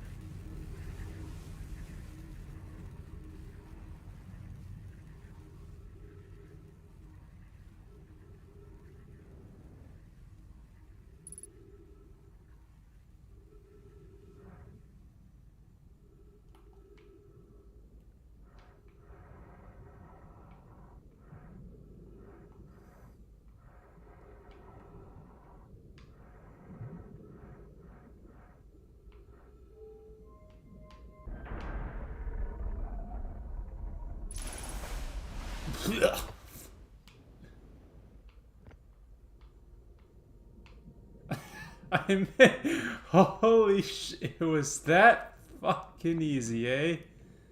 Ash Twin Project. There's something new. Exciting news, Privet. The Ash Twin Project is almost prepared to receive the probe data from the orbital probe cannon. Raimi is adding some finishing touches here, but she'll be finished soon. Are you and the orbital probe cannon well? We are. The statue here in the probe tracking module is ready to record each launch's flight trajectory and will automatically transmit all relevant data to you. On the other appendage, I'm now worried about this cannon's structural integrity and its crew's morale integrity. Moral integrity? Once the probe determines the location of the Eye of the Universe, I'll send an alert directly to you and Raimi.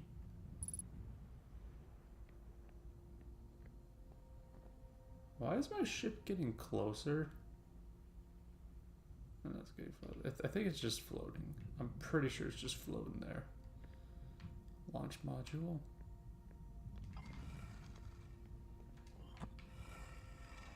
These are the masks, the lads. So he didn't.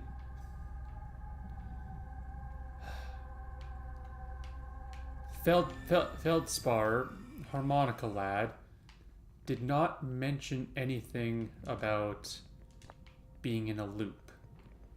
So I feel like he isn't the third person that's looping. Imagine, Privet, the probe tracking module will be the first to know the coordinates of the Eye of the Universe. You'll be the first to see them. I am honored and terrified. You won't ask the orbital probe cannon to use so much power that it breaks, will you?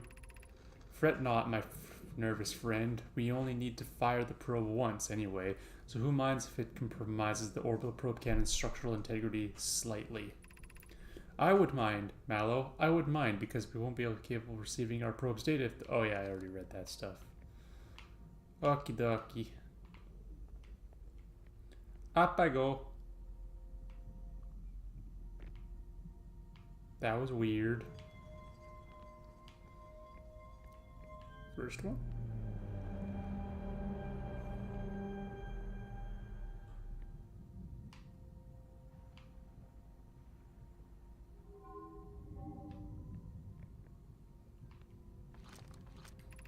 Receiving data from probe 9,318,091.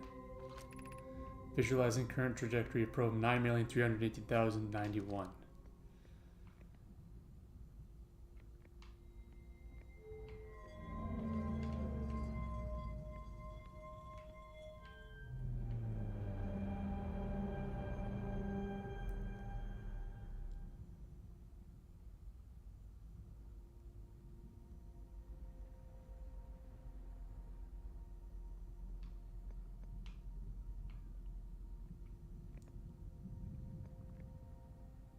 Holy shit.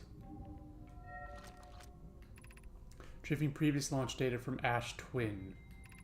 Total number of probes launched 9,318,091. Deep space anomaly matching all known criteria for the Eye of the Universe found by probe 9,318,054.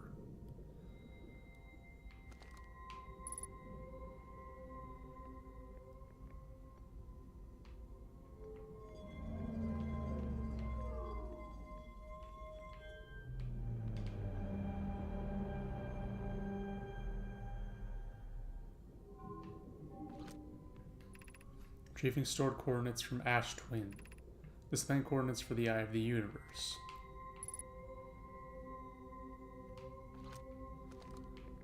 Okay. That'll do it. Fuck. Right. Get it. No, stop. Get in. Thank you.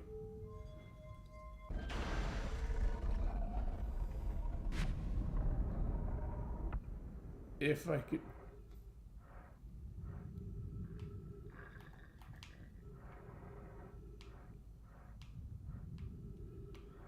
Are there any jellyfish?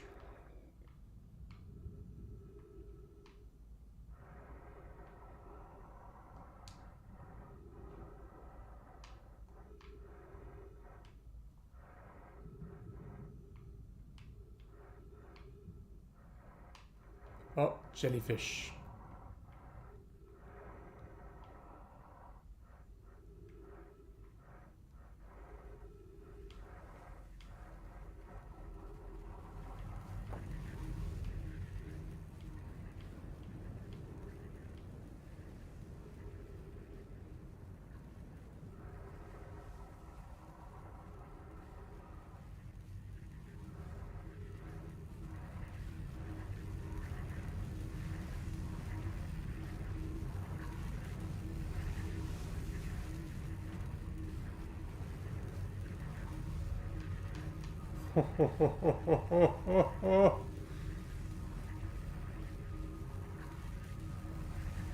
I don't think I'm far enough.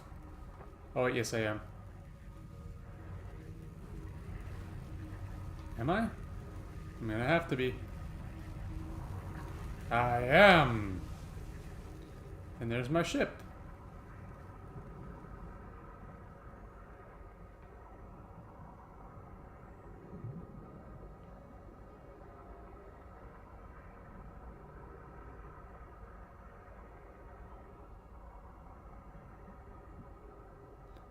Is it above? Yeah, it ended up above the current. Nice. Fuck, do not hit a cyclone.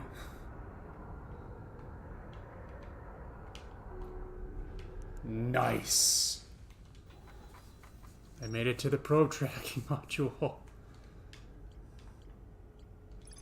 Orbital probe cannon was launched millions of probes. The 9,318,054th probe located a deep space anomaly matching all known criteria for the eye of the universe. The statue in the probe tracking module automatically records each probe's trajectory and transmits the data to the Astron project. I found Nomai coordinates marking the location of the eye of the universe.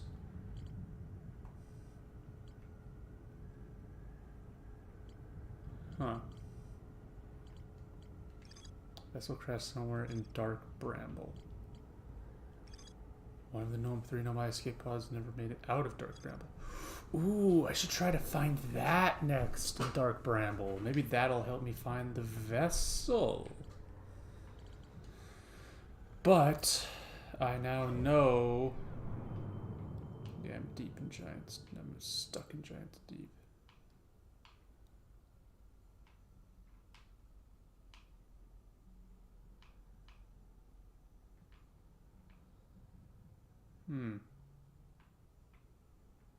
Still have a lot of time. Is there anything left to explore on Giant's Deep? No. Pass through the electric barrier and reach the coral forest at the planet's core. That I did. The vessel, Feldspor's camp, escape pod 3, frozen jellyfish. The Nomai warped to the solar system in a spaceship called the Vessel. They were attempting to follow a signal from the eye of the universe. The vessel crashed somewhere in Dark Bramble. The vessel's warp core broke when the ship crashed in Dark Bramble. One of the three Nomai escape pods never made it out of Dark Bramble. Okay, so Quantum Moon. So Random Shuttle. Visitors of the Quantum Moon always arrive at the South Pole for reasons unknown to the Nomai. Landed her shuttle at the Quantum Moon's South Pole and prepared to make the rest of the journey on foot.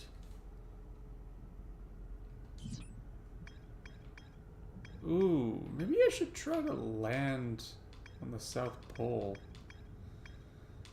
Anywho, I gotta go back to Dark Bramble.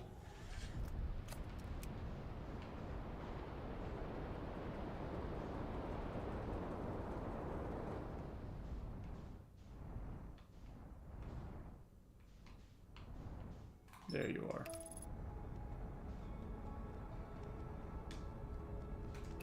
Disengage, disengage, disengage. Holy shit.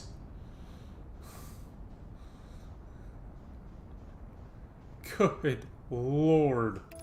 Let's try that again.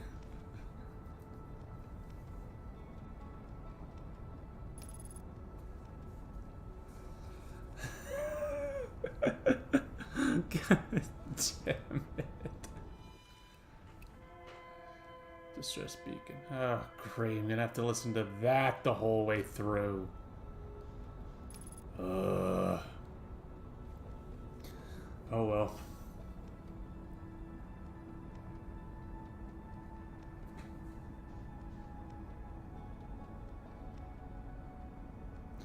I sure hope I don't end up having to fucking deal with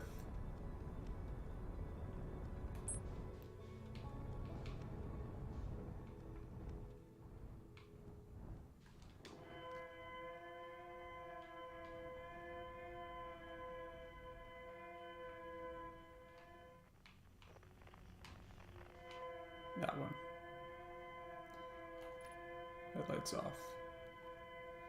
Alright, I know which one it is. I'm just gonna go straight for it. God, that is annoying.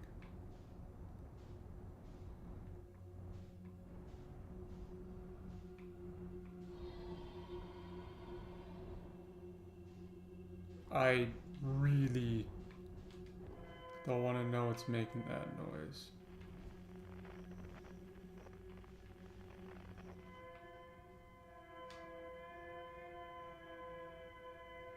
Okay, this one doesn't have a light.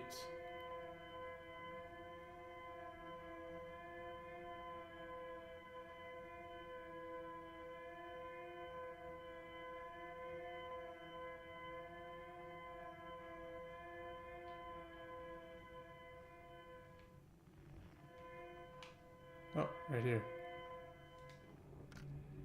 Found it.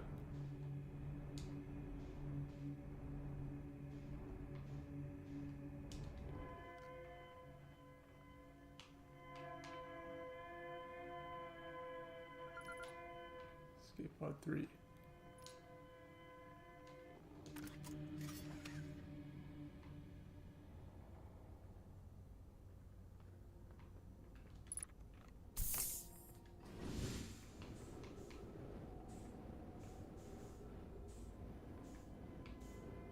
Yeah, that's annoying.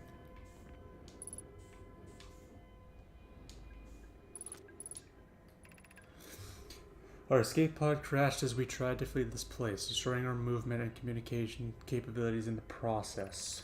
We've held out as long as we could here, but this pod's supply of breathable air is nearly depleted and the anglerfish attack more and more frequently. Our best chance of survival is to return to the vessel to either repair the damage or, more probably, await rescue.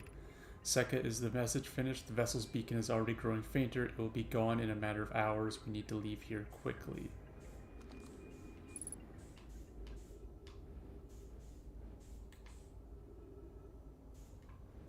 So the beacon. The vessel had a beacon. Escape pod 3. Vessel has been mortally injured. Emergency sequence activated. Awaiting departure from vessel. Now launching escape pod 3. Multiple collisions have altered pod's trajectory. Significant damage to pod detected. Not that one. Navigation error. Life support error. Propulsion error. Scanning external environment. Scan complete. Gravity not detected. Breathable air not detected. Multiple life forms detected. Potentially hostile. Verdict. Do not exit pod.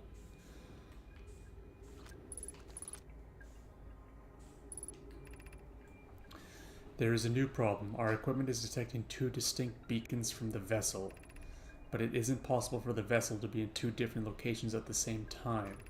I agree, but the beacons are exactly identical to each other. Perhaps if I had more time. We're nearly out of time already, Din. The vessel's beacon is quickly fading. Soon it will be gone and we will be lost. We will follow the beacon whose source is nearest to us. But suppose that beacon is false. We likely don't have enough air to reach the farther of the two beacons, Din. The decision is made for us.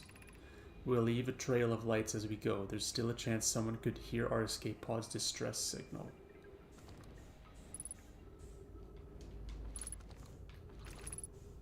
Escape pod. Emergency hatch.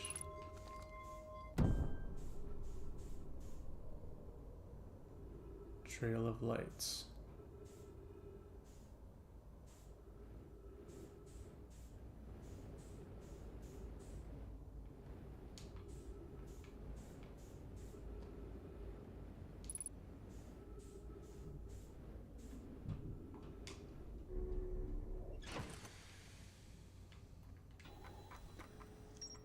Pod 3. Escape pod 3 survivors. One of 3 Nomai escape pods crashed. All 3 escape pods were launched from something called the vessel, which was badly damaged. The survivors from escape pod 3 detected 2 distinct beacons from the vessel, as if it was in 2 different locations at once. 3 abandoned the wreckage and attempted to return the vessel. The survivors decided to follow the closer of the 2 vessel beacons due to their limited air supply. The plan to leave a trail of lights behind them in case someone heard their distress signal.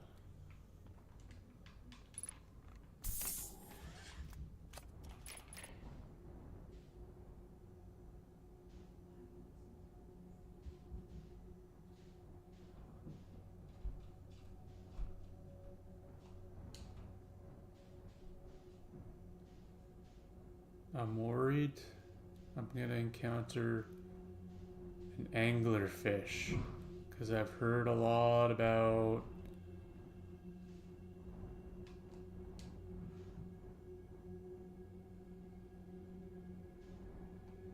them. Oh no, they went to the wrong beacon. No. Oh, that's so sad.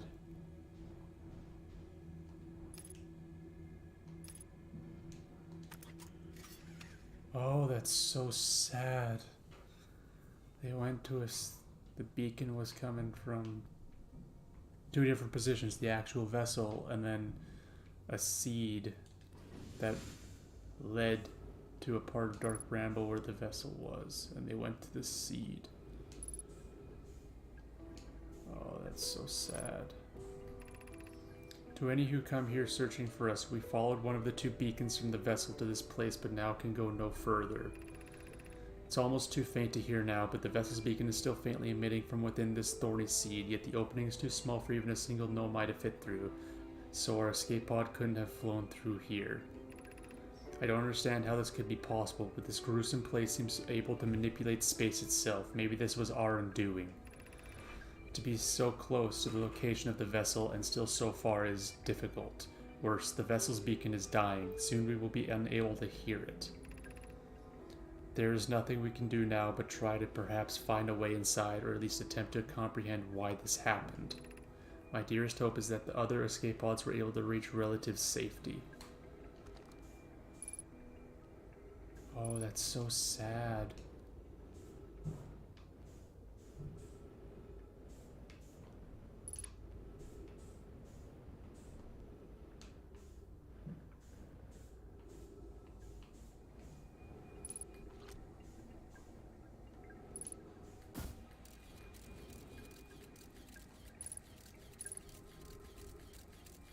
There it is. That must be the vessel.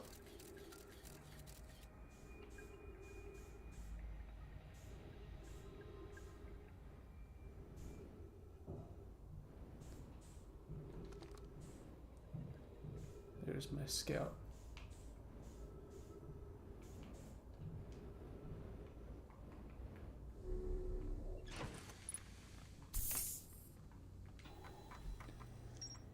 The Nomai grave. The survivors from Escape Pod 3 followed one of the 2 vessels' beacons to a small dark bramble seed where they could go no further. The Nomai could faintly hear the vessel's beacon from within the seed, but the opening was too small for a single Nomai to fit through, much less an escape pod. The vessel's beacon was dying and would soon be gone completely. If I launch my scout into the seed, I can take photos of an enormous derelict Nomai ship. I launched my scout into the seed at the Nomai grave and took photos of an enormous derelict Nomai ship.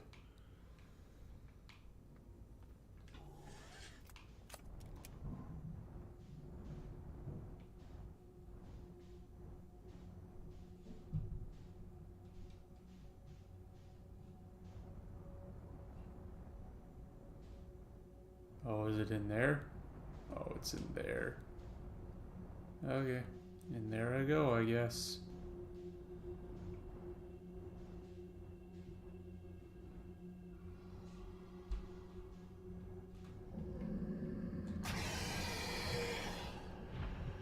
Oh my god!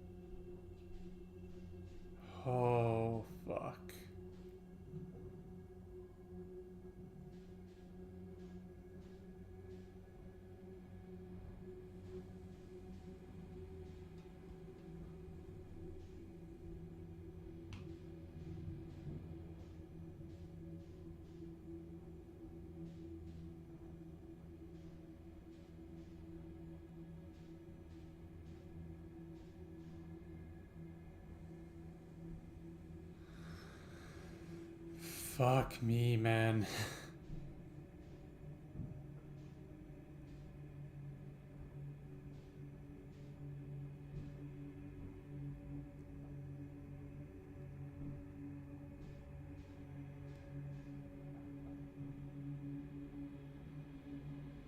Well, I found the anglerfish.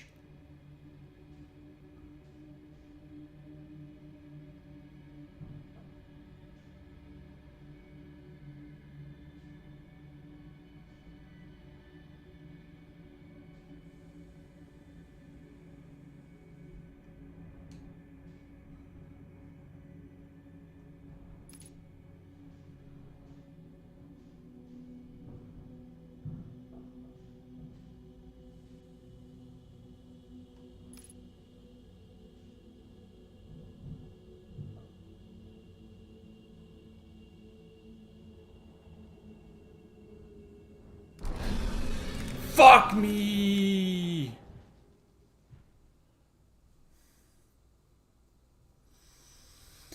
God damn it!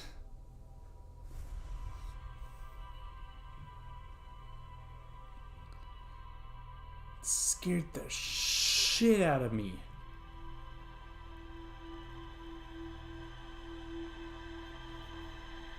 Holy fuck. Why is this game so terrifying? Oh my god. Why are there giant fucking anglerfish on Dark Bramble?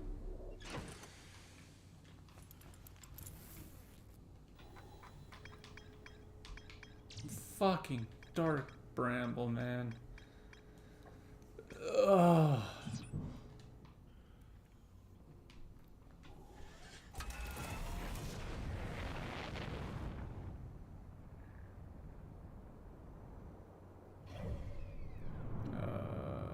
Okay.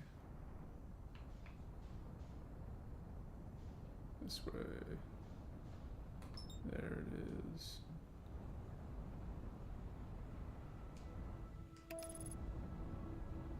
Please don't send me into the sun. Okay, I think it'll be fine. Should be fine.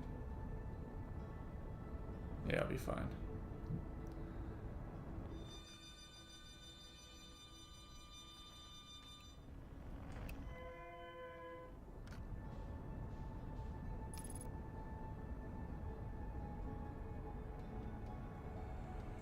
Oh my god.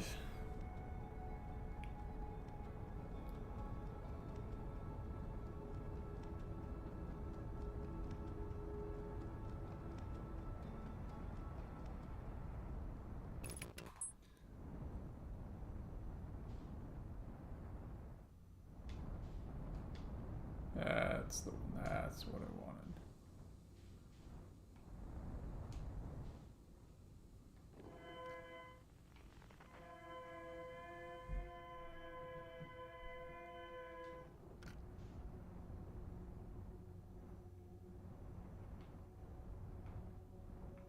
There we go. Easy does it. There we go.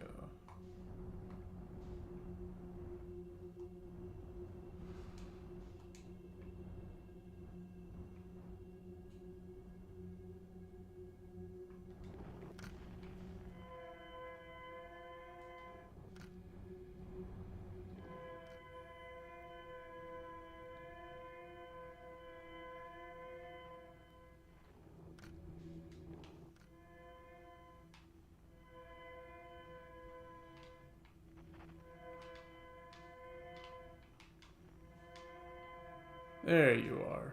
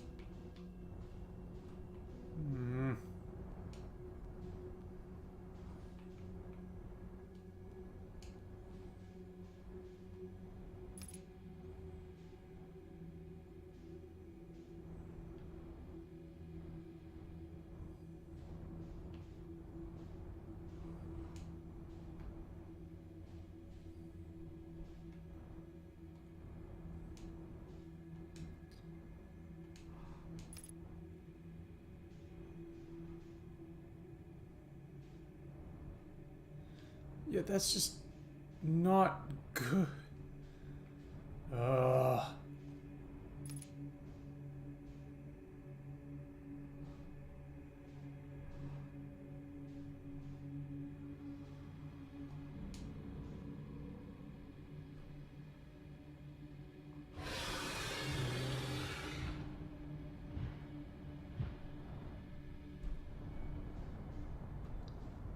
And they're gone.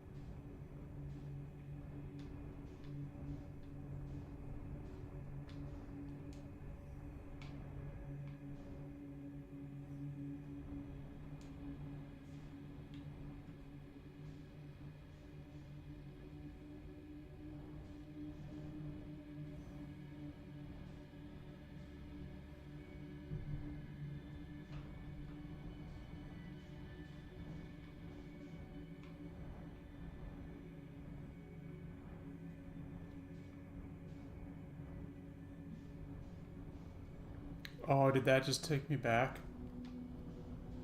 It did. Okay.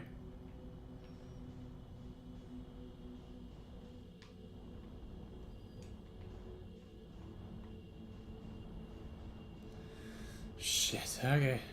Are they back? They're back.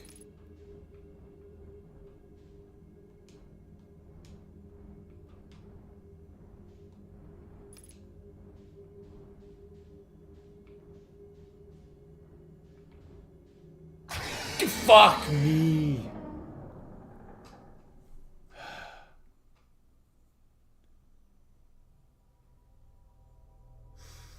I think I know what I gotta do for that.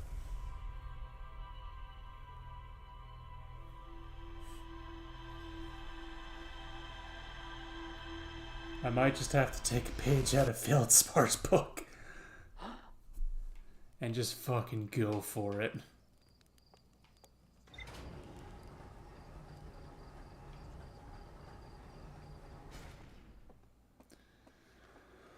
I might just have to gun it.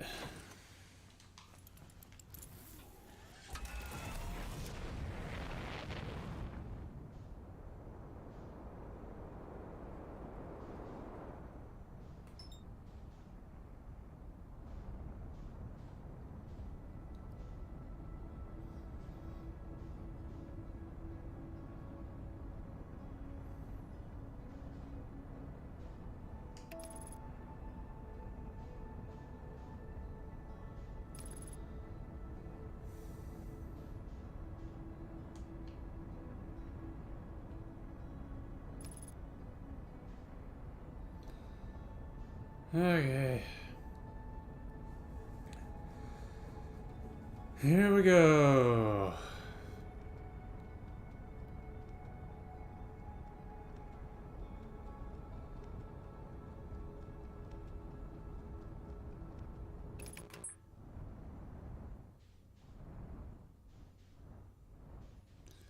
God damn it.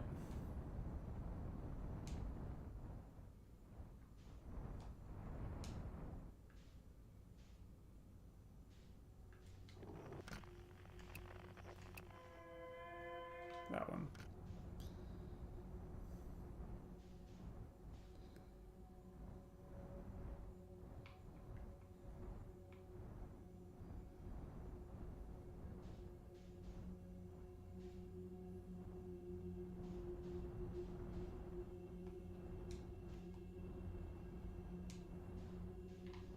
Right, I wanted to go check the red light over here.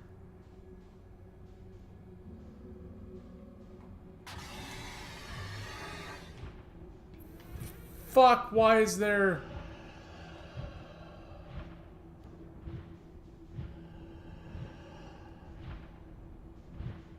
Oh, hello! And I'm dead. Okay.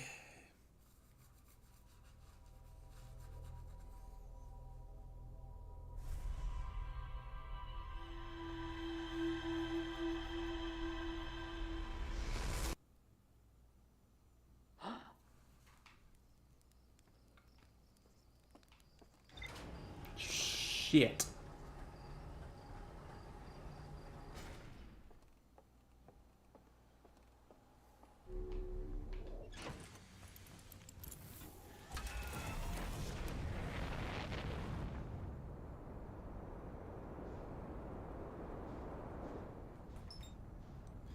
So, discovery. There are anglerfish even in the first area. Great.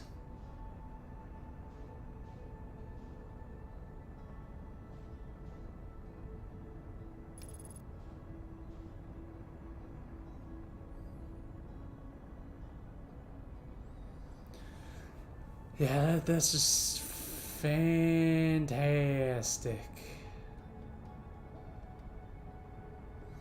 God, I knew it. I knew it. I hate Dark Bramble. I knew I would hate Dark Bramble, and you know what? I fucking hate Dark Bramble.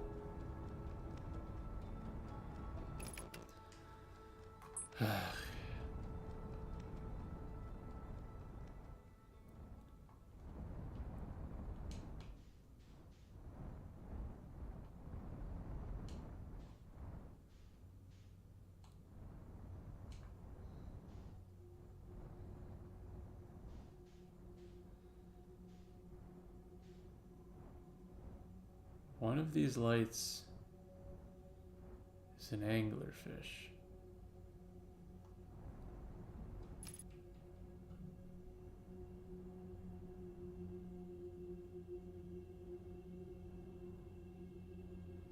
I have a feeling.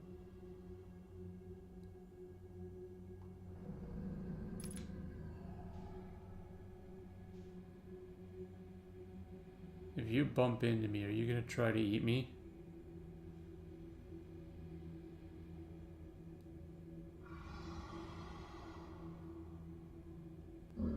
Yup. Oh, god damn it.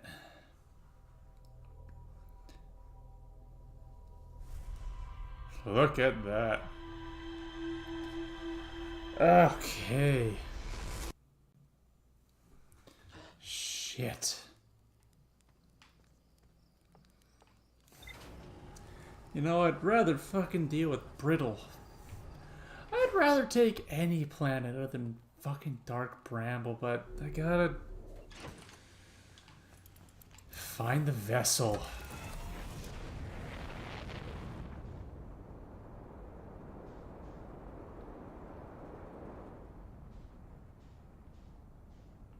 No, that's the Atlas Rock.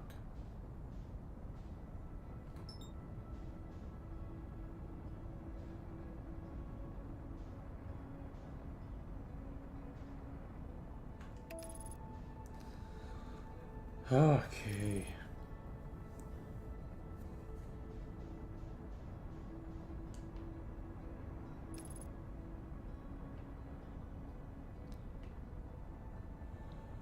Oh boy.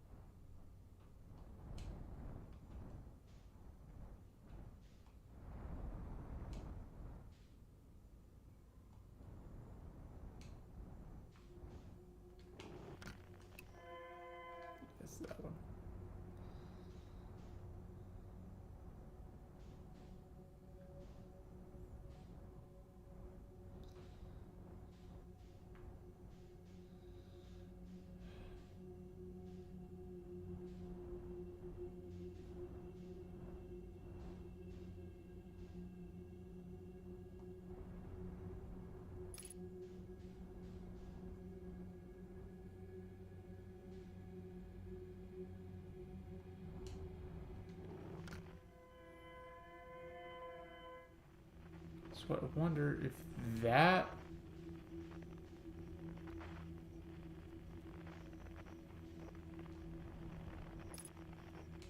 is an anglerfish down there then.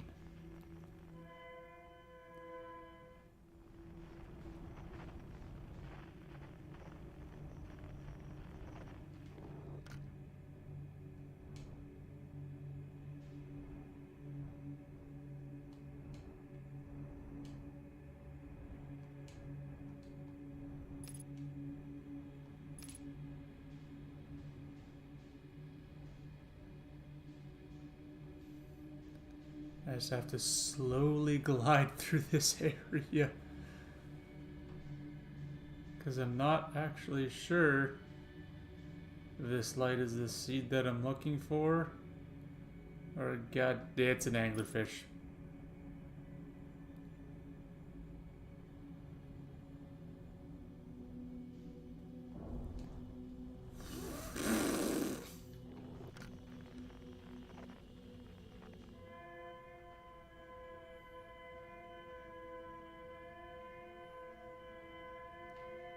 Means that is probably the seed that I'm looking for.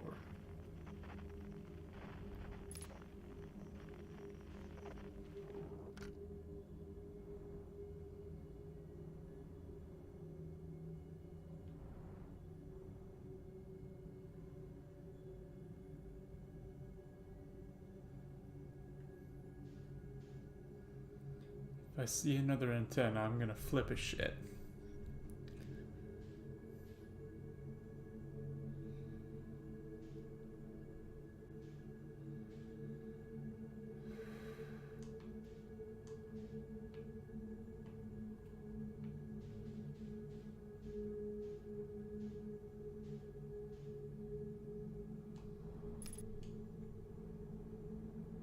That's another anglerfish.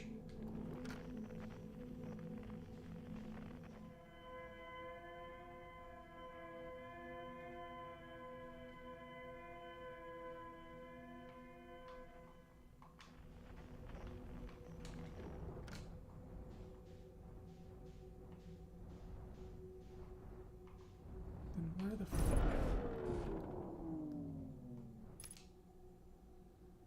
Oh.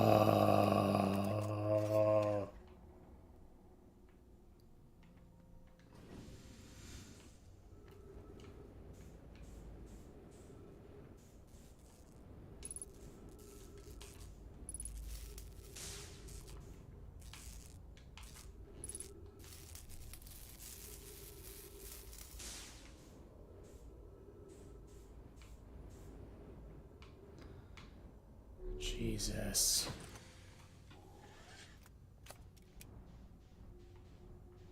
Oh wait, no, that's up this way. Let's not be able to see it because it's hidden. Fuck's sake. The hell did I just hit? Yeah, probably can't see it because it's hidden. Okay.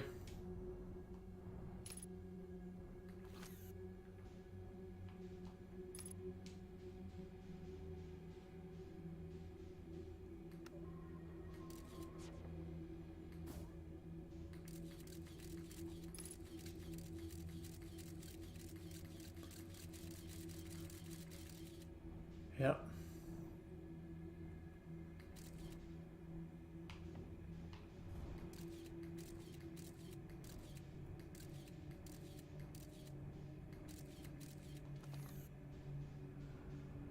Okay.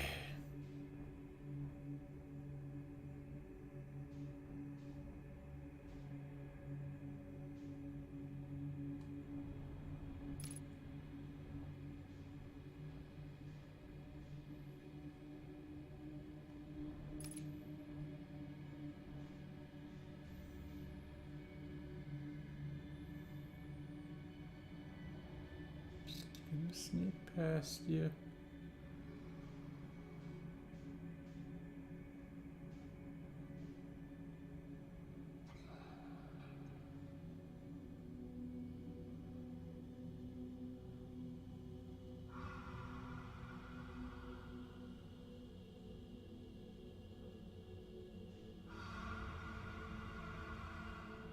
Where's my scout? Are all of the white lights in here anglerfish?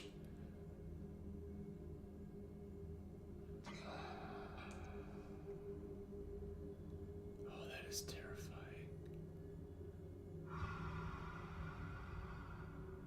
There's my scout.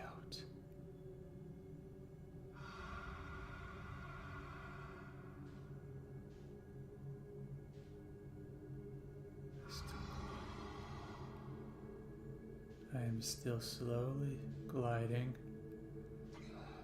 away.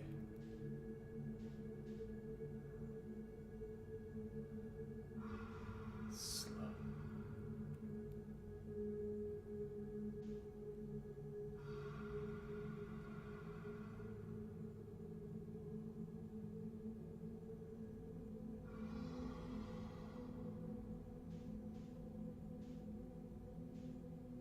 Oh, there's still one right there.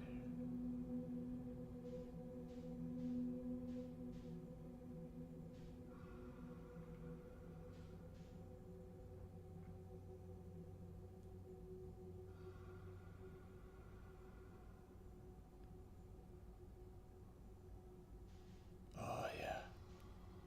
All of the lights in this area are anglerfish.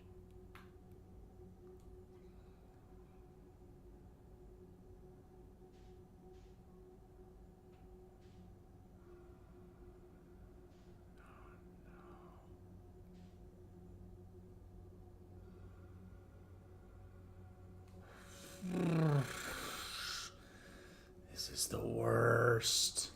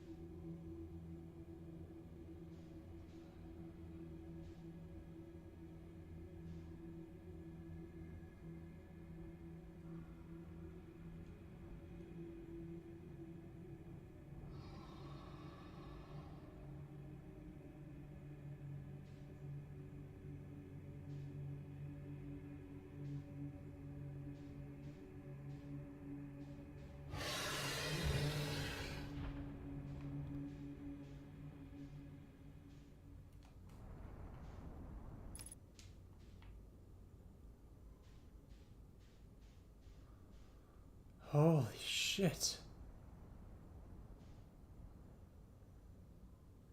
I made it. I made it to the vessel.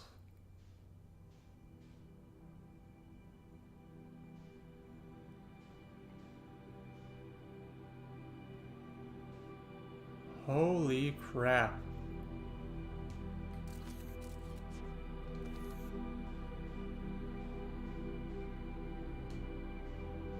Oh, that's a lot of dead nomai.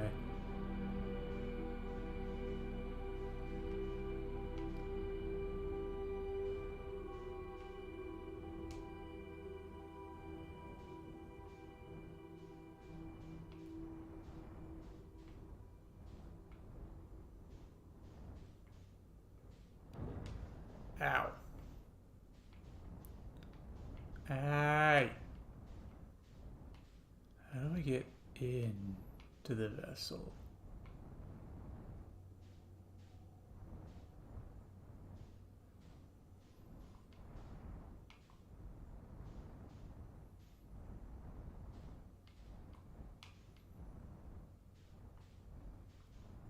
How do I get in?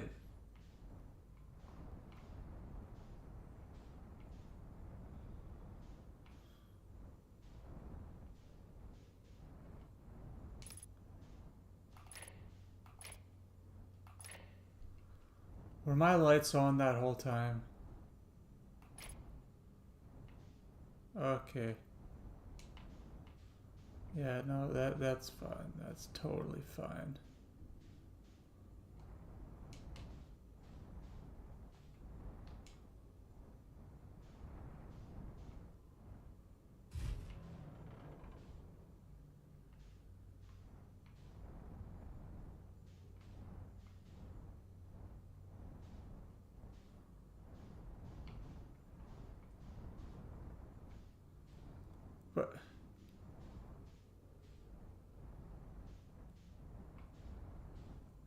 How do I get in?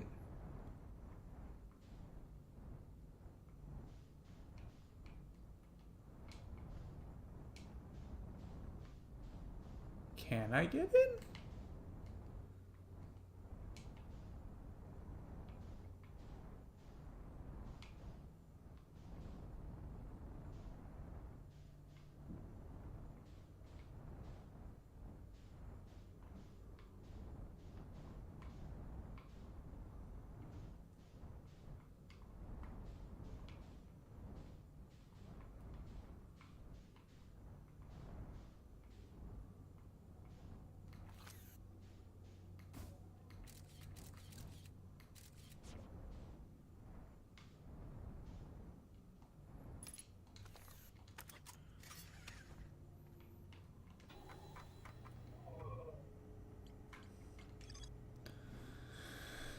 Okay. Maybe if I explore in person, I'll be able to find a way in.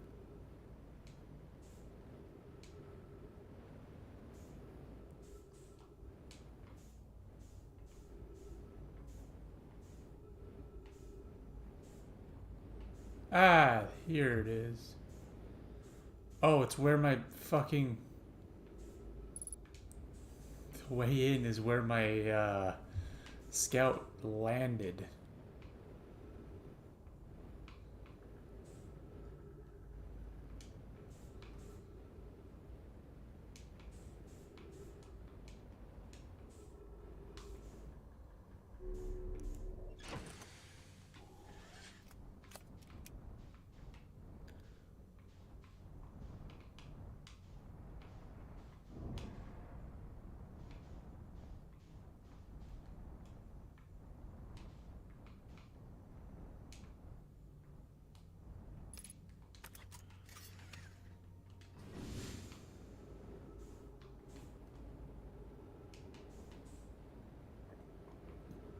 Oh, you poor souls.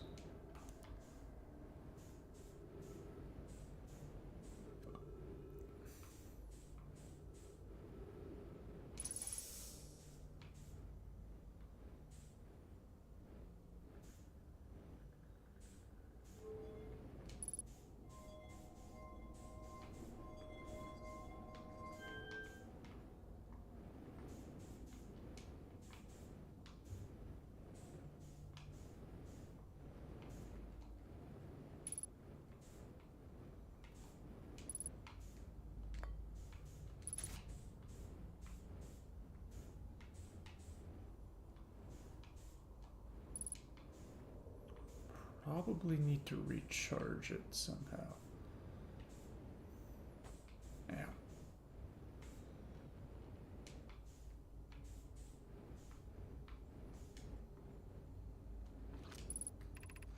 Many know my clan's vessels can hear this message.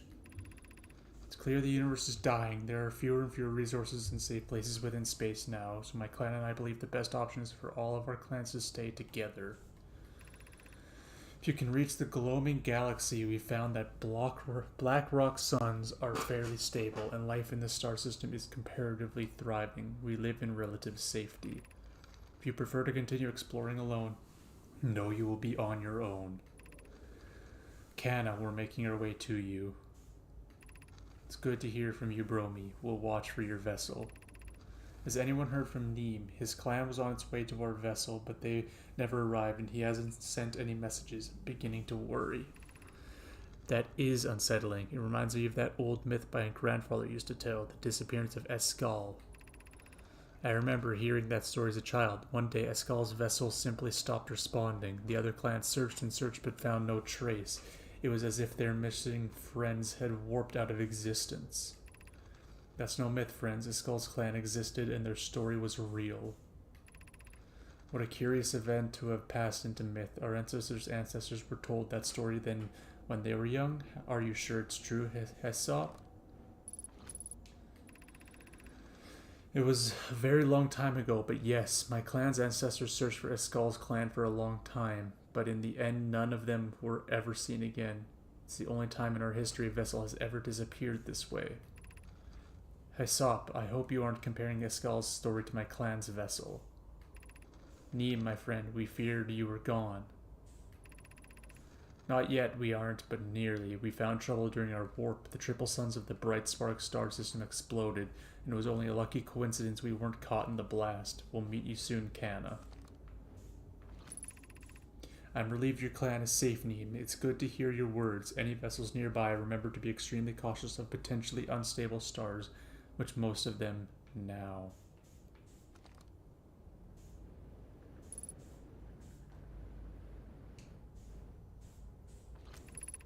This is Escal's vessel. Something went badly wrong during a warp and our vessel is mortally wounded. We need help as quickly as possible. Our vessel appears to have... Has it fused with the local environment somehow? There are vines that are now part of the vessel. It's been torn apart from inside itself. We are abandoning our vessel. Any Nomai clans or spaceflight capable species receiving this message, I implore you, we need your help. Is this broken? Can anyone hear me? Our vessel is dying. We need immediate assistance.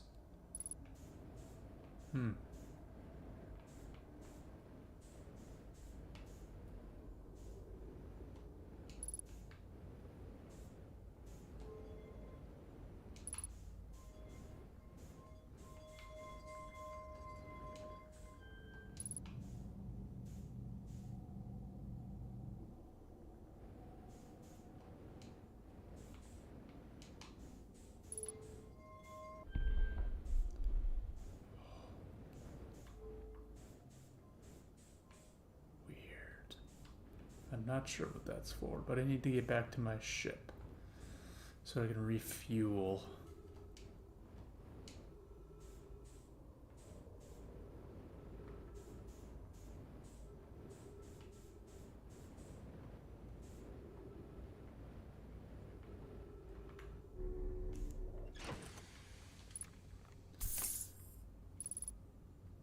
Unable to pinpoint location.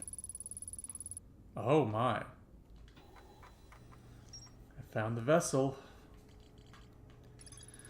Found the derelict Nomai vessel deep within dark bramble. The vessel's warp core is long dead. I activated a three-sided pillar on the vessel's bridge that appears to be some sort of input device. The Nomai tried to call for help, but the vessel's outgoing message system broke during the crash. The vessel could still hear incoming messages from other Nomai vessels. The remaining Nomai clans are regrouping in response to the impending death of the universe.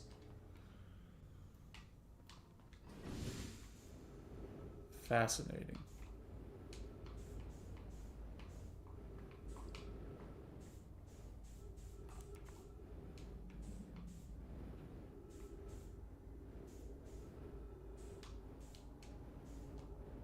Okay, it's just the bridge I can do stuff on.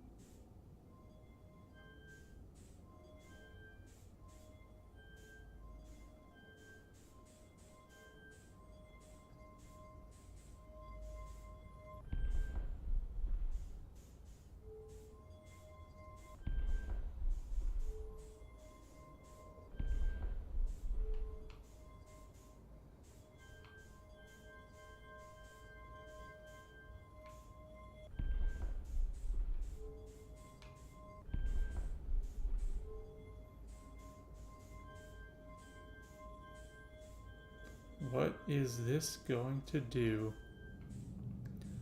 I wonder.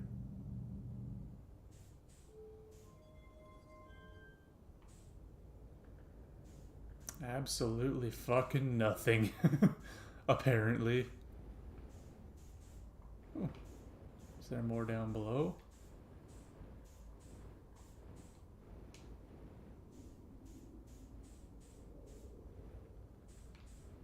Is this the supposed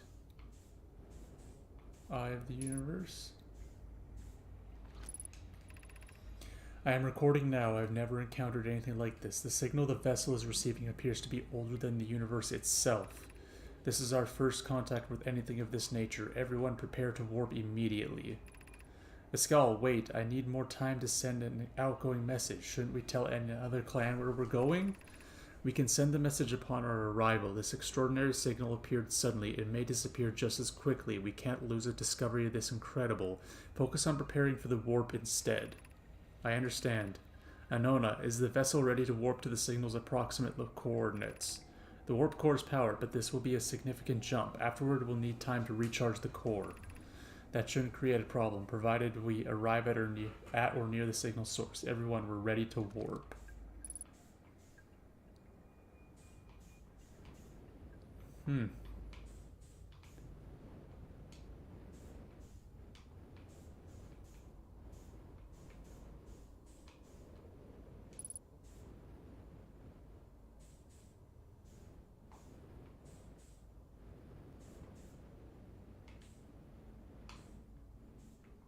Did that open any the doors back here or something?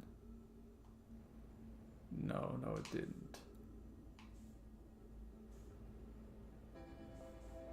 Star's going nova though. Great.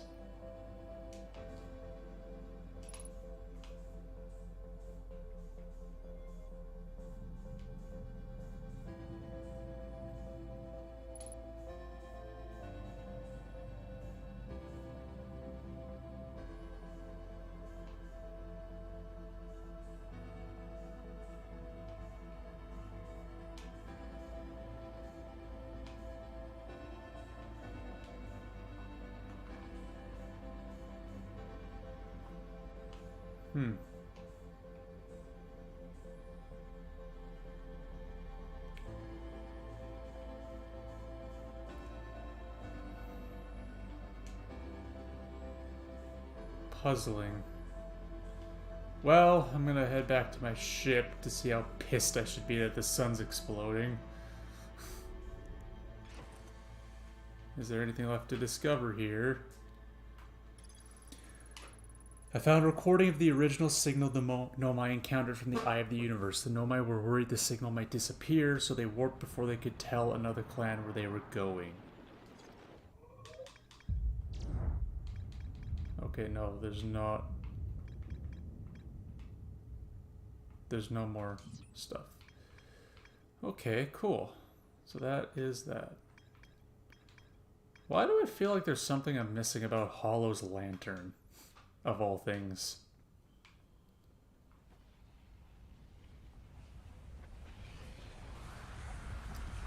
Well, you know, the upside about the supernova is that it's gonna kill all of those stupid fucking anglerfish.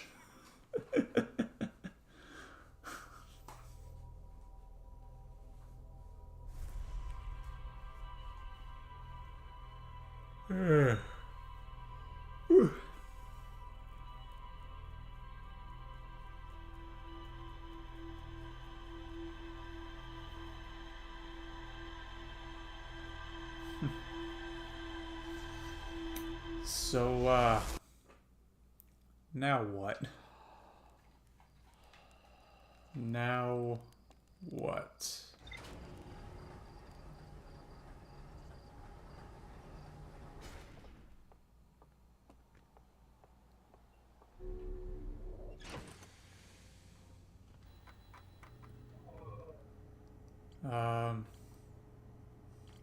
Yeah, I still need to figure out Quantum Shrine. Oh, on the quantum moon. Sometimes disappear. All deserved. Church research now has imagined a quantum moon that no Hearthian has been able to land on. Always arrive at the South Pole.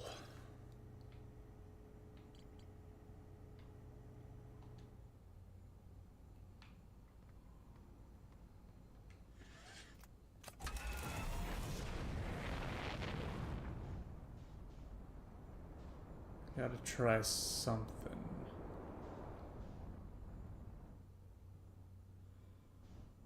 I need to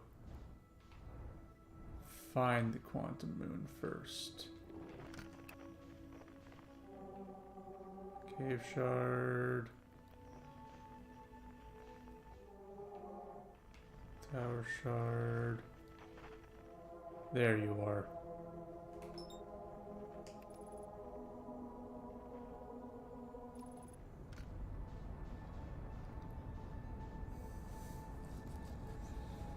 So,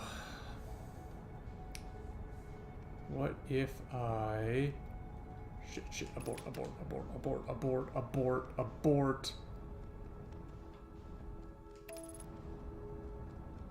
There we go, that's better. Don't want to be crashing into Giants Deep now.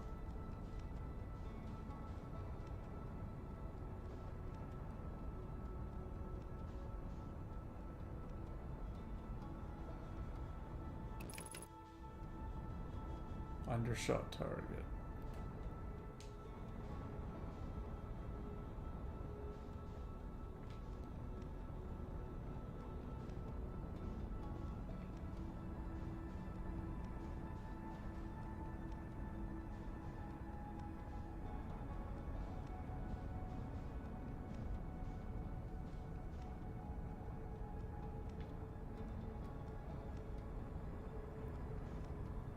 Let's try doing this though.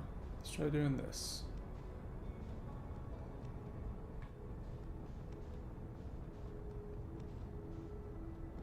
And now we engage autopilot. Much better.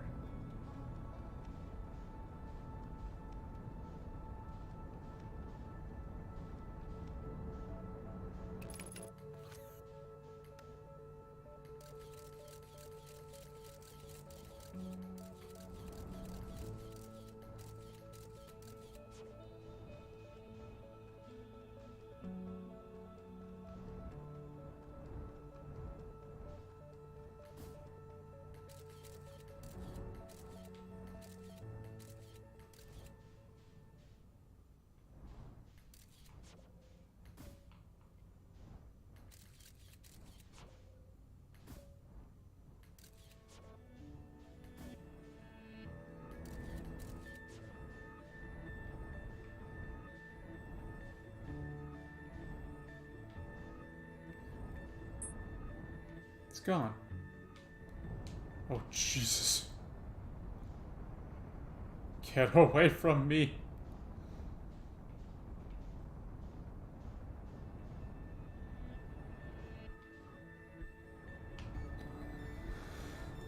Ah.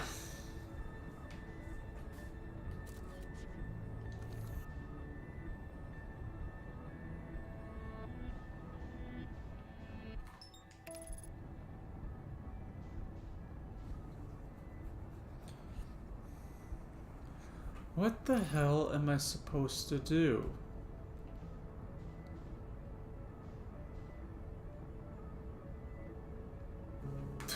There it is again.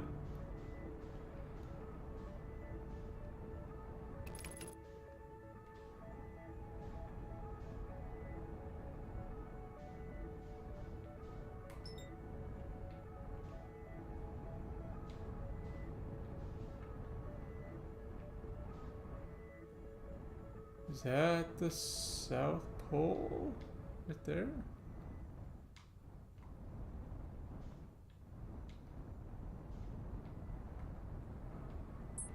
And it's gone.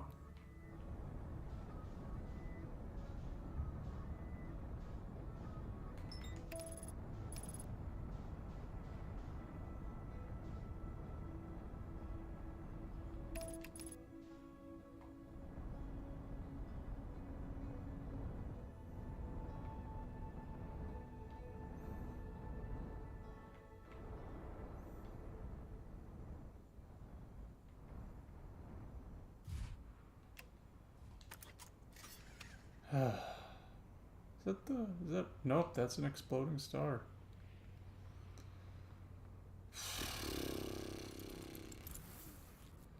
Jumbo?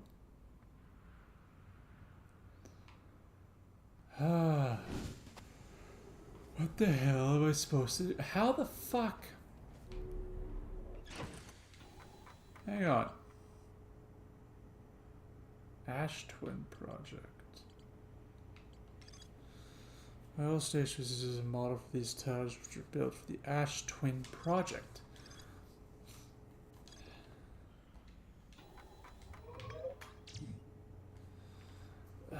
Advanced warp core is approved for installation on the central chamber of Ash Twin.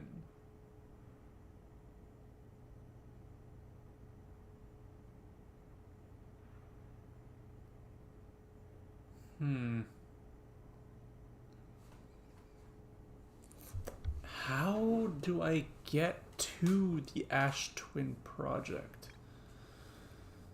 Pure inside Ash Twin was physically sealed off by a central chamber inside of Ash Twin.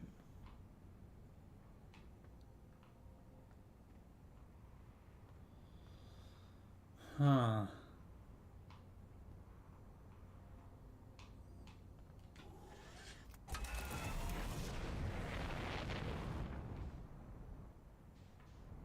There we go.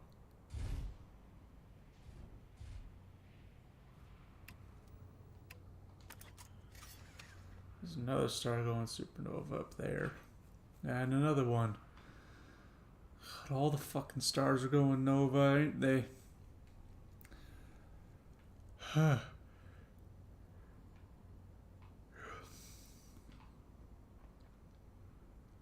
Ain't that just the worst luck, though? Your civilization finally becomes spacefaring and spreads out to other planets, right as the universe starts fucking ending around you.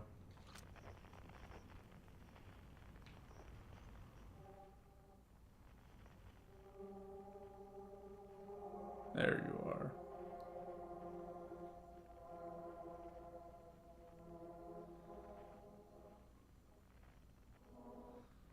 Tower shard.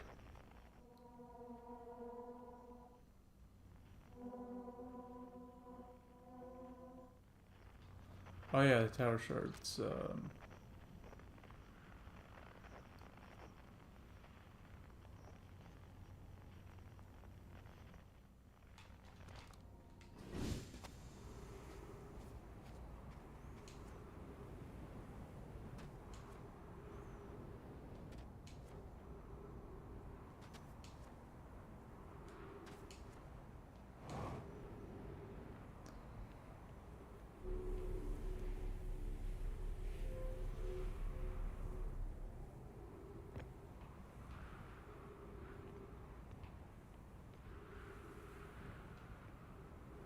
How in the bloody hell do I get to the Ash Twin project? Huh. I don't want to, but I might have to look it up because I have no fucking clue how to get to the Ash Twin project.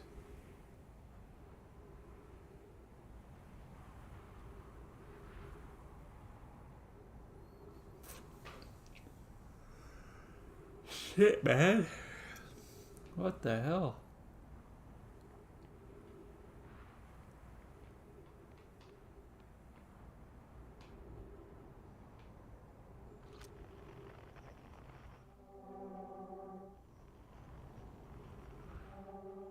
The island shard? Island shard?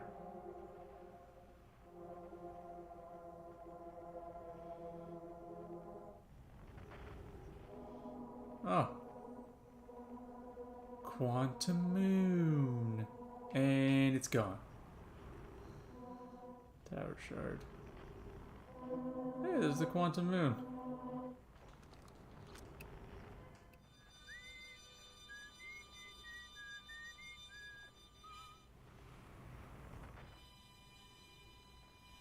Feldspar. Oh, there's dark bramble.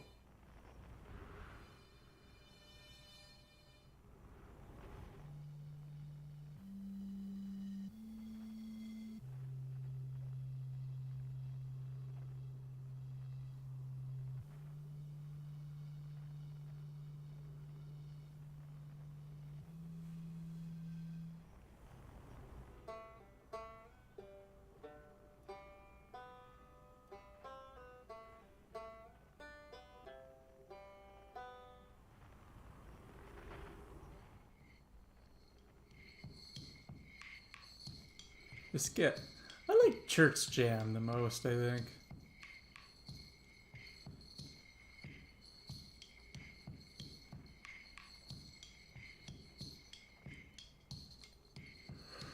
Okay.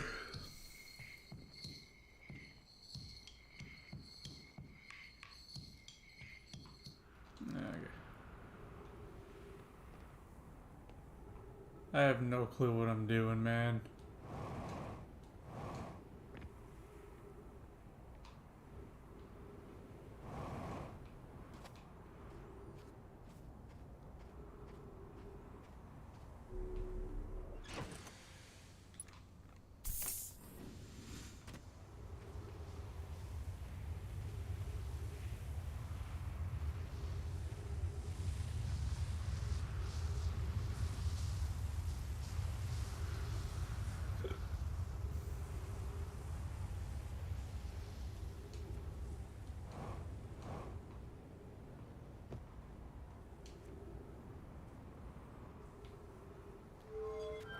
I don't know. There's one last thing I'm gonna try.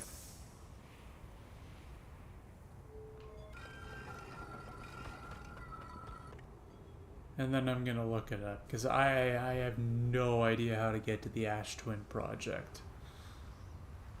So there's one last thing I'm gonna try, and that's to...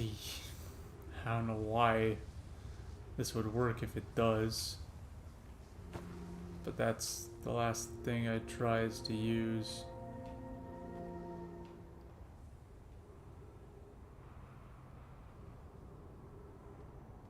Did I read this?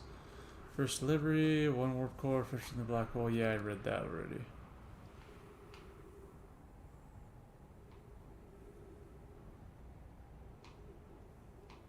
How big is this room? It just keeps going.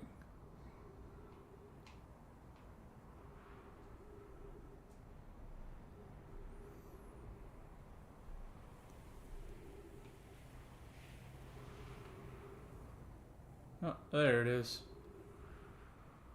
Brittle hollow.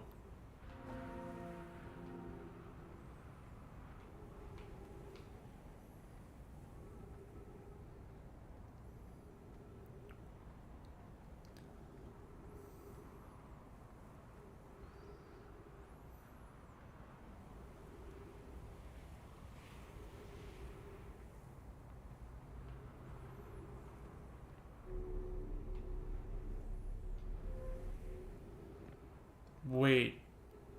What?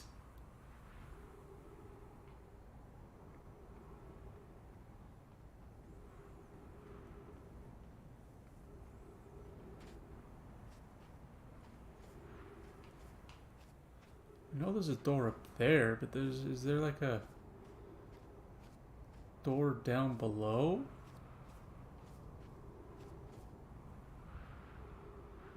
Have I never noticed that? Did I never pay attention to that or something? What the hell? Oh, here comes the sand. This sand plume. I have to wait. Maybe that has something to do with how I get into Ash Twin Project. Am I far enough away? I should be. I hope. Yeah, I am.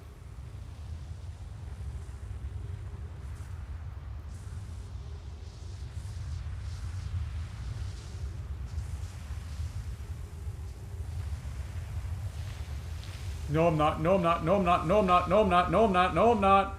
Oh, I was fucking not far enough away.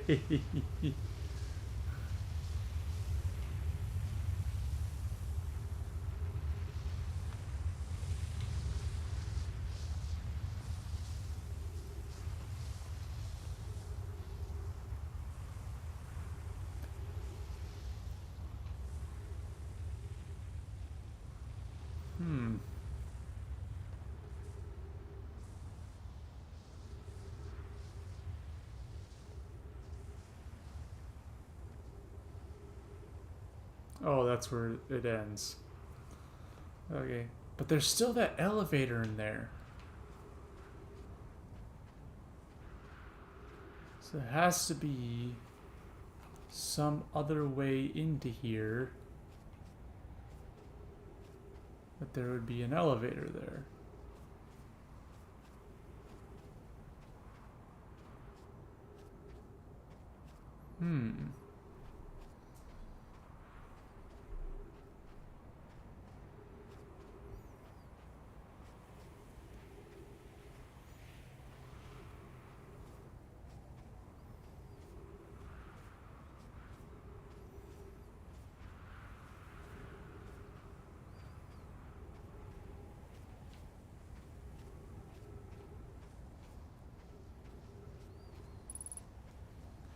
Oh shit.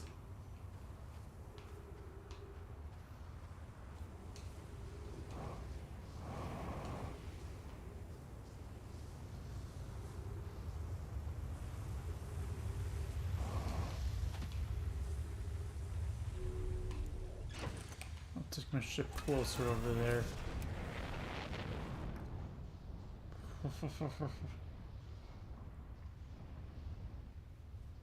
There we go. That's good enough. That wasn't very far. I'm not gonna get too close to it this time. I'm not gonna chance it. That was weird. I could have sworn I would have been far enough away. Maybe not. I guess maybe not.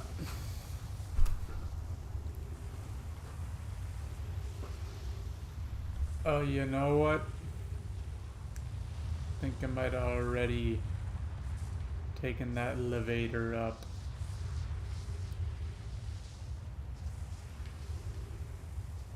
Ow! Cactus.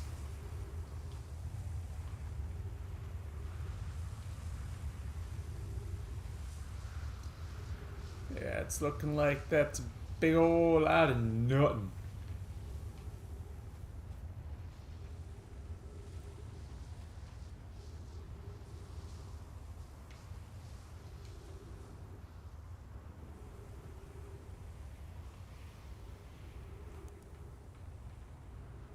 Yep. Big whole lot of nothing. Damn. Alright, back to my original idea. Which is... like, I don't know why this would work if it does. Probably won't, you know?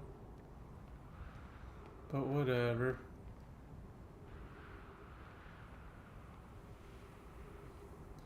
My last deer is to warp to every single planet and see if that activates it. I don't know. After this loop, I'm gonna fucking look it up. I have no idea what I need to do.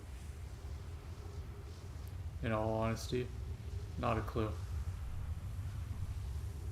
Not a damn clue what I need to do to get to the Ash Twin project.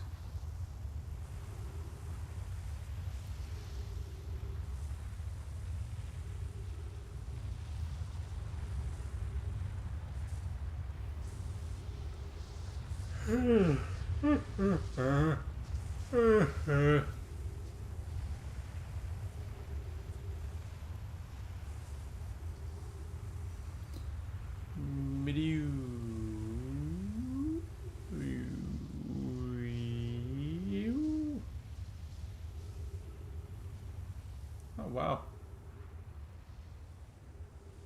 Wait, how did this thing do a full rotation? Oh, there I go. China Steep friends for you to meet the statues. Like in my workshop below. Oh. Oh. Oh. Wow, that's intimidating to look at.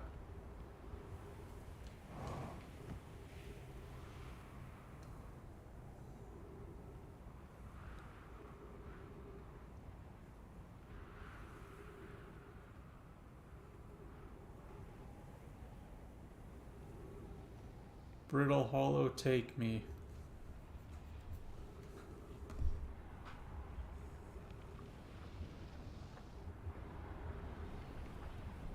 That is a very angry sun. That sun is incredibly angry. Look at just how massive it is. Oh.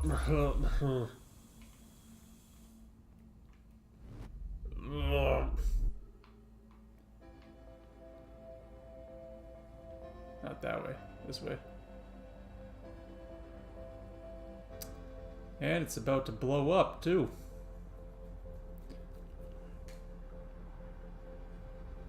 Hey, let's see if I can warp to Timber Hearth first.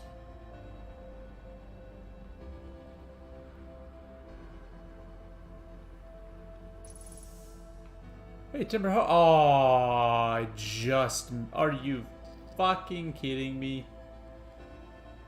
Oh. That's upsetting.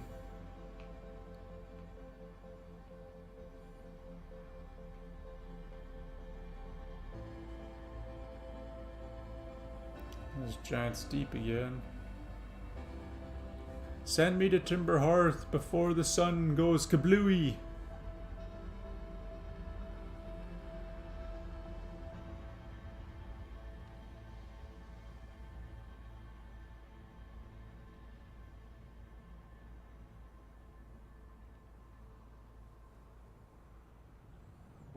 There it goes. Well, that's Brittle Hollow. I don't think I'm gonna get to go to Timber Hearth. You know, I'm gonna be honest. I don't think it's gonna happen. Yep, there I go. Okay. I have no idea how to get to the Ash Twin Project, or how to land on the Quantum Moon, either.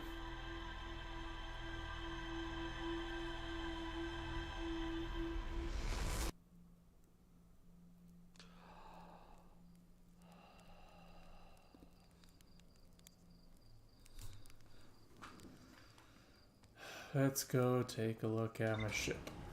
At my ship log. Maybe, you know what, I'm gonna go down. See if I can talk to this guy. Hey, dude. Yeah.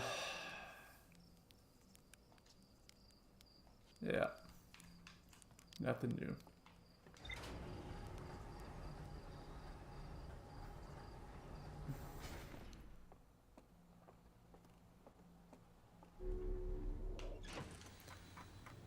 View log. Okay. Esker's Camp. Lunar Lookout. Dark Bramble Seed. Feldspar's Camp. Frozen Jellyfish. Bramble Island.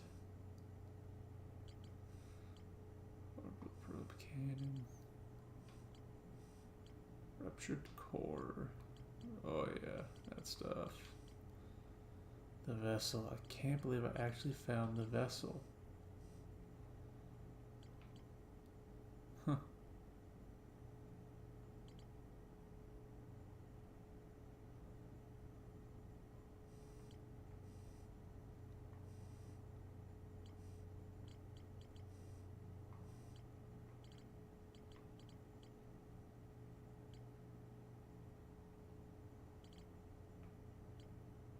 Northern Glacier.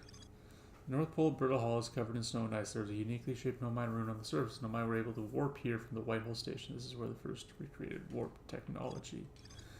Nomai on Brittle Hall observed a pantomoon. Okay, that's what connects it to the quantum moon. my own Ember Twin has observed a moon that would disappear when no one was watching. Device created to track the quantum moon's location. Though my hypothesis, quantum moon might be a form of macroscopic quantum mechanics. Quantum moon travels to a total of 5 locations. 6, including its secret location that the Nomai hypothesized to be the eye of the universe. What dimension does disappears, possibly to an unknown sex? Okay, oh yeah, there it is. Your structure is strong. Recall the Nomai shuttle from the quantum moon. Do I have to do that in order to land on the quantum moon?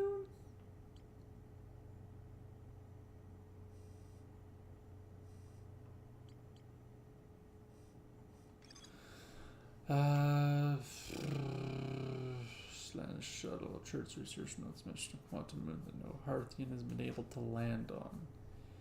Yeah, because it just disappears. It's just right there. Even if you're looking at it.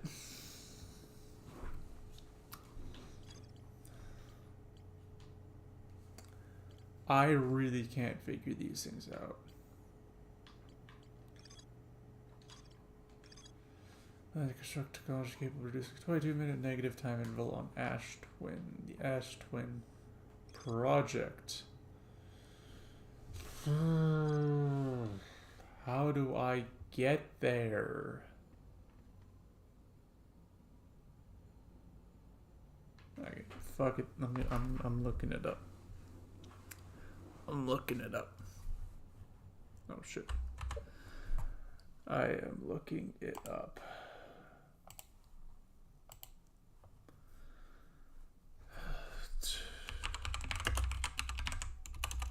I tried my best. I can't.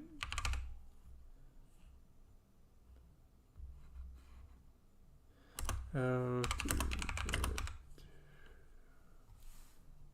Ash Twin Core. There is no direct route to the Ash Twin project, and accessing it is not as straightforward as most other locations. To access the Ash Twin project, the player must utilize the teleportation towers on Ash Twin, while Ember Twin is directly above. It takes approximately 3 full orbits of the Ember Twin for the Ash Twin Tower to be fully uncovered by sand. The tower in question will be broken in one of the two towers that are close together with a bridge connecting them. Outside the correct tower's entrance will be the corpse of a Nomai. The player will need to stand in the center tower platform inside the tower for the teleporter to work. However, it will only work when the Ember Twin is directly above. Due to the sand flowing from Ash Twin to Ember Twin, there needs to be sucked through the roof to avoid being pulled out. It is recommended for the player to seek shelter under the bridge, outside or under the small intact sections of the tower's ceiling unit. The pillar of sand is directly in the center of the tower. When the pillar of sand is in the center, the player must quickly run into the teleporter. If done correctly, they will immediately warp to the... Oh! The player can quickly follow. Oh! So, I had the right idea initially.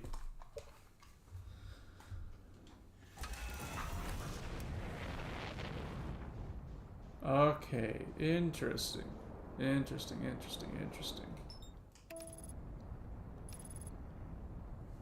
So I had the right idea the first time I tried to do it. It is the Ash Twin teleporter, but it has to be aligned with Ember Twin in order for it to work. That's not what I meant to do. It does have to be aligned with Ember Twin in order for it to work.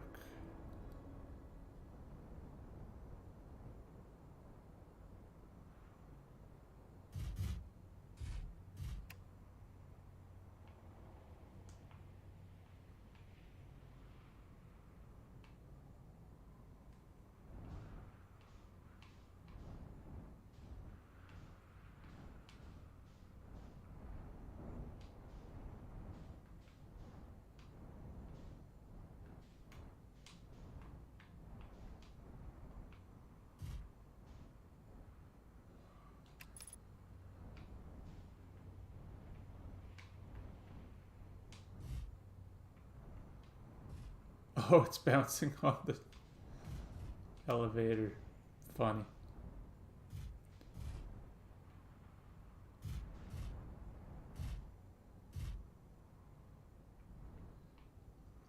I was just never brave enough to stand in the potato.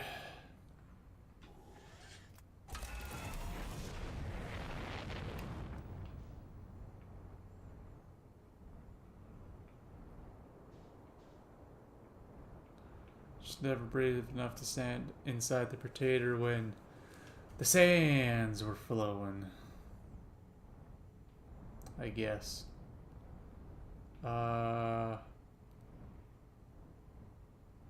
Can't remember which side of you the Twin Towers were on. So I'll just wait a second, I guess, for them to get uncovered. Ah, there they are.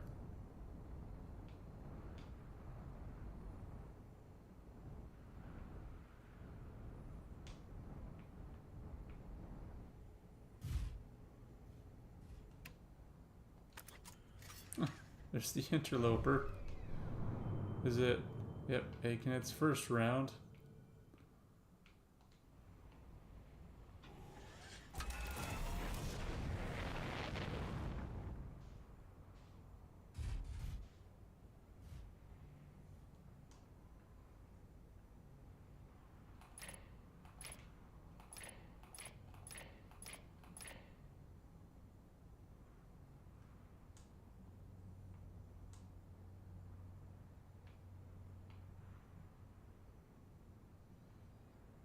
Hmm.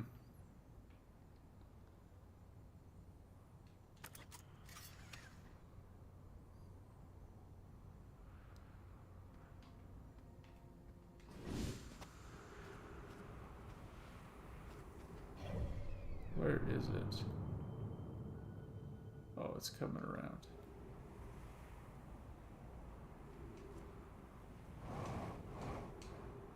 Is it? No, it comes from that way. Yeah, there it is.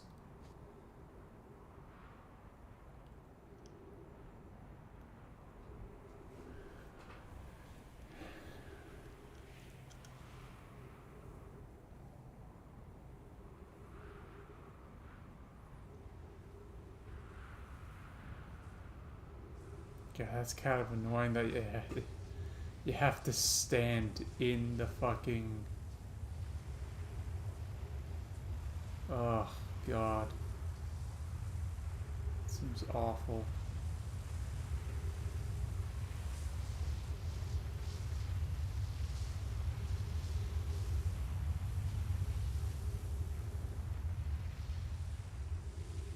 Oh, this is the one that's fine. This is the broken one.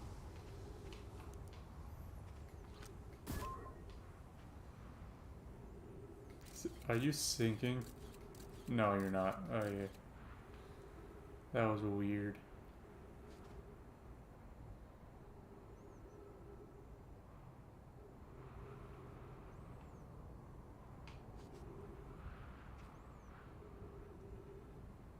You're sinking again. What the hell?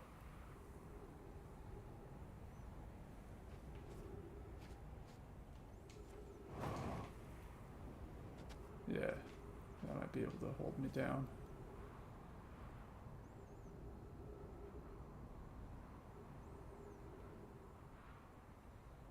Oh, I'm sinking too.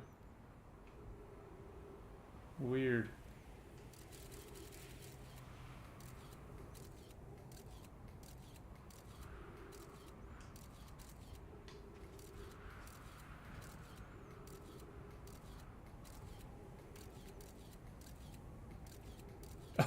That is a massive...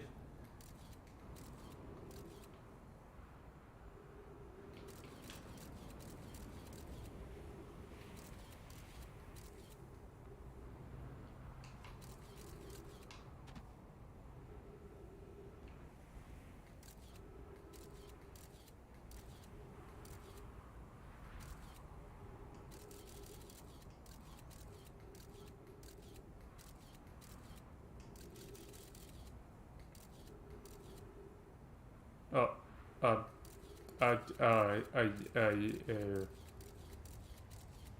that gonna take you to the Ash Twin project? Ow, fuck.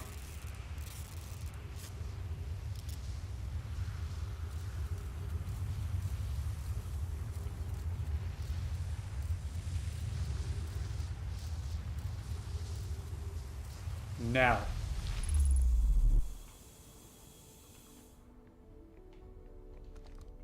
What the fuck? Okay. 8 minutes, 7 seconds ago, received data from previous cycles. Mass receiving data from probe tracking module. Giant's deep memory statue, timber hearth memory statue. Probe tracking module? Oh! Oh, 14 minutes until end of cycle transmission. Right. Oh, one of them's broken. 2 of them are for actual people. Me and other dude. And then one of them's for the station. Today we finished the excavation of Ash Twin. Here in this space we carved, we will craft our most ambitious project yet, the Ash Twin project. Powerful enough to send information back in time.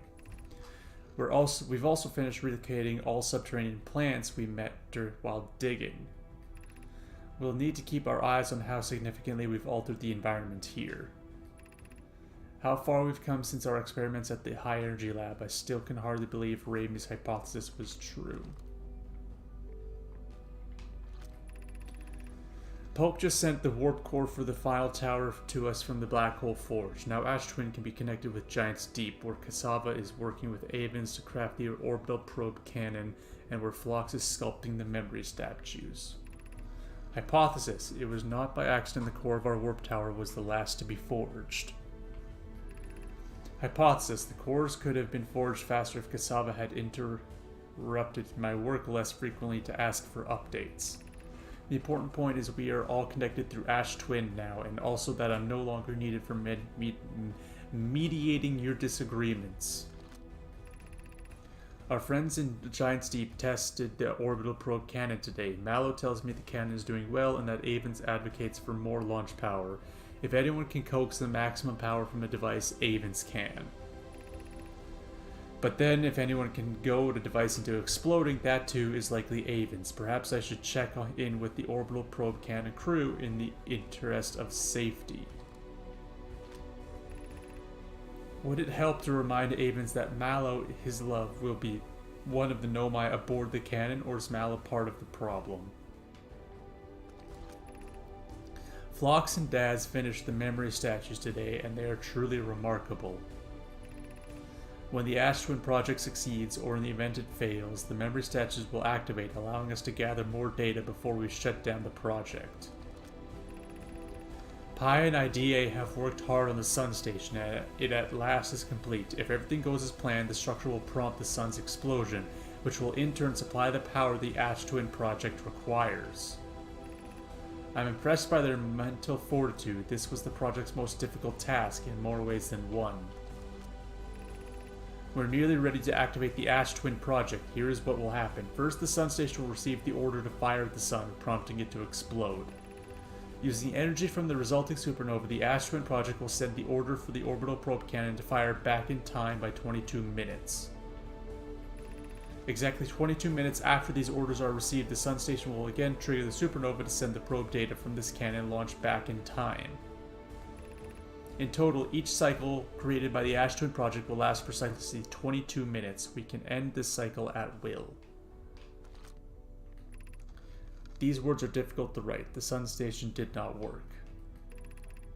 However, this is the closest we have ever been. The Ash Twin project is theoretically sound. We were only unable to power it. Perhaps there is another way. Suppose we redesign the Sun Station. To generate power of that magnitude, a supernova is still our only viable option. I believe we can still find a way to create a supernova, my friend. Don't lose hope. This is easier expressed than accomplished. You can wait for the sun to explode on its natural timeline if you prefer IDA, but you'll need to find some way to halt your aging process. We are halting our research into creating a supernova for this moment. A comet has newly arrived in the solar system and we're anxious to explore it. It's been a very long time since we last explored somewhere new, so we're excited to welcome this comet. Imagine what knowledge might be gained there. And then they died. Giant's Deep, Brittle Hollow, Giant's Deep, Timber Hearth. Pretty sure I've read all of these. Salt the masks. Company knows statues not paired until the project succeeds. The experience would be hard to endure. They'll only need to activate once the project succeeds as a safety measure. However, the statue will also activate in the event of equipment failure. Yeah, I've read all these before already.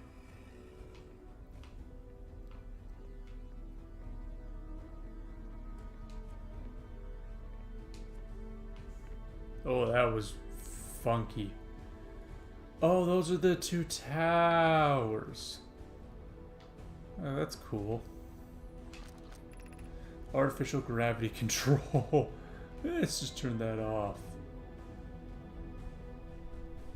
Yeah, let's turn that back on. Let's not mess with that.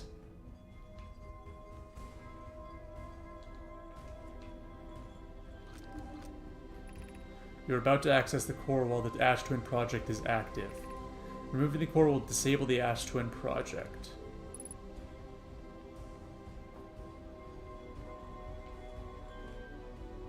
Oh. And I'll be allowed to fucking die. Okay. Wait, where's my scout? Oh. It hit... it hit a barrier.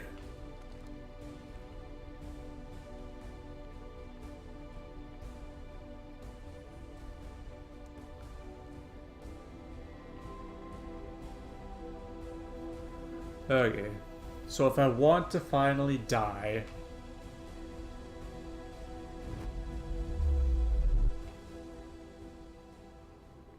for good, I deactivate the Ash Twin project.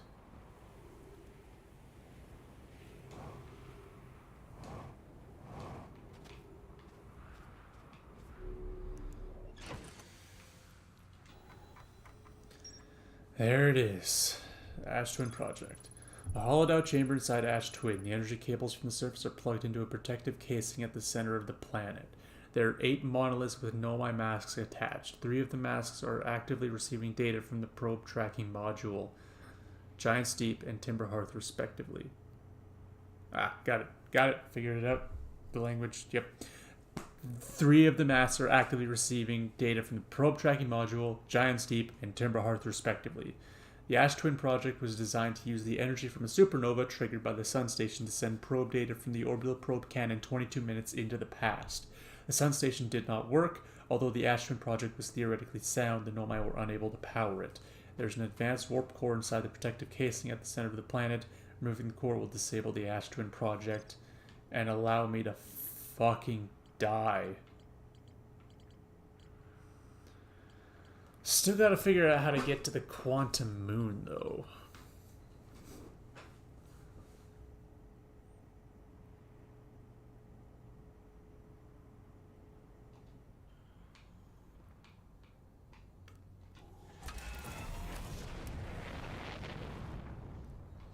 Where is Ember Twin? There you are. Ah, perfect. No, that's the cannon, not the locator. Where is the locator? Is that it? No, that's the way. There it is. That's it.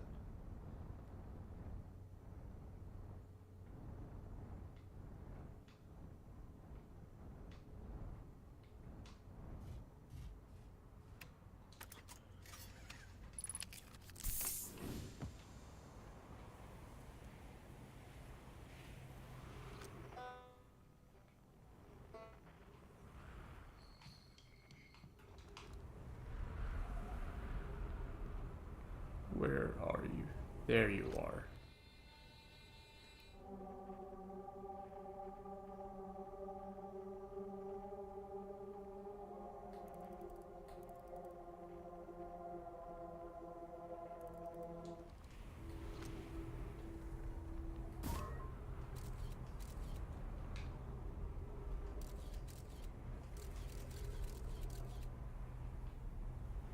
Oh, wow.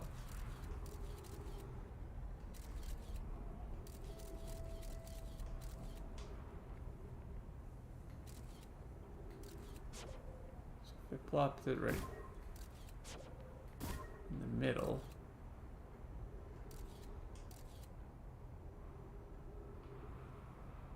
It's still there. Huh.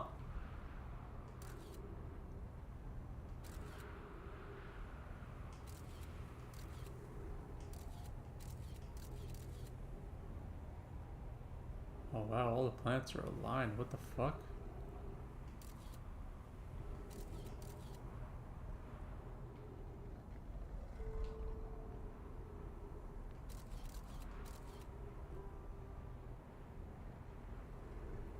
Interesting.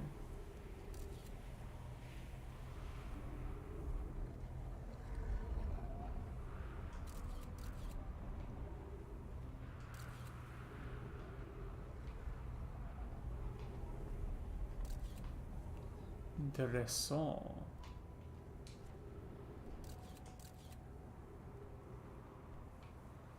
Yeah, I've already read these things.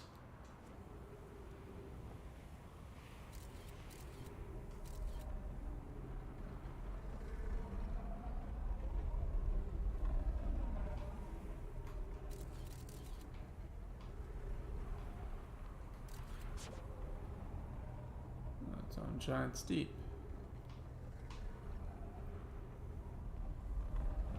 What? Oh. Sun. Dark Bramble. Giant's Deep.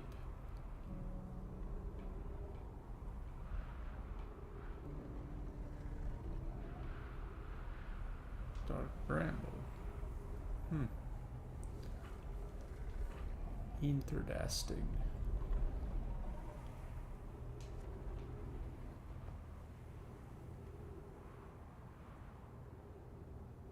Hollow.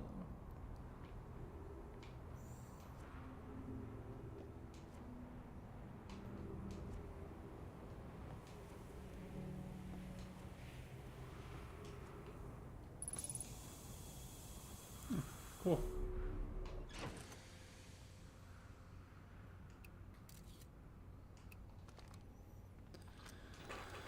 Okay. The last question mark I have on here is the quantum moon.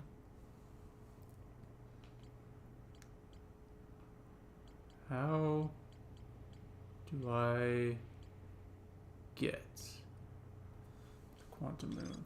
I might notice a strange wandering rock that appeared in multiple caves. I found a strange rock shard that moves when I'm not watching. It's signal. Lake Bed Cave.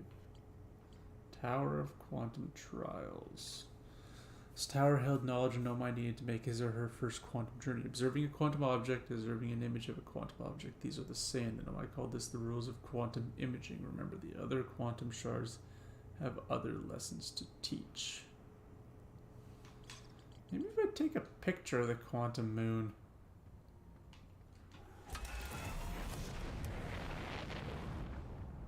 Where is it?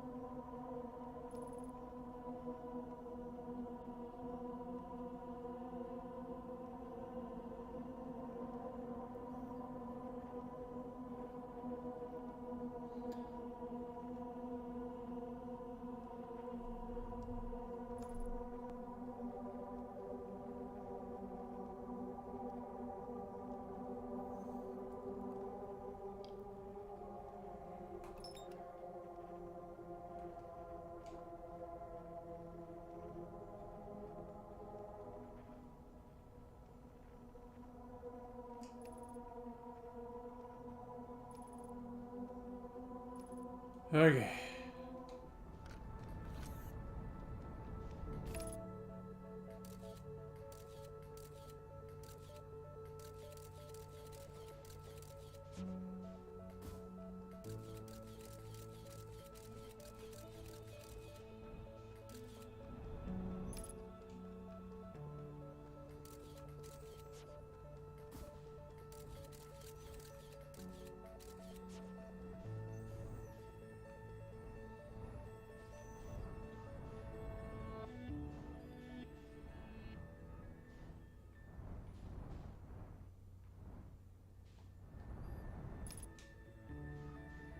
How do I land on you?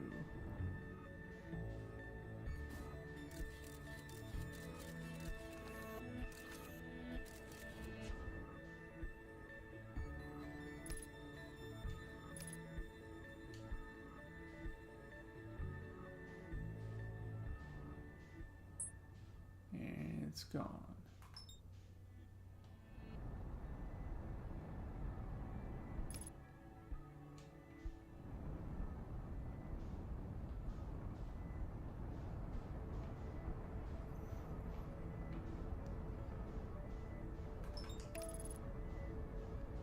I'm going to a less angry planet.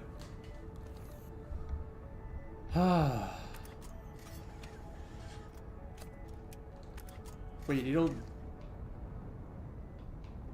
Oh, I don't have to be in the hot seat when it's autopiloting. Ah.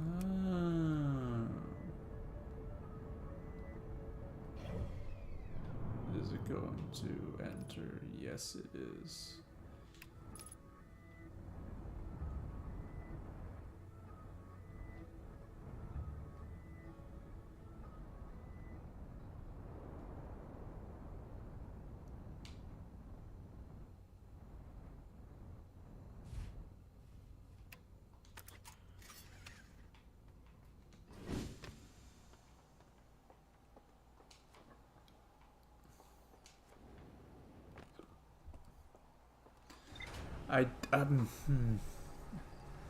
I looked up. Oh, I don't want to look up how I get to the quantum moon. I kind of want to figure it out myself, but I clearly can't just land on it.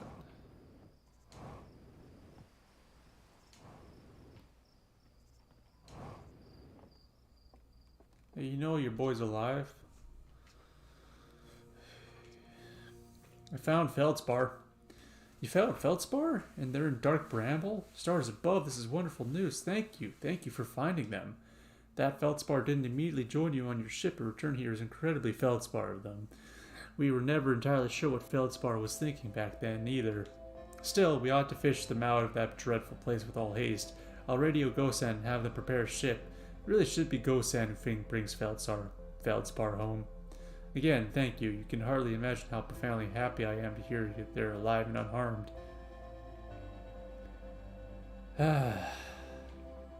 I'm good. Hey, Al. Look, you got to see this. No, my statue's eyes are open. They used to be closed. Probably should have started with that, and now they've opened. Not sure why they opened, since no one actually saw it happen, but this is huge news. Someone tell Gabbro? Maybe Ryback? Oh, stars, it's exciting. It's making my stomach hurt.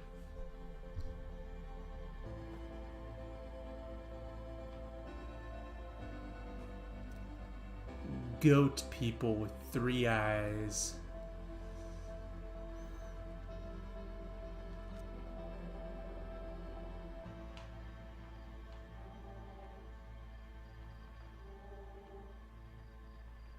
Oh, I found your Achilles heel. If I look at the 2 other places, you'll still be in the same spot.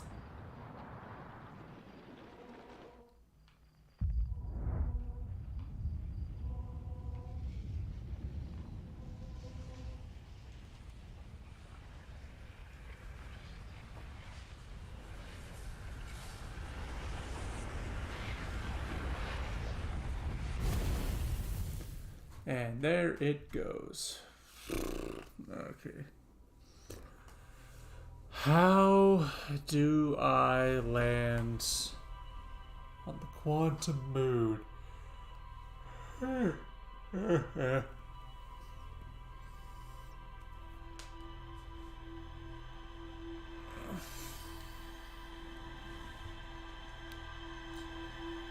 How do I land on the quantum moon?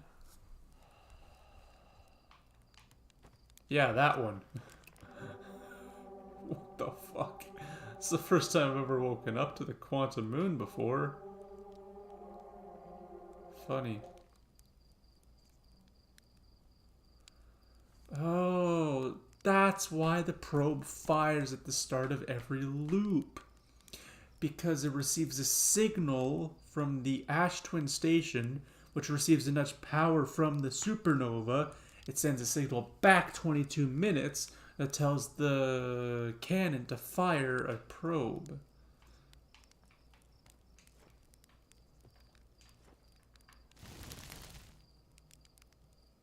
Youch.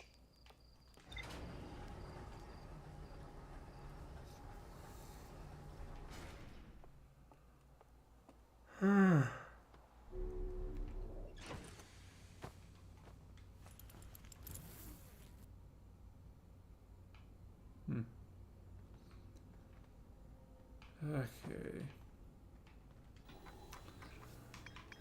Quantum moon, how do I get to you? Landed a shuttle on the quantum moon. No, my name's Solanum. Solanum. Research knows mention of quantum moon that no heart at the end has ever been able to land on. Chart. Chart. Find in a remote, yeah.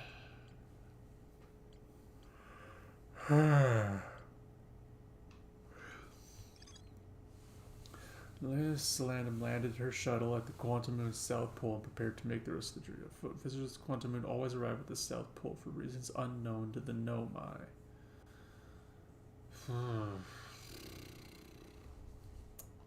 I have an idea.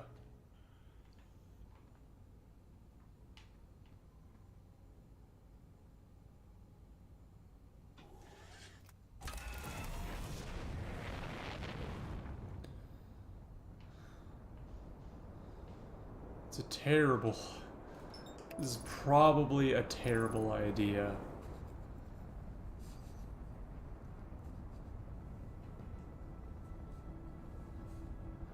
No, it's not gonna work. Fuck. Shit. It didn't hit that one. My idea was to go to the quantum moon finder and try to find, try to get the quantum moon to orbit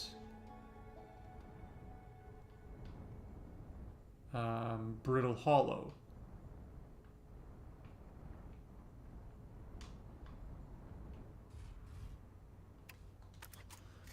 You know what, even if this doesn't work, this will help. Because what I wanted to do, what is it orbiting right now? Nothing anymore. Jesus.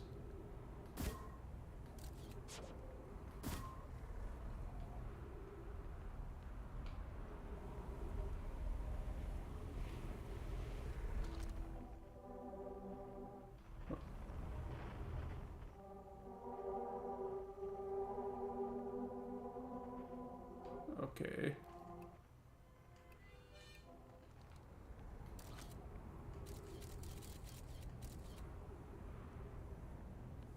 Must be orbiting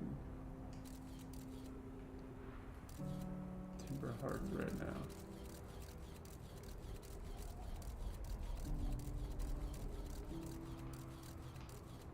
Ship's over there. Oh, there's the ship.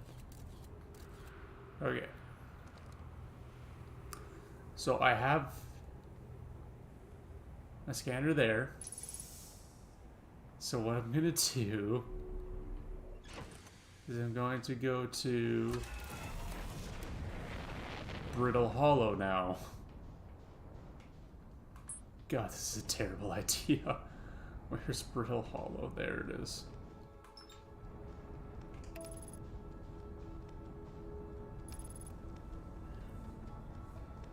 I'm gonna go to Brittle Hollow, and I am going to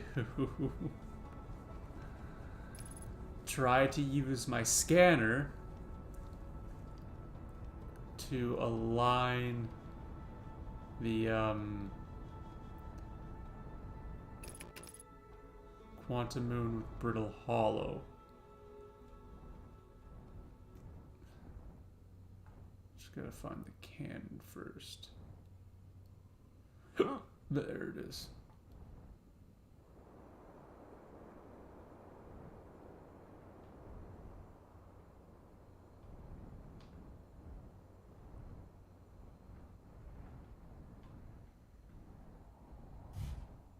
There we go.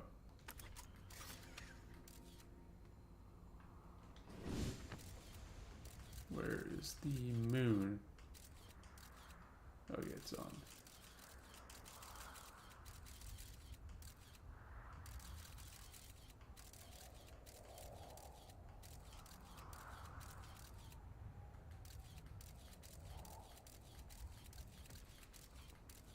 Ah, no. Really? So all the planets are still moving. And none of those things are. Man. Brittle Hollow projection stone. I'm on Brittle Hollow. Yes, Brittle Hollow, please. Project to Brittle Hollow. Oh, Tower of Quantum Knowledge. Gotcha.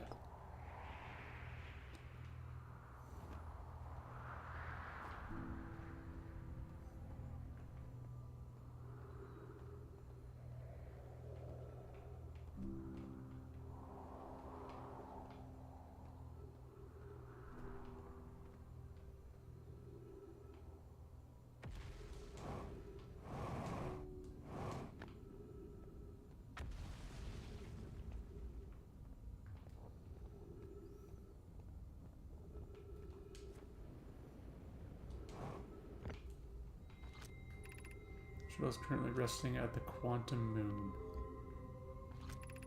Pull the shuttle home. Get the gravity. Fire!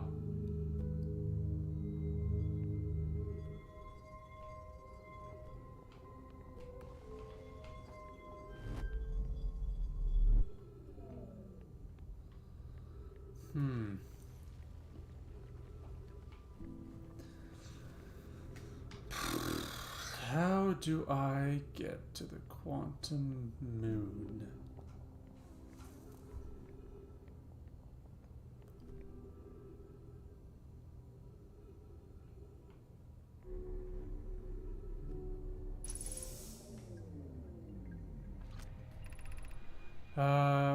Watch go on to the sky slow, about to stand on the Quantum Moon.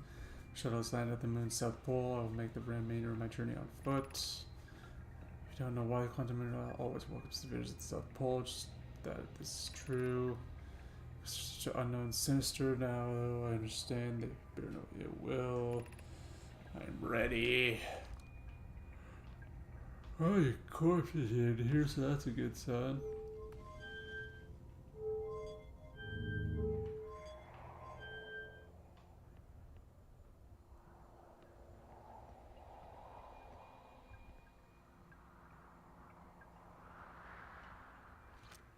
Alright, does that returns me here?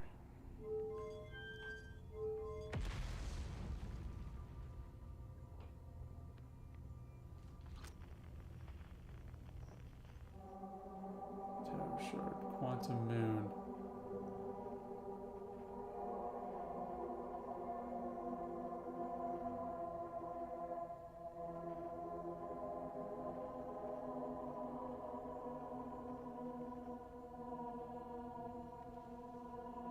Oh, it's on,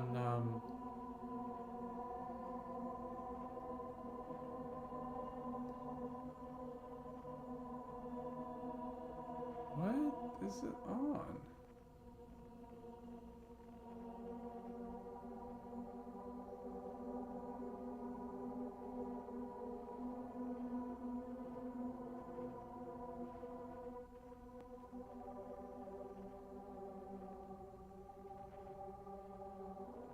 There it is. It's on the it's on the twins.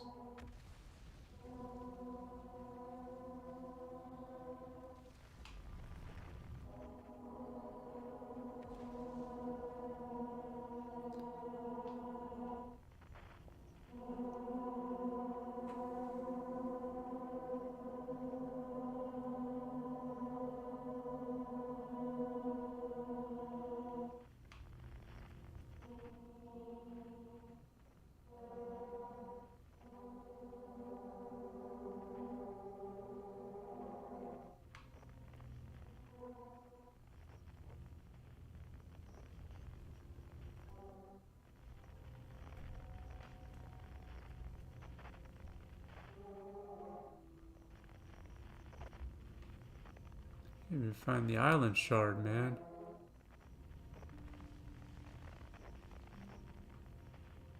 Oh, there it is.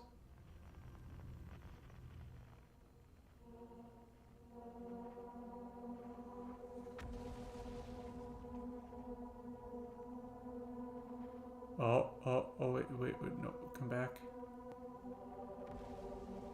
I think it might be orbiting.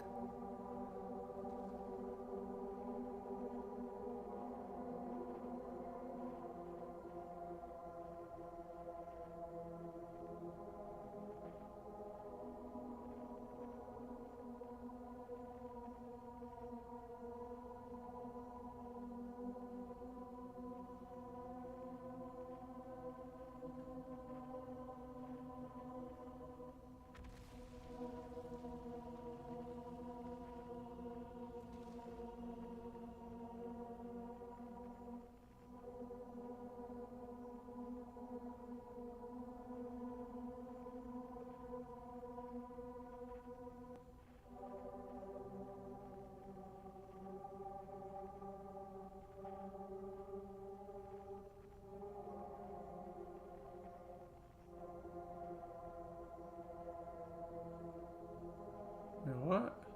No.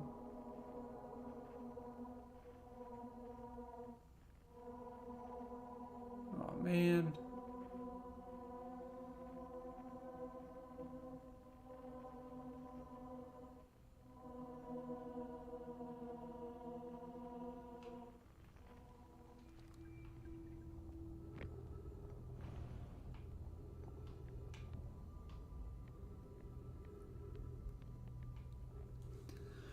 What good is it to orbit me if it don't fucking... Yeah, you hush.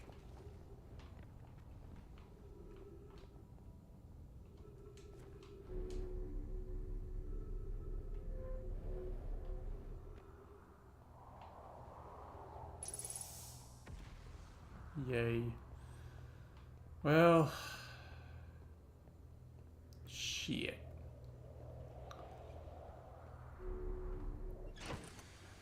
I gotta look it up again. I don't know how to get to the fucking quantum moon. Oh, good lord. There she blows. I don't know how to get to the moon. I don't know how to land on the moon. I can't fucking figure it out. And if it's something super simple and I'm just being an absolute doof, I'm gonna be very upset. So give me uno momento, por favor.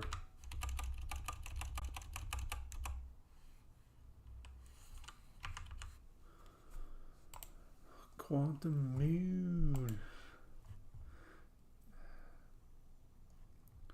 properly land on the quantum moon, a photo of the moon must be taken before entering the atmosphere and observed during landing, preventing the moon from disappearing. Oh. I'm a fucking idiot.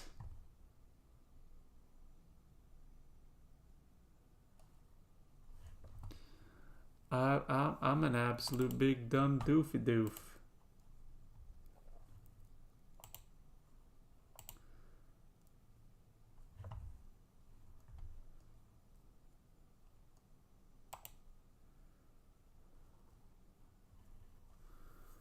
I'm a big dumb doof.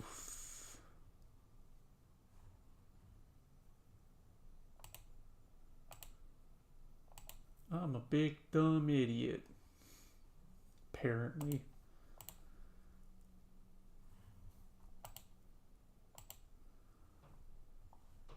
There it is. Apparently, I couldn't figure out that, yes, you are supposed to take a picture of it, but not when the fucking probe lands on it. So you know what? I'm gonna meditate till next loop. And then actually do it properly this time. Because yes, you do use the probe to take a picture of it, but not repeatedly until the bloody thing fucking disappears. Just take one picture of the moon. Just one picture of the moon. That's all you need.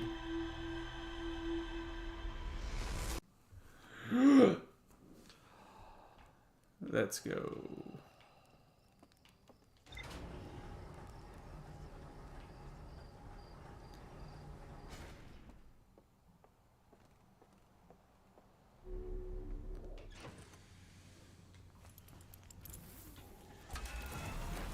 I knew it had to be something about taking a picture of the bloody fucking moon. I didn't fucking piece two and two together that I could just take a picture of it.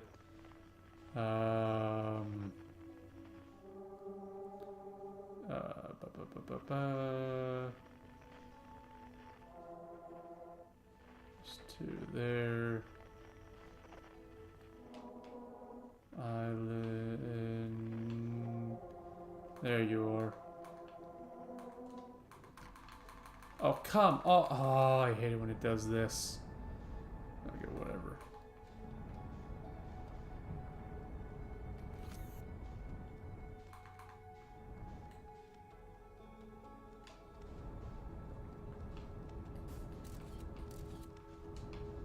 Fuck.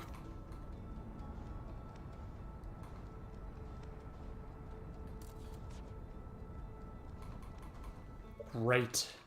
It's not fucking working now. God damn, I hate it when the lock-on feature just randomly stops working. It is so annoying. Also, I am beating the shit out of my controller's joysticks. What the hell? Okay. All I have left to do is get to the goddamn quantum moon. And the 6th location that the quantum moon goes to.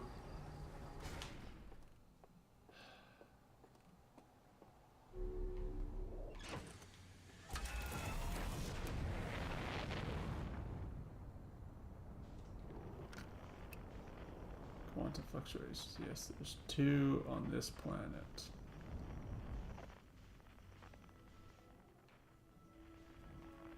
It is not there. No. There it is.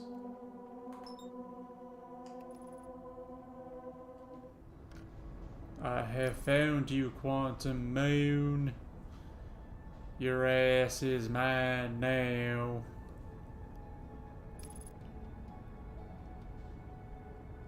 Firing retro rockets.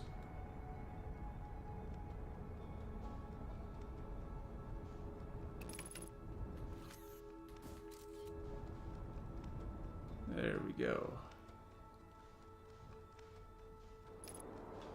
Fuck!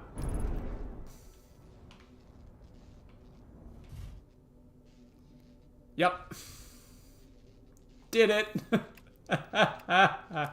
Oh, good lord.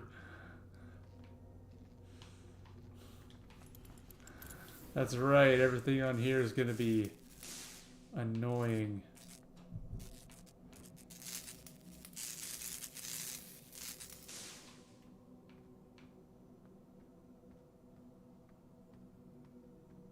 What? Weird. That's there now. There.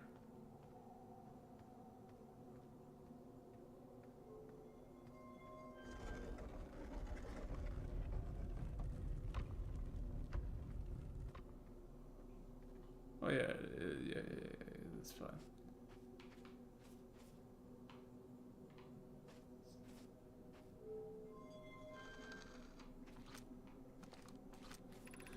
You've recalled the rule of quantum imaging.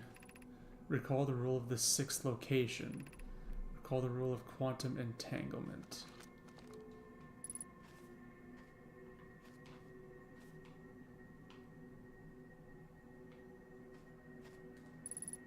Unable to pick my location. Okay. So yeah, so quantum entanglement, I'm standing on it. How am I supposed to get it to change position?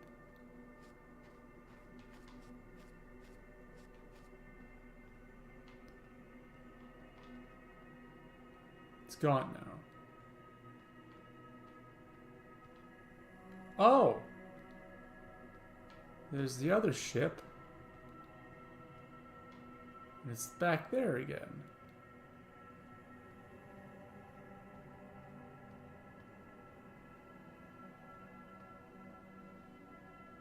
It's still on the twins. How do I get it to go to the sixth position?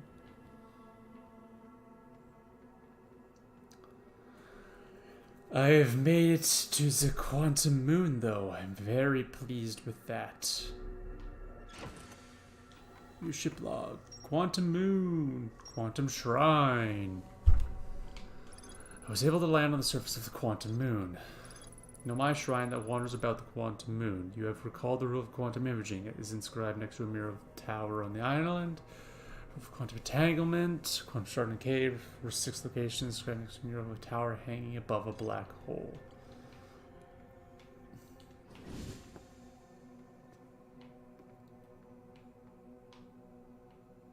Okay.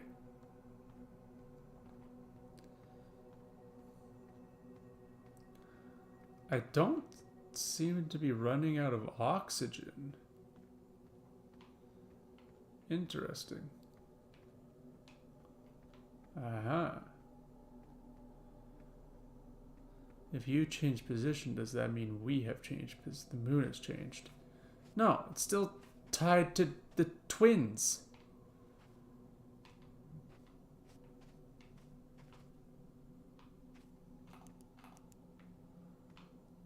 I need to not be able to see. I need darkness. I need complete darkness.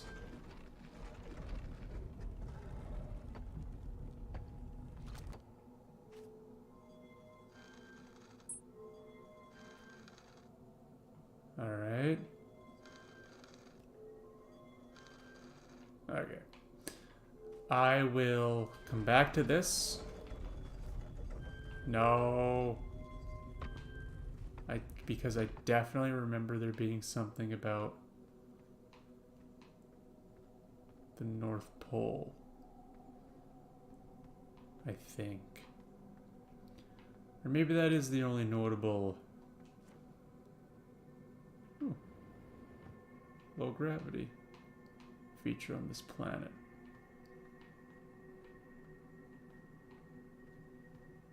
Why does it have sands and rock structures similar to Ember Twin?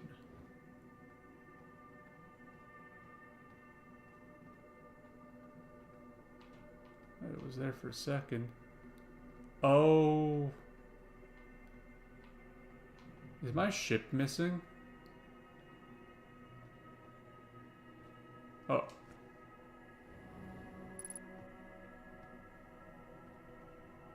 Oh, you died here. Oh, this is where my... Oh. Poor sod. Poor soul.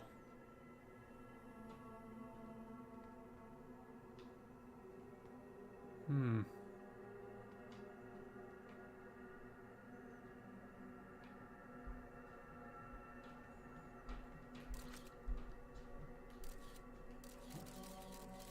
It is mine. Interesting. Slight issue.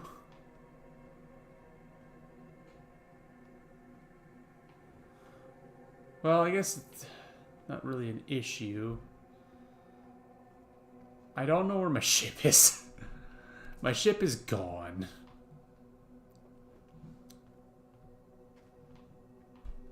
That might be a problem.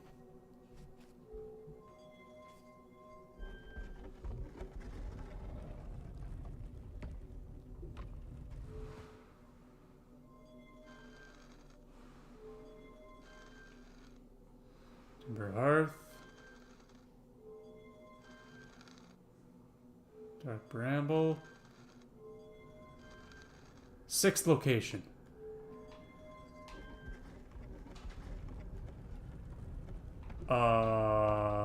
What?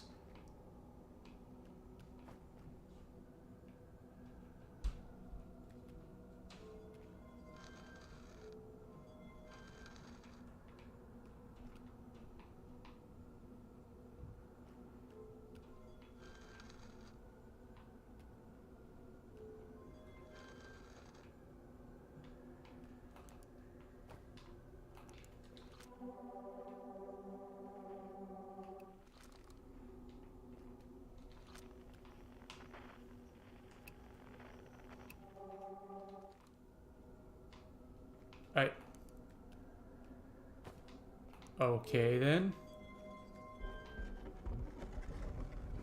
Let's try again. Nope. Still not happening.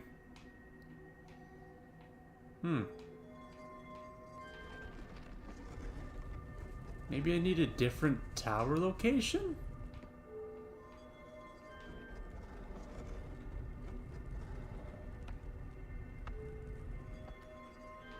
Let's try.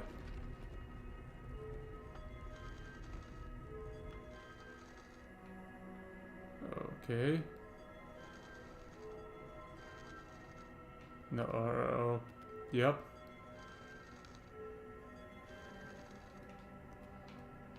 Okay, weird.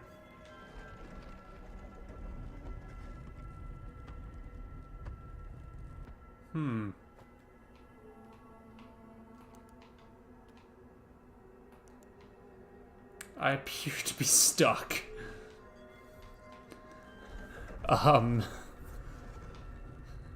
Interesting.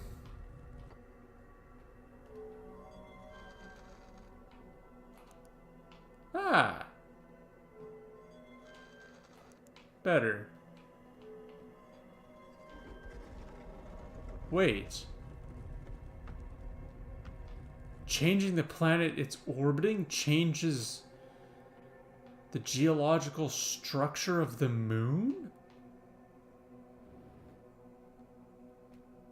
Oh, that is fascinating.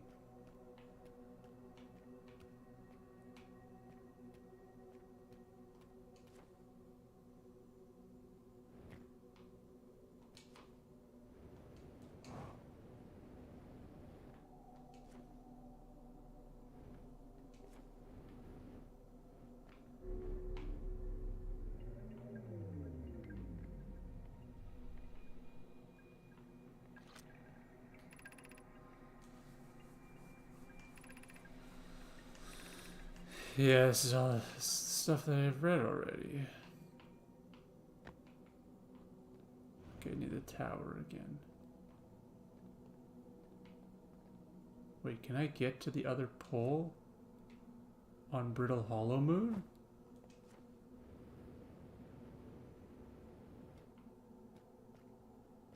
No, I don't think I can. Okay.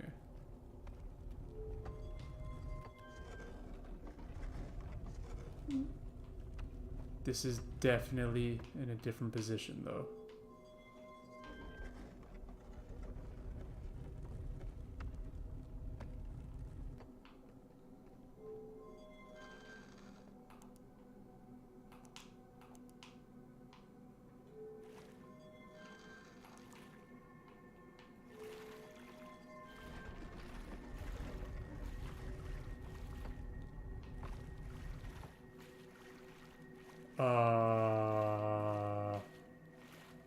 Oh my.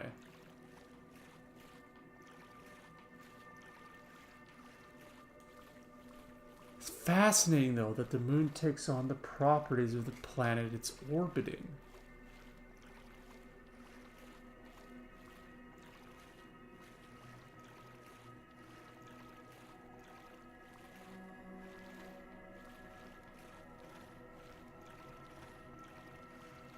Cool.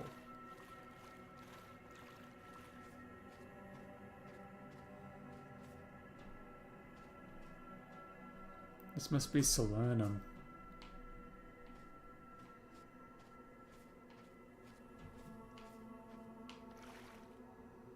I wonder if Solanum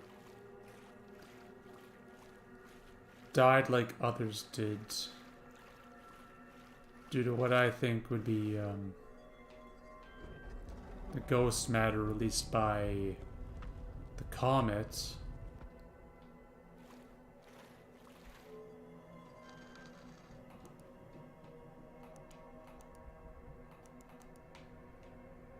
Okay.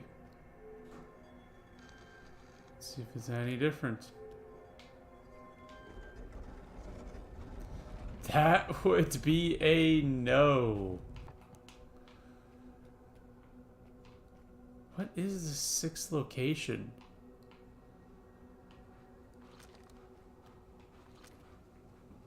Recall the rule of the sixth location. Hello. Good night. Good night. Love you. Love you too. See you in the morning? Yeah. Don't stay up too late, Greg. I won't.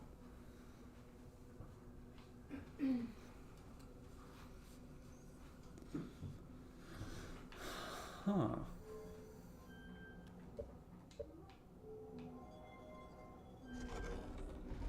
If I close that.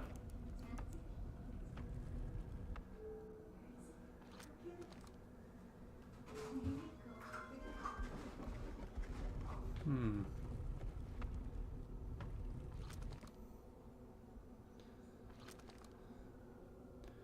Is there any possibility that I can get this to go away? Doesn't seem like it. It really doesn't want to. Hmm.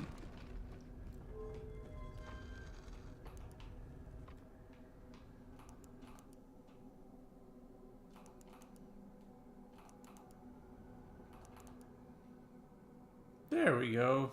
That's what I wanted. Home. Sweet home.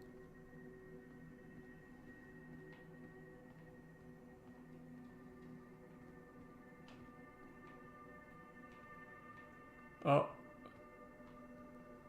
Am I stuck in here?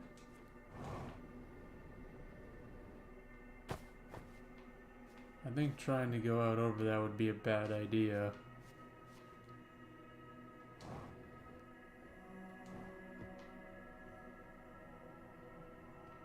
That's not what I want. There it is.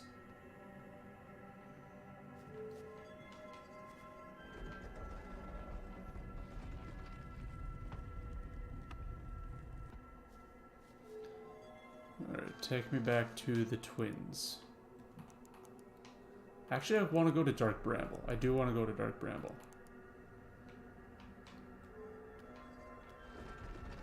Is it? Nope, still just a fucking wall.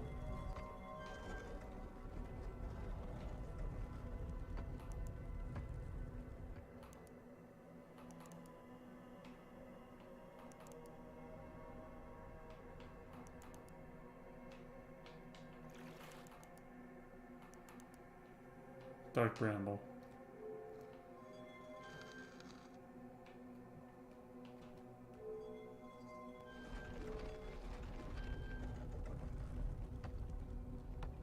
Oh.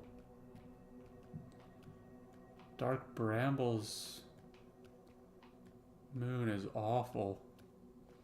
Almost as bad as Dark Bramble itself.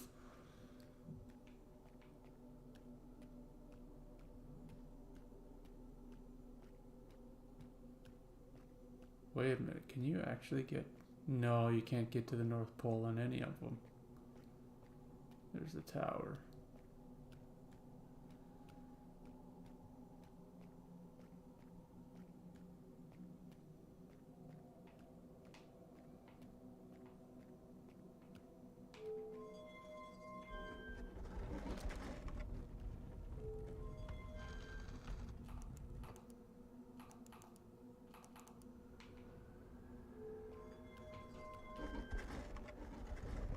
Nope.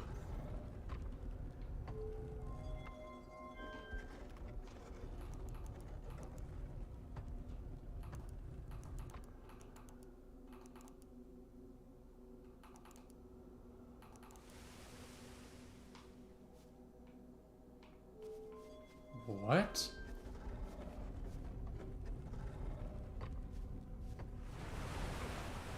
Oh.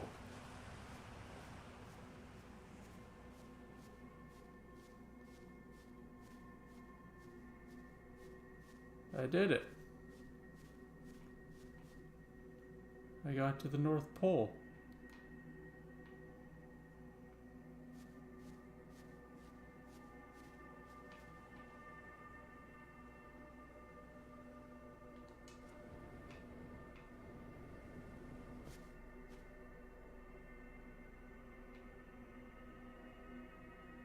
There it is.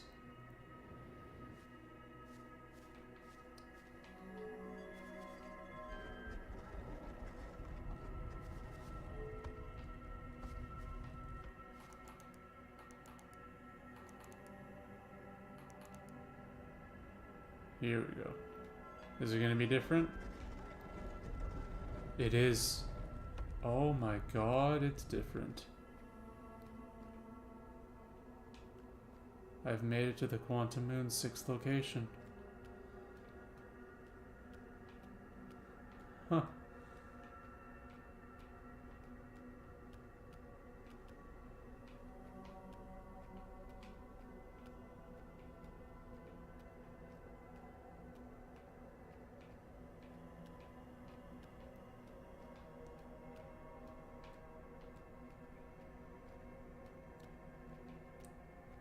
Wow. Oh.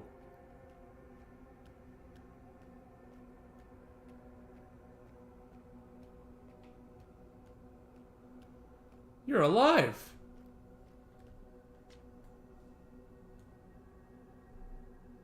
You're Solanum.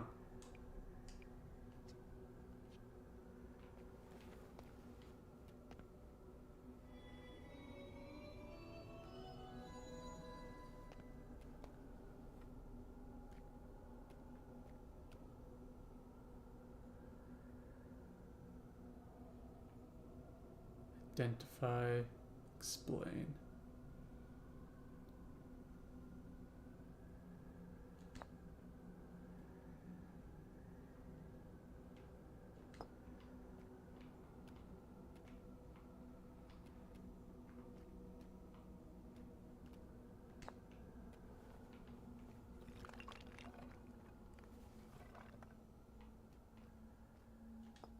Identify Eye of Universe.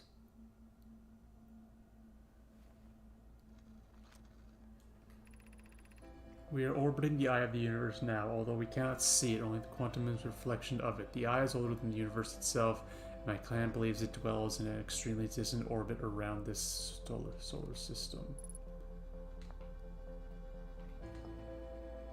You. I am Solanum, a Nomai. My clan arrived in the solar star system before my birth, and we are now call it home. Quantum Moon. This is the Quantum Moon, where we both are standing. Despite also orbiting other celestial bodies, the Quantum Moon is the eye of the universe's moon.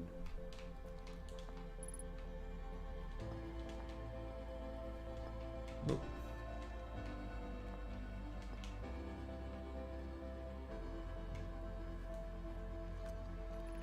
I've never met one of your kind before. It's an honor to speak with you. I particularly admire your 4 eyes.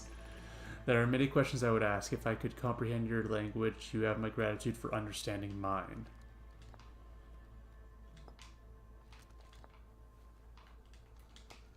Explain Quantum Moon. We don't have much time. Have you encountered a quantum shard on another planet? The shards look like the same as the Quantum Moon's surface does now, while at the eye.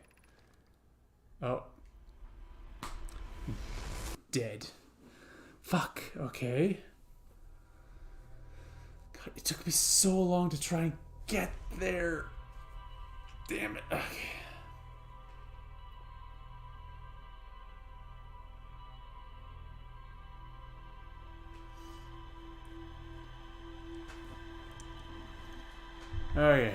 Okay. Idea. I have an idea. Yeah.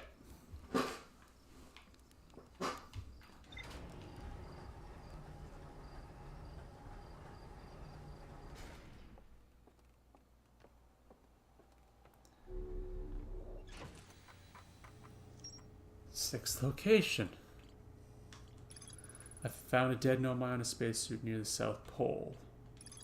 I met a living Nomai named Solanum at the South Pole. The Quantum Moon is the eye of the universe's moon. At this location, the Quantum Moon becomes a reflection of the eye itself. There's more to explore here. Damn right there is.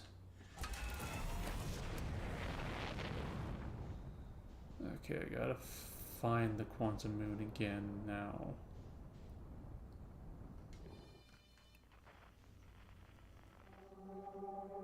There's 2 of them. Cave shard.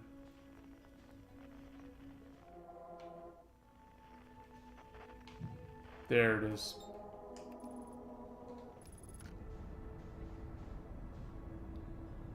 Accelerating toward destination.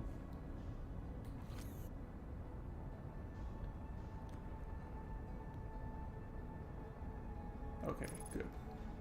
Firing retro rockets.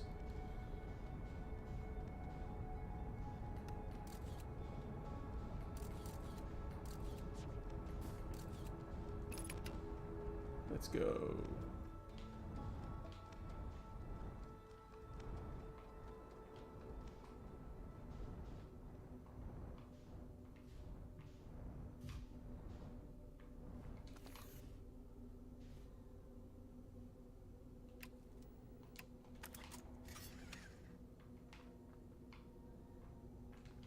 Put the suit on.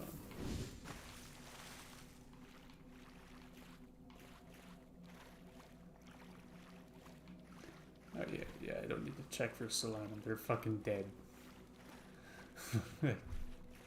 Nothing to be done about it until I get to the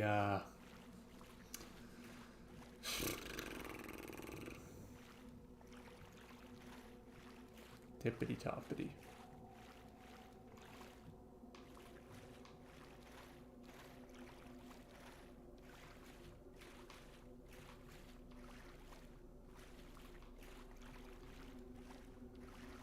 There we go.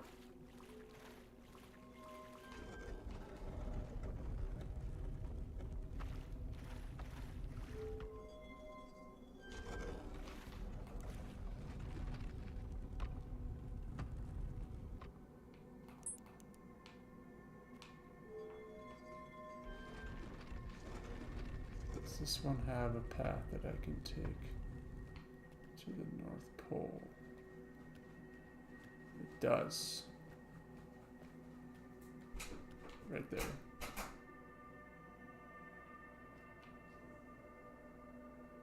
There it is.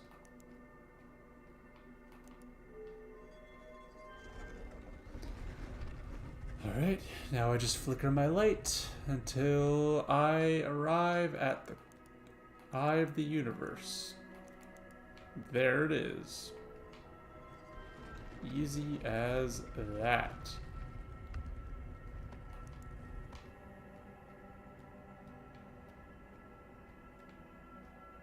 And it's gone.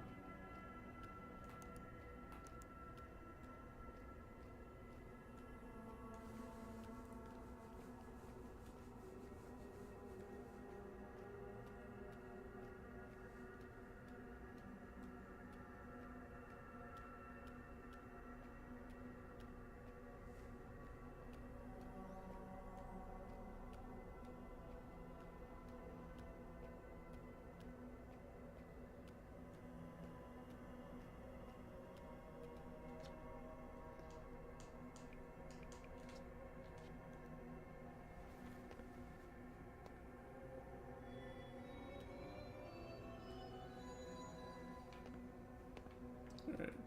Explain.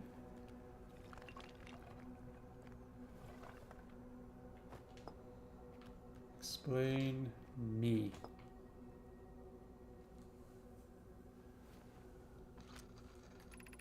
I imagine your purpose here is the same as mine, to learn about and to find the eye of the universe. I'm unsure how you arrived here, however, perhaps you came from another star system as my clan originally did. No, we did not. You already explained the quantum moon, right? Counter quantum shard. I'll have the eye. From this, we can reasonably infer the quantum moon's natural state is as we see it now, and that the eye is its primary location. Given the quantum moon is the eye's moon, it's likely that any characteristic the moon exhibits are also exhibited by the eye itself. The quantum moon and its shards, for instance, are quantum, thus the eye is likely also quantum. In fact, this moon is probably quantum because its proximity to the eye made it quantum, the same way the areas surrounding quantum shards that land on other planets eventually become quantum too.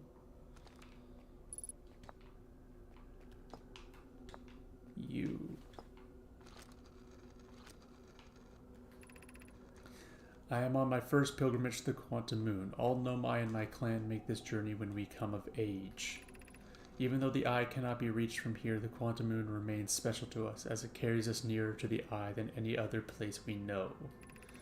I've journeyed here to be close to the eye. While the eye is obscured from our sight, we can see the quantum moon's reflection of the eye in the sky above us.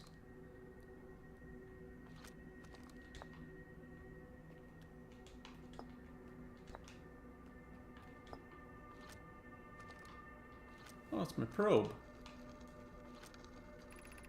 There is fundamental uncertainty throughout the universe. Normally, this uncertainty is only observable on a very small scale. As one approaches the eye, however, that uncertainty grows enormously. The quantum moon probably exhibits macroscopic quantum behavior because of its proximity to the eye. Shards that broke off from the quantum moon have a similar effect as I imagine you've seen elsewhere in this star system. Conscious observation forces a quantum object to collapse to a single possibility, but what would happen if a conscious observer somehow entered the eye itself? Over time, this has become my clan's greatest question.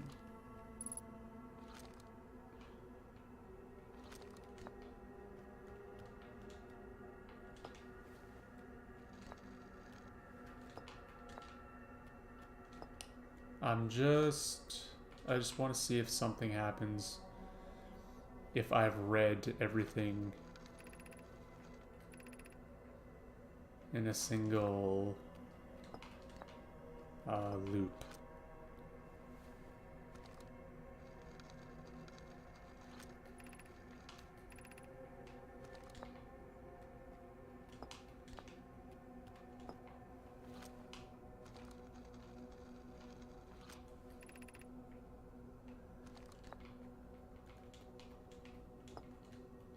And the eye of the universe.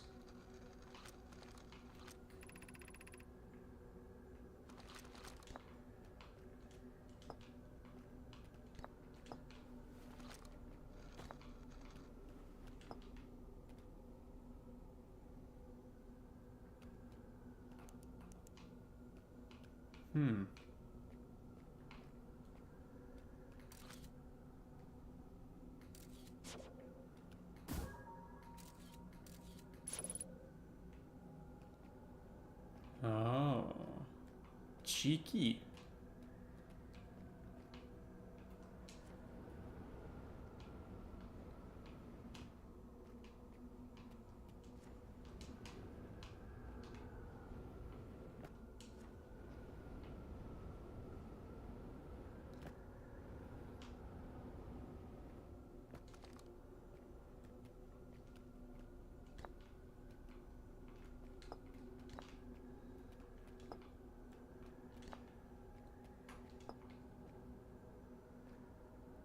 I can do other things.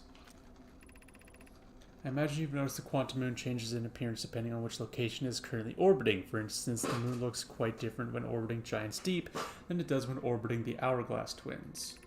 Because the quantum moon clearly changes in its different forms, the eye, being this moon's primary location, must be similarly malleable. From this, we can hypothesize that the eye represents extreme changeability. That said, despite its malleable nature, the quantum moon becomes locked to one specific version of itself when it is consciously observed. But what would happen if a conscious observer were to enter the eye?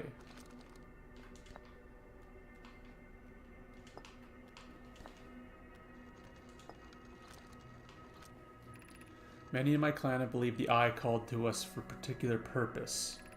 When I was a child, they used to believe the eye was malevolent, and to have lured my clan to the star system only to then vanish from them so completely.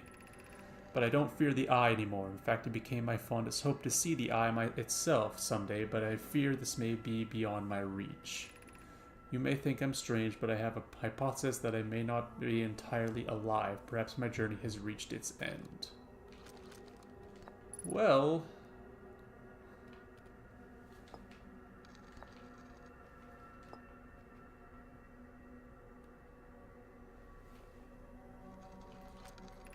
Suppose you could reach the eye of the universe. Would you try to enter it? What do you imagine the effects of a conscious observer might be? Good question.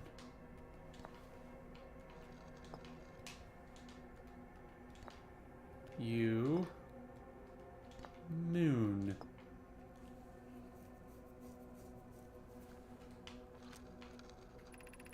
Like many of my clan before me, I journeyed here to see the quantum moon's reflection of the eye. This is the closest any of us have come to seeing the eye itself. You may think I'm strange, but I have a hypothesis that I may not be entirely alive. Blah, blah, blah. I think I already saw that one.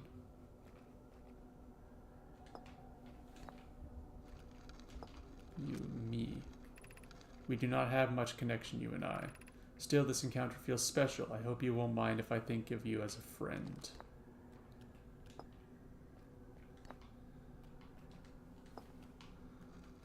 Alright.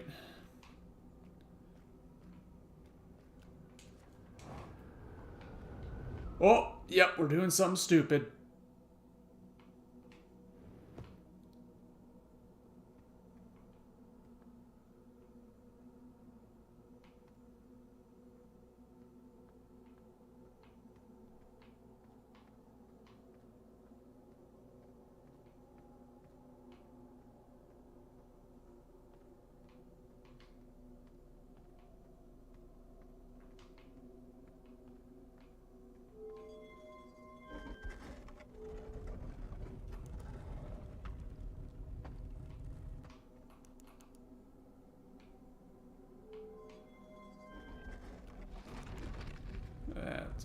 Oh, this one will work.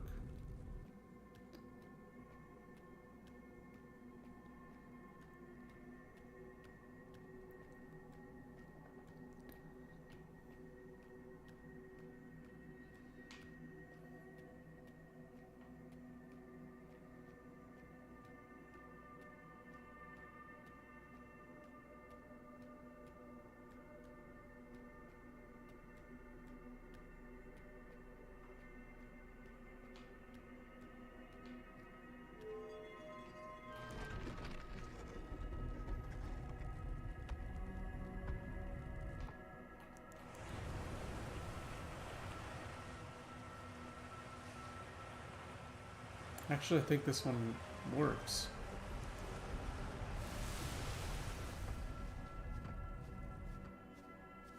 Yep, this one works.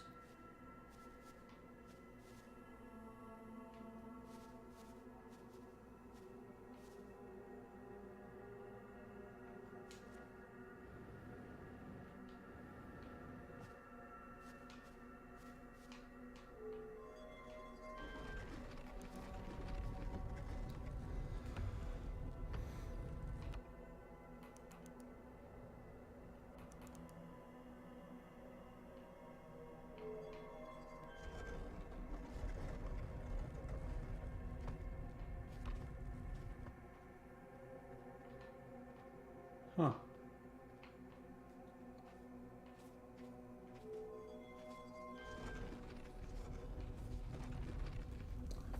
What I really want to see is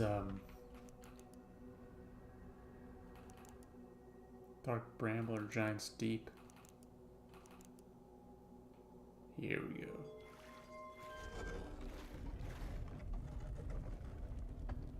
Yeah, just like the North Pole on the actual Giant's Deep. Surrounded by a cyclone. So is that it, eh? Can't actually get to the eye, because... Dark Bramble. Just fucking anglerfish right outside.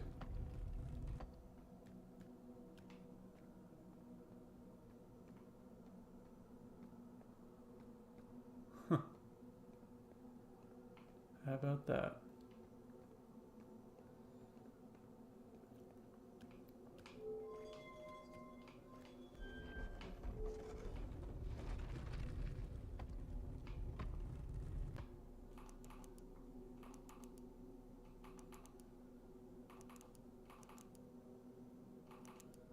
There we go.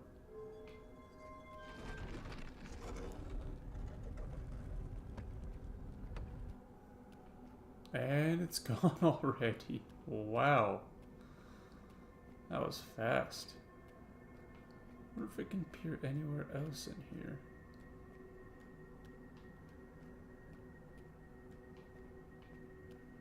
Wait, it's different. Is it? No. No. No, it's not. Is it? No.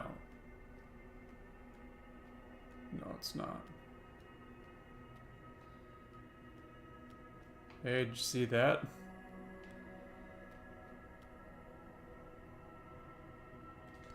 Me. I?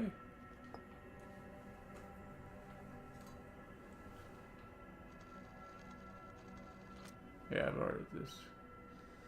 What would you try to enter it? What do you imagine the effects of conscious observer might be?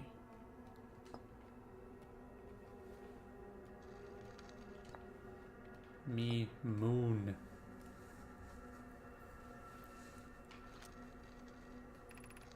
Is this your first time on the Quantum Moon? It's my first time here. If you've come here looking for answers, I hope you find them.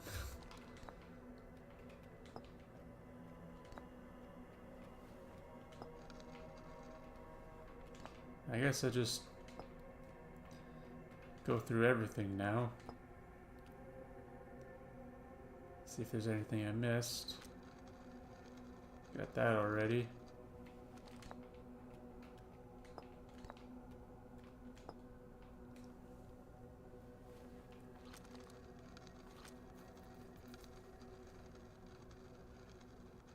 Got that one.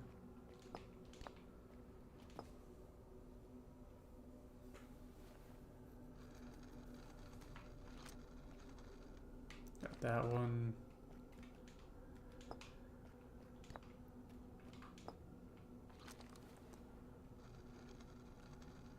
Got that one.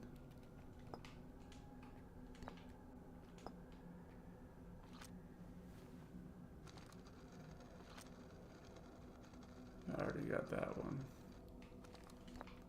Right, so that's it for the eye. The you, stone. Moon.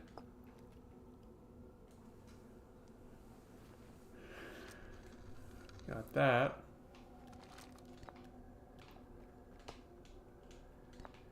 You and me. Already got that one. Identify you. Already got that one.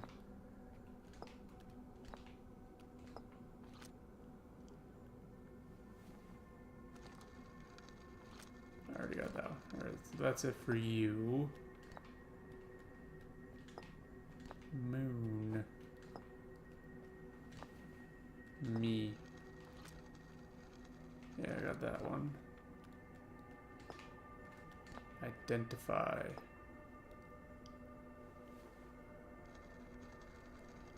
I already got that one. Explain.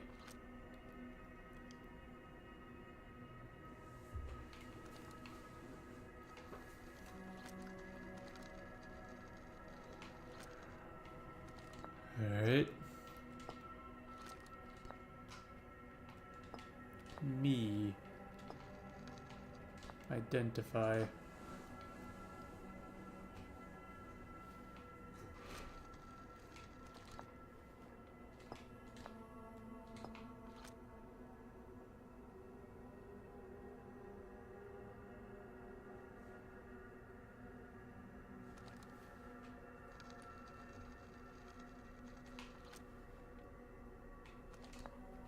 Alright. Let's see if this does anything.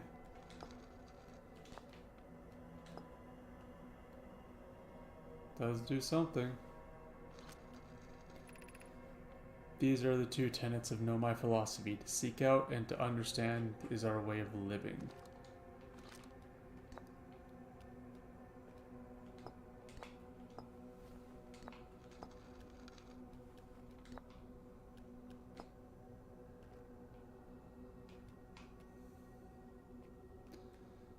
Attempt 2, Electric Boogaloo!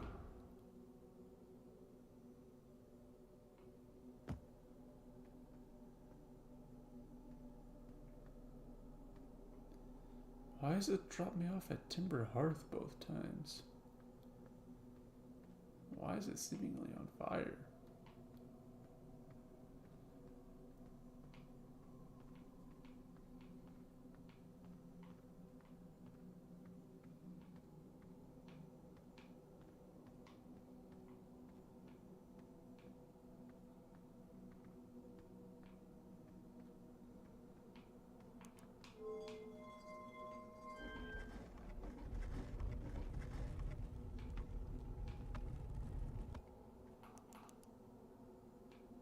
Bingo, bango, bongo.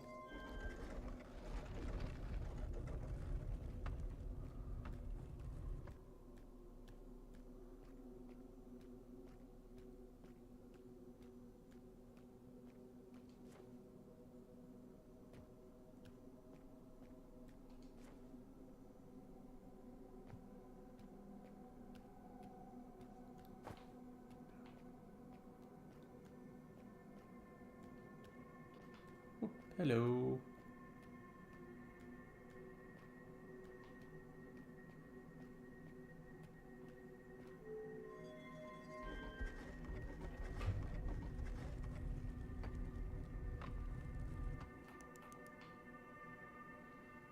That ought to do it.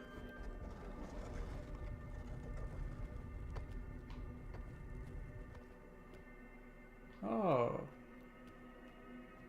Never mind. I will not do it.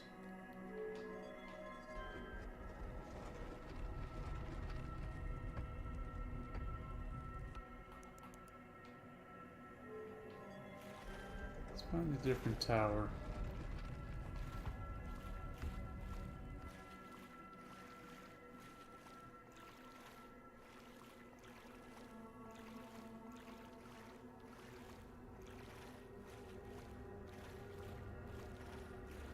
Let's try not to get sucked up into the cyclone while we're doing it.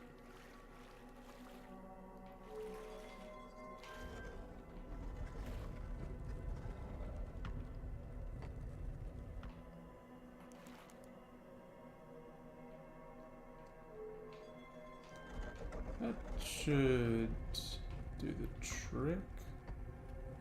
Or not. And it's gone.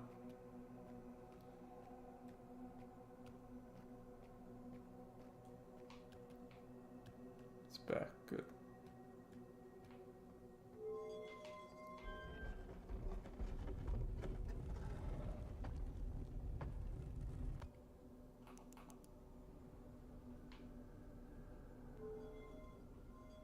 That's blocked. Yep.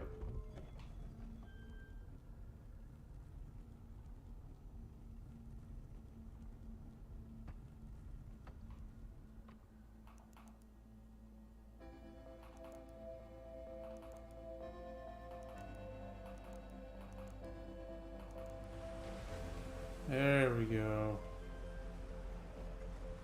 That'll do it.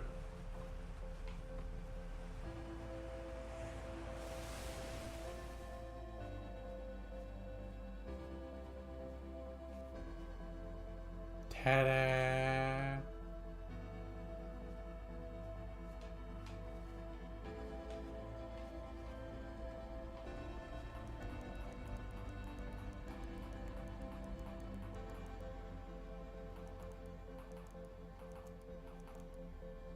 There it is.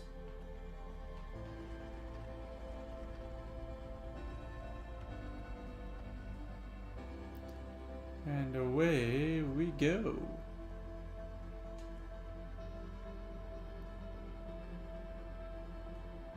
Woo-hoo-hoo! Zoom in. Uh-oh. Ow.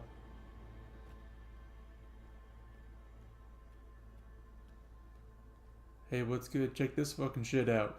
Woohoo!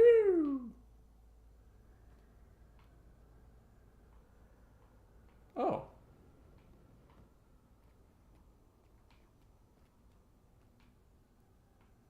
I'm back here.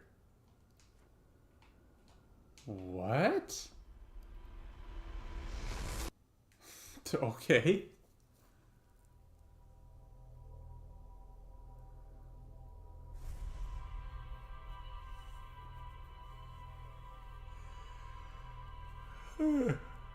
That was cool. That was pretty cool. Pretty freaking cool.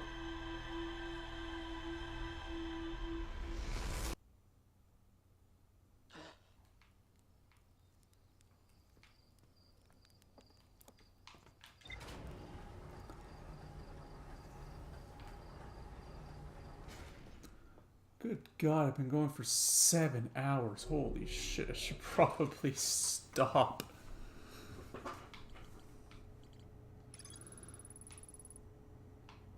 I met a living nomad named Solanum at the South Pole. Quantum Moon is the eye of the universe's moon. At this location, the quantum moon becomes a reflection of the eye itself. The eye is likely the source of all macroscopic quantum phenomena in the solar system. Solanum wonders what would happen if a conscious observer were to enter the eye. Solanum has a hypothesis that she may not be entirely alive. I think that's it.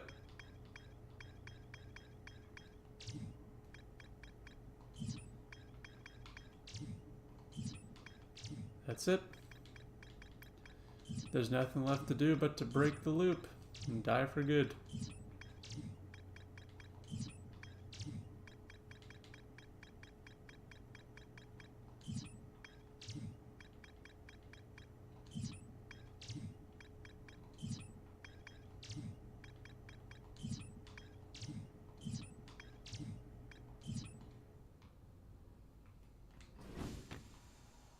I should probably put my suit on.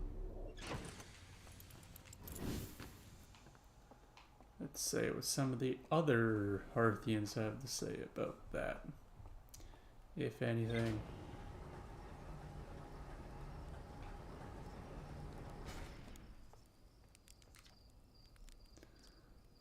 I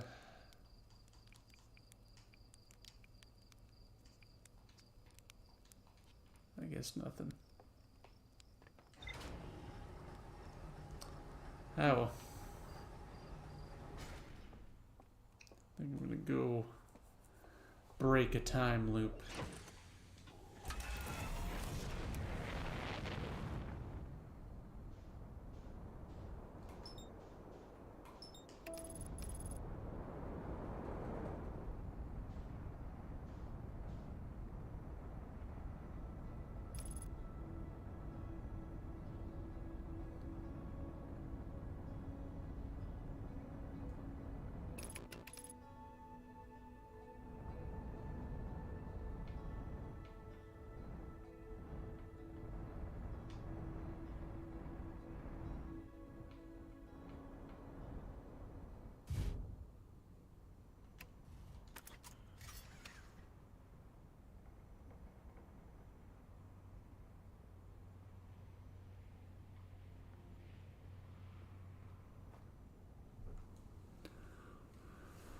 The Hourglass Twins, Timber Hearth, the Atla Rock, Hollow's Lantern, Brittle Hollow, Giant's Deep, and Dark Bramble. Why do they have the Quantum Moon on the map around Giant's Deep? And of course the Interloper. And the sand has started pouring. There's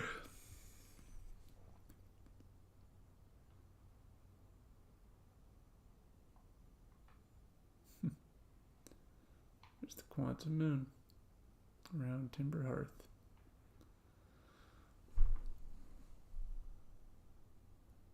Oh yeah, that crater's where the Bramble Seed is. Well, I'd say it's time to let this star go supernova one last time.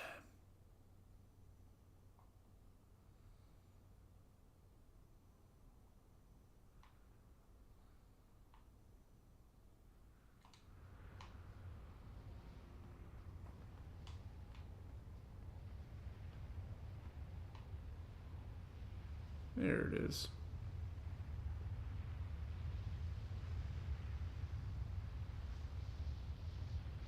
I am just barely far enough away. God damn it.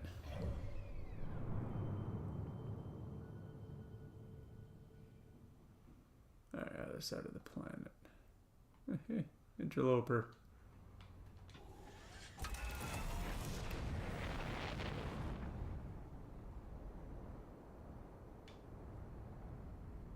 Oh, wait, hang on. Are those...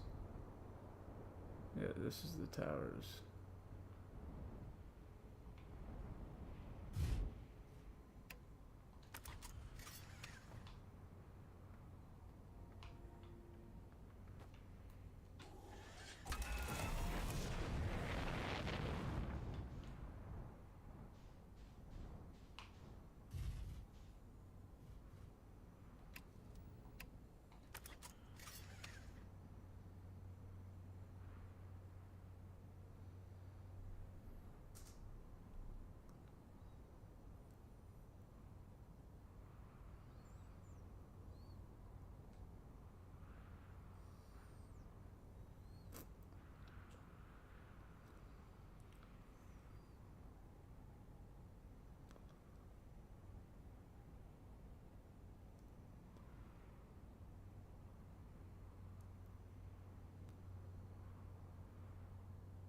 Hey, let's see if I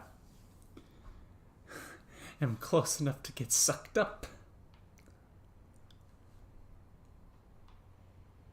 I don't think I am. I'll be fine.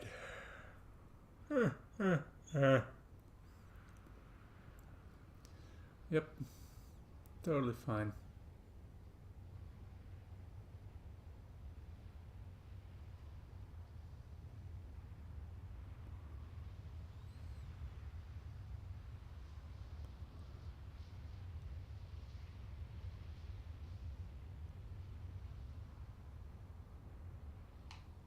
Alrighty.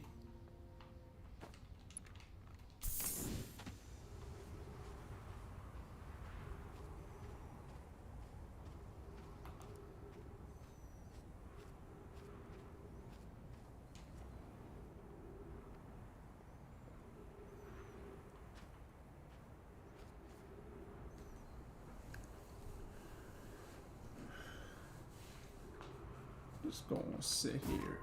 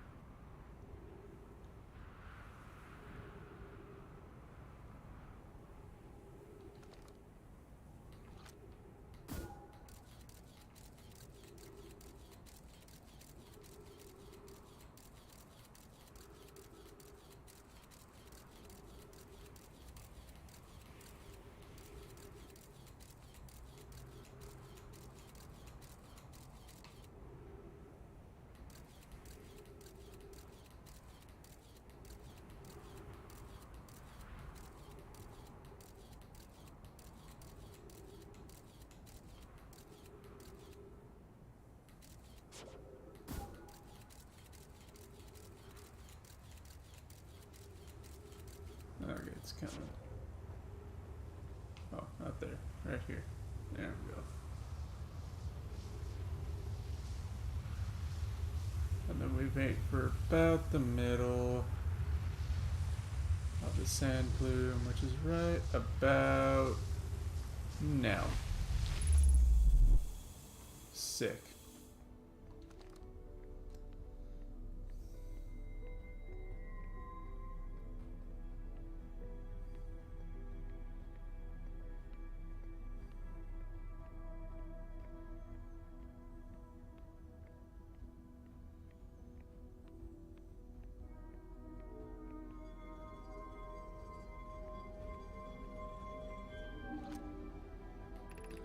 You're about to access the core while the Ash Twin project is active. Removing the core will disable the Ash Twin project.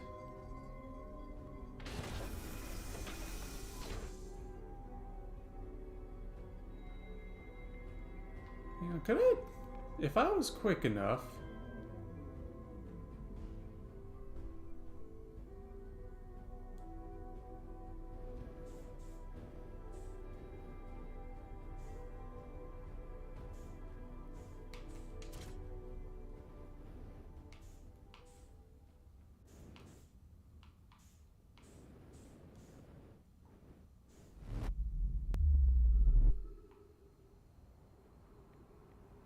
I wonder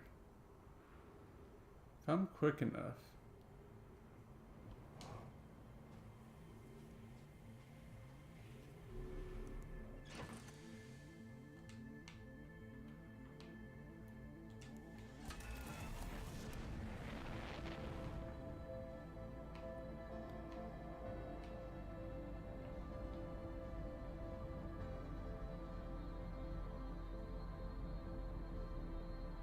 Dark Bramble.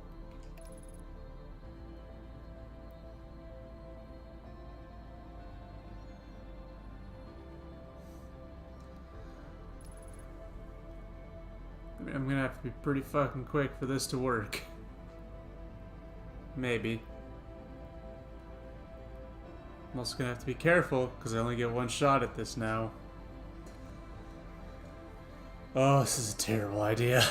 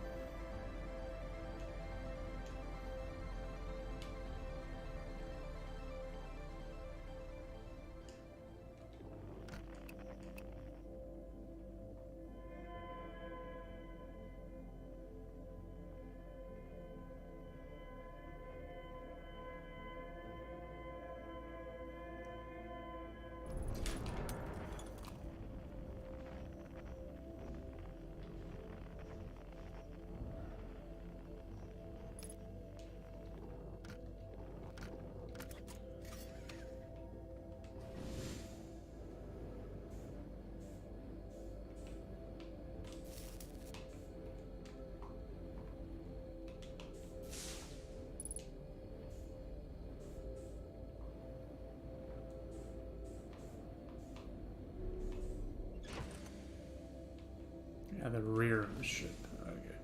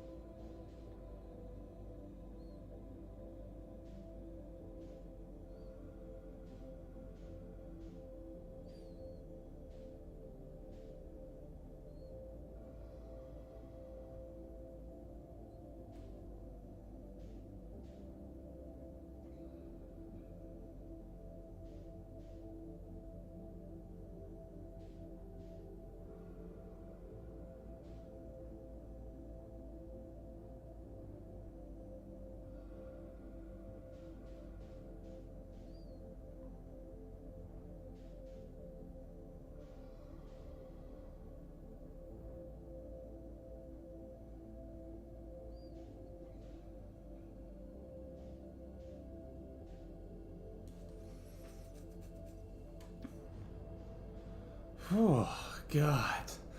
I had to go silent there for a second so that I could focus on not royally screwing that up.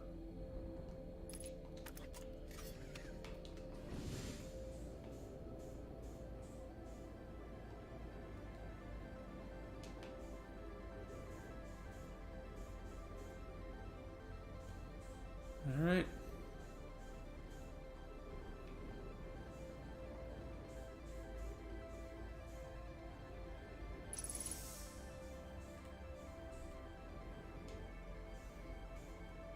See what happens if I plop that in there. Oh my god. Not exactly sure what that did, but it did a thing. I coordinates. Oh!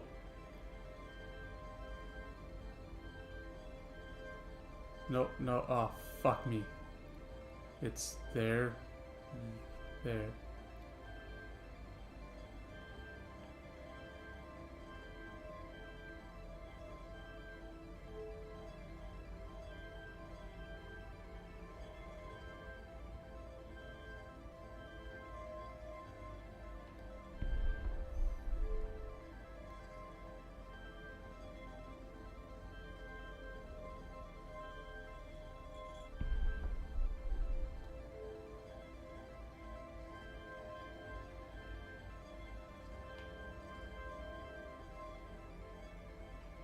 Yep, that'll do it.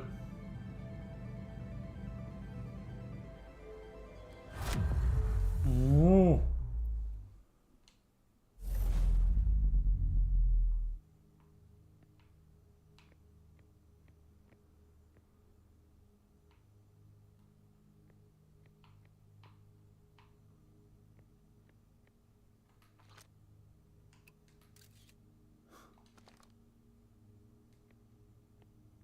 There's the eye of the universe. Oh, there's our star.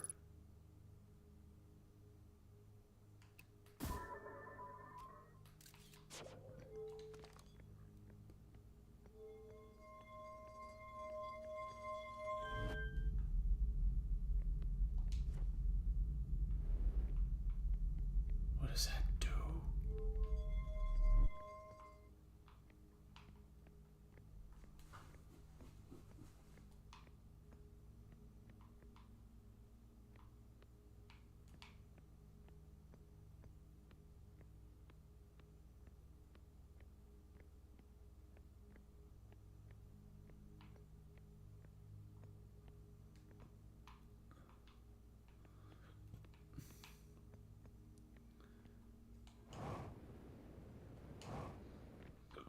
Well, this is closed, so I don't know what to I made it to the eye, I guess?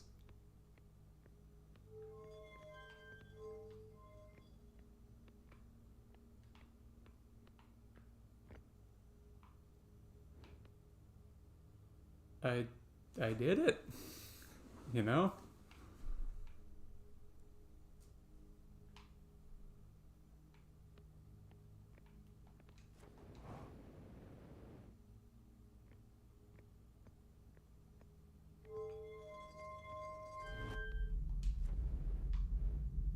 Let's see where this takes me.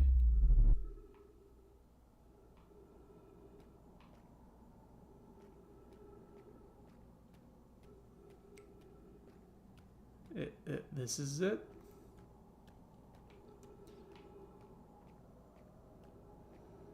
The eye of the universe, I guess.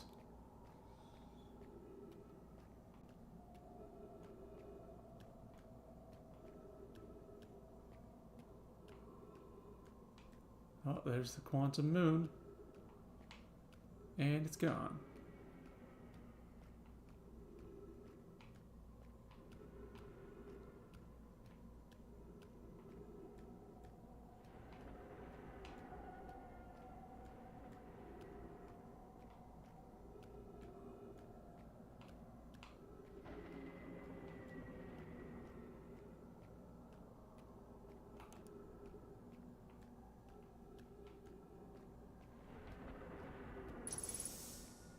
Trees? What fucking trees. There's a tree over here. Oh. Trees are popping in and out of reality, getting struck by lightning. Nice. And so are some stones.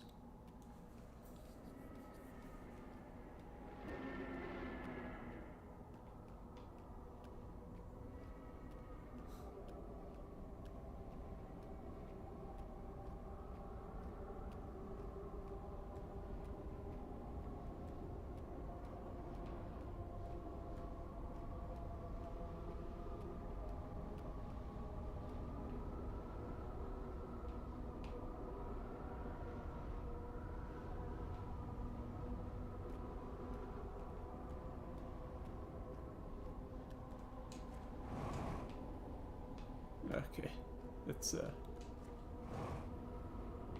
you know what? Let's go over here and do it, I guess.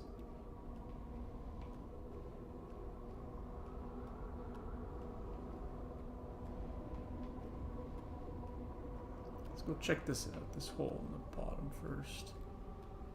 Is it just a divot or is it actual? It's just a divot. Holy shit.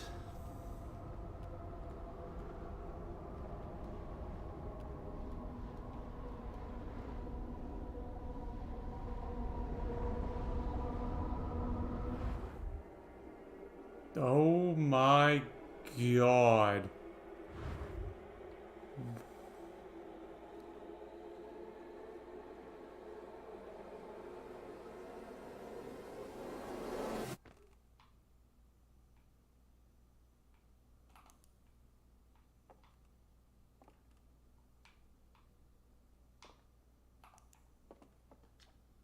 Outer Wilds Adventures was founded by Feldspar, Gosan, Slate, and Hornfels to explore solar system, the end of the universe.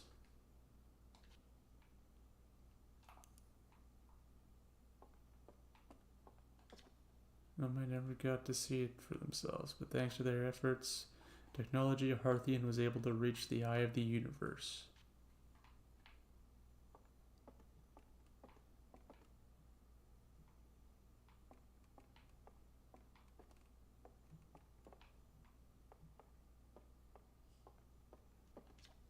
At the end of its lifespan, our sun collapsed under its own gravity and then exploded in a violent supernova. Of all the life forms who will perish in the coming death of the universe, we will miss the anglerfish the least. This is true.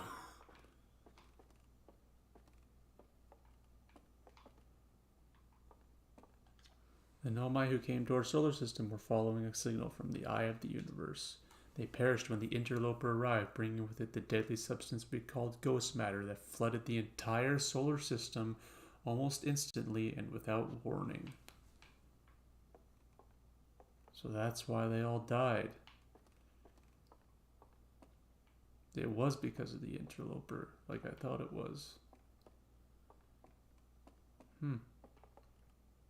So it was because of the interloper.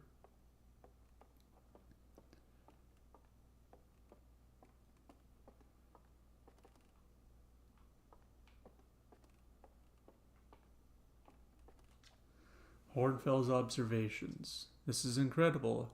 First I thought the points of light in this image were stars, but they're not. They're galaxies. And this image covers just a tiny patch of the whole sky, which means the universe contains at least 1,000 times more galaxies than we previously imagined.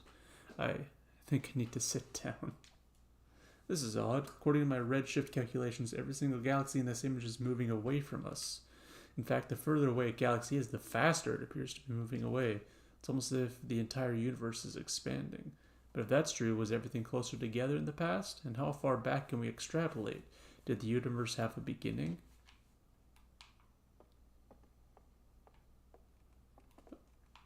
Observe. Oh my.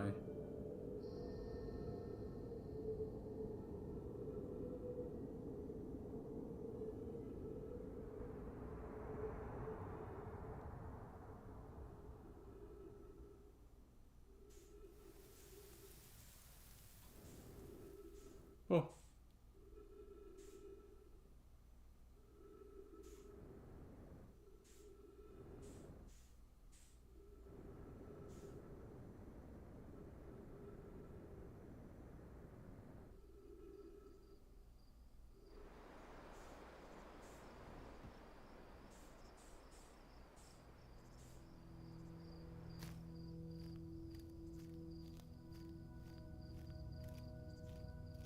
Huh.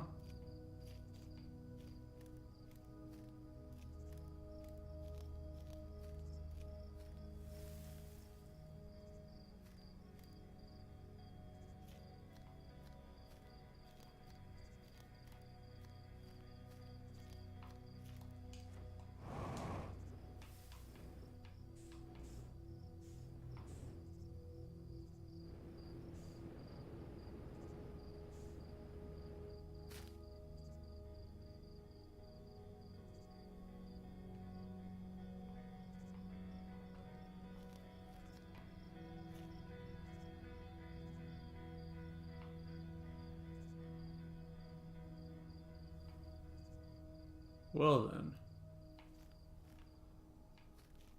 Oh.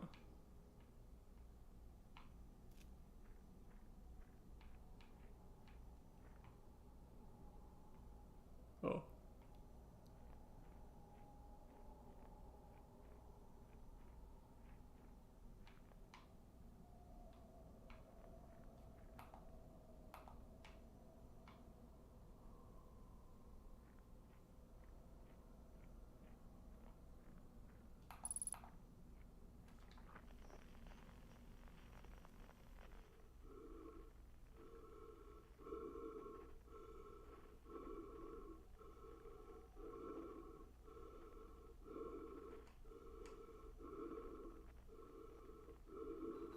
Oh, what?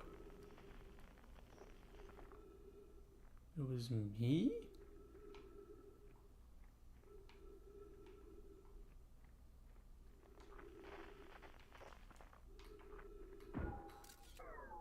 Oh, what?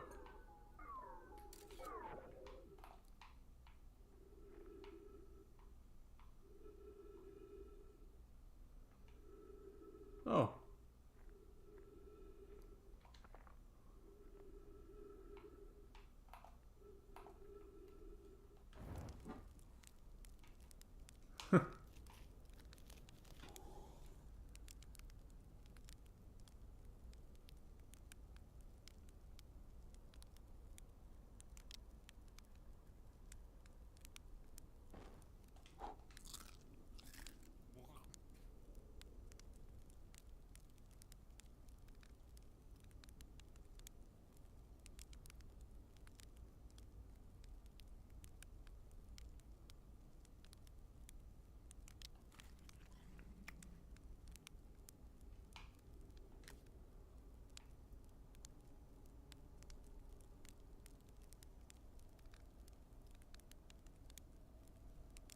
I,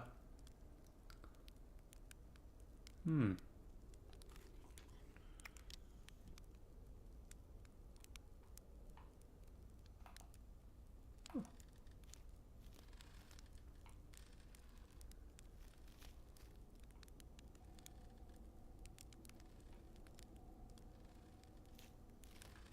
Esker, do you hear music?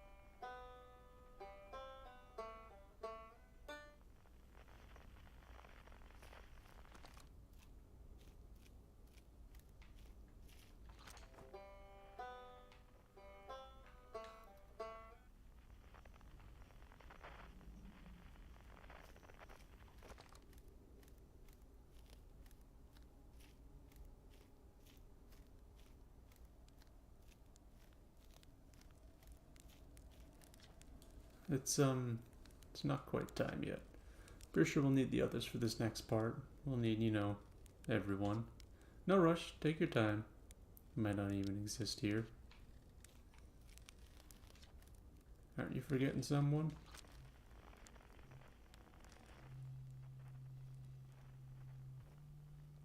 Quiet shade.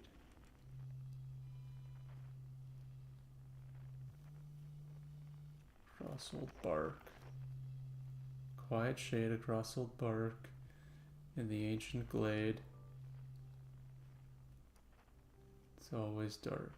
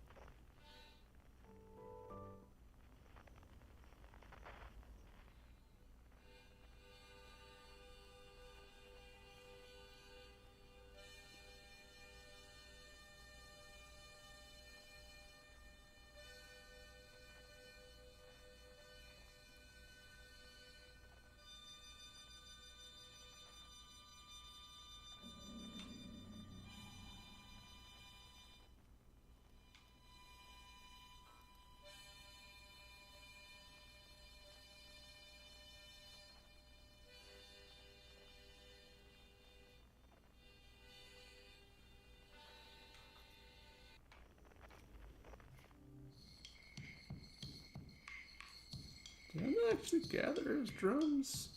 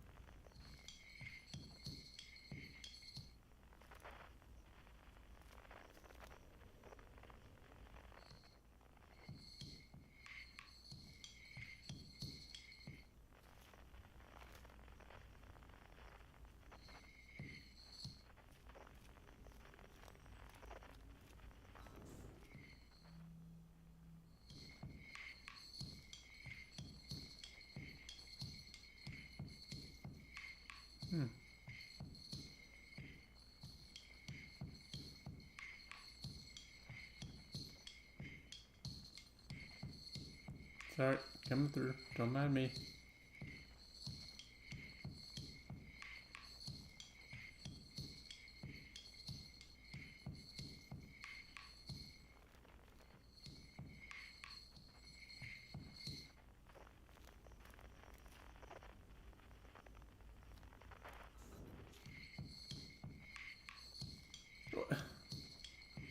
What am I doing wrong? What am I doing wrong?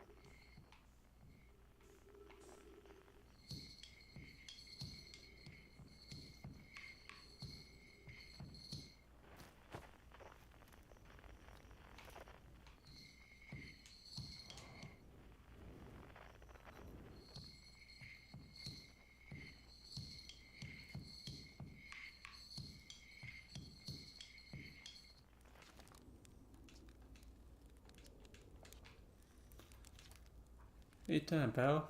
So you're getting the band back together, huh?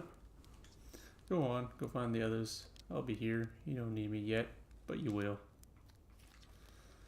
Hatchling, you found me. Nice to have company around a campfire, isn't it? Go on, get the others. Wouldn't want them to miss out.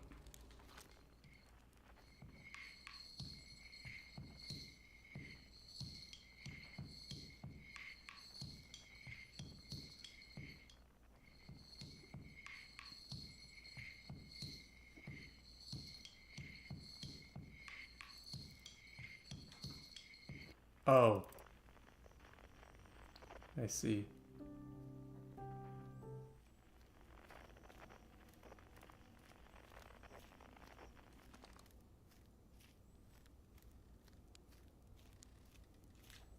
Are you forgetting someone? The stars were beautiful, weren't they? Even if our star is what ultimately killed us. I'll wait here to remember them while you gather everybody.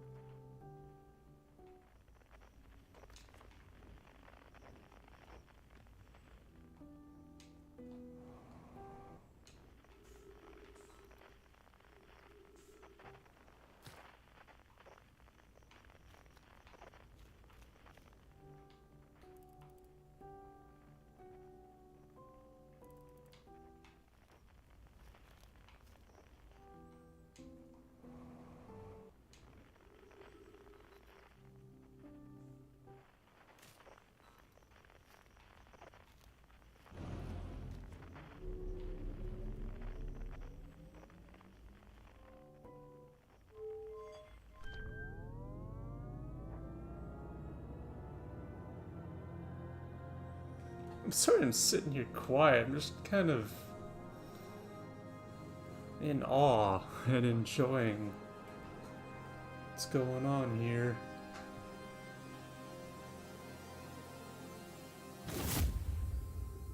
Huh. It's kind of beautiful. Oh.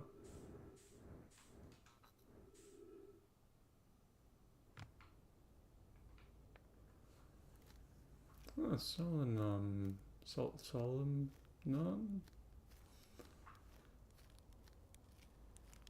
Solanum. Conscious observer has entered the eye. I wonder what happens now. Is it time to find out? Yes. This song is new to me, but I am honored to be part of it.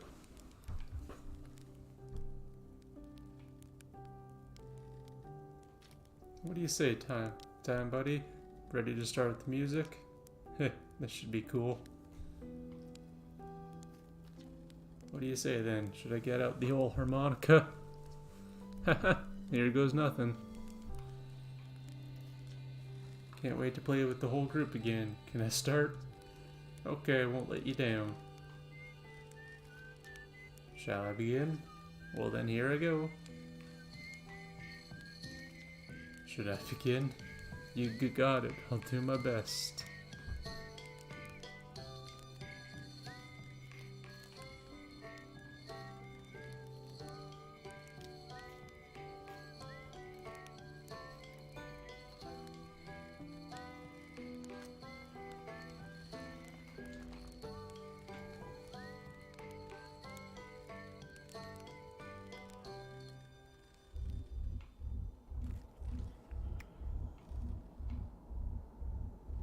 Oh.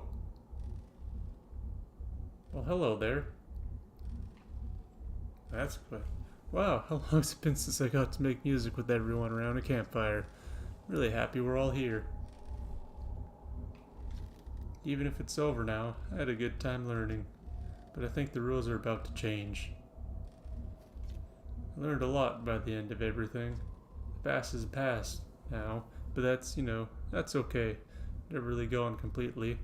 It's never really gone completely. The future is always built on the past, even if we won't get to see it. Still, it's time for something new now. I believe we've reached the end of our journey. All that remains is to collapse the innumerable possibilities before us. Are you ready to learn what comes next? It's tempting to linger in this moment while every possibility still exists. Unless they are collapsed by an observer, they will never be more than possibilities. Tell you what, this has been really fun, and I get to help make something pretty cool, so I've got no complaints. I mean, not me exactly, but close enough. It's the kind of thing that makes you glad you stopped and smelled the pine trees along the way, you know? You cut it a little close, don't you think? Well, it worked out all right in the end, I suppose. I hope there are besties in the next one. Yeah. I admire your curiosity, friend. Let's find out together.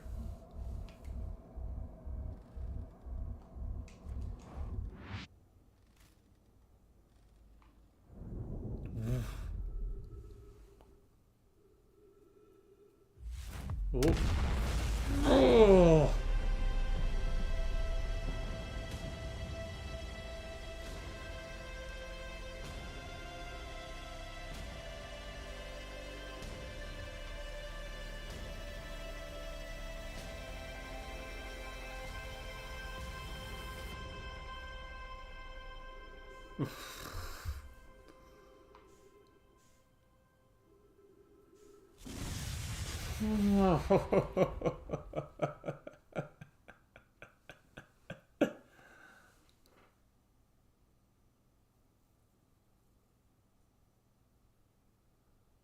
Holy shit. Outer Wilds. Mobius Digital Games production. That was wonderful. Holy crap.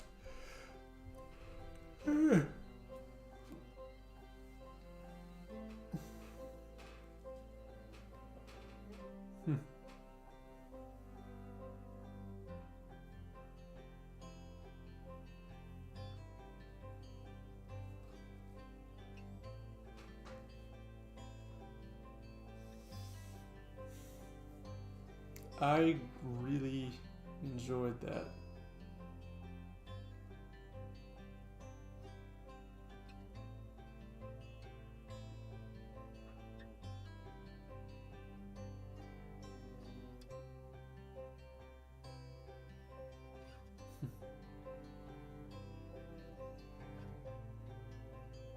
Eight fucking hours I've been going. Jesus Christ. That's too long.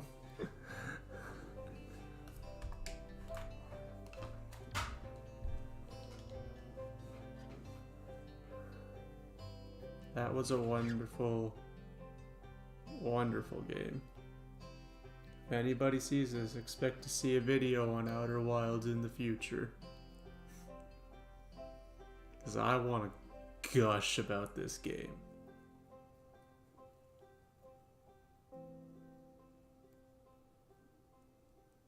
Mobius Digital Games, fantastic work.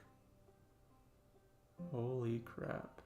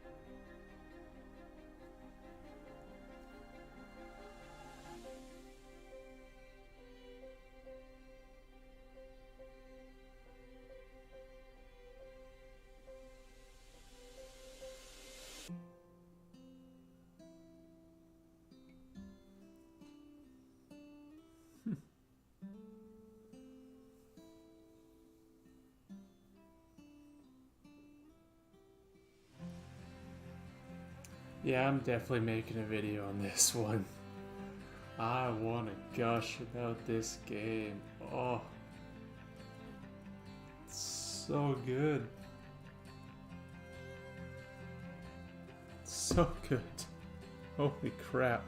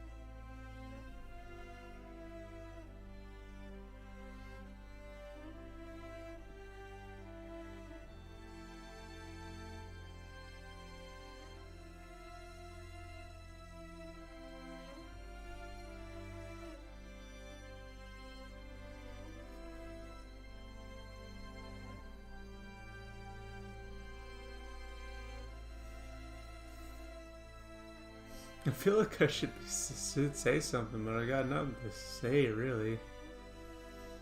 I mean, anything I will say, I could say right now, I will say in the video that I'm going to make on this.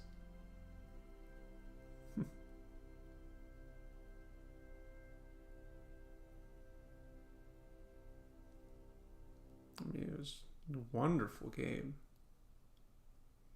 14.3 billion years later.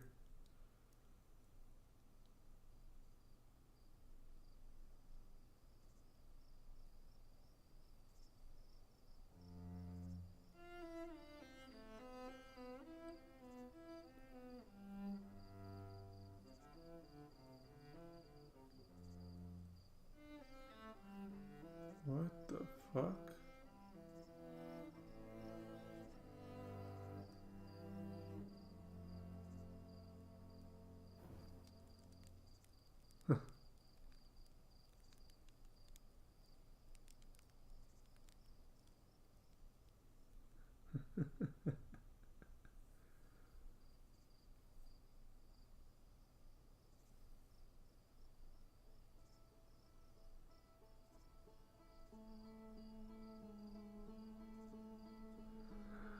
Oh, yeah.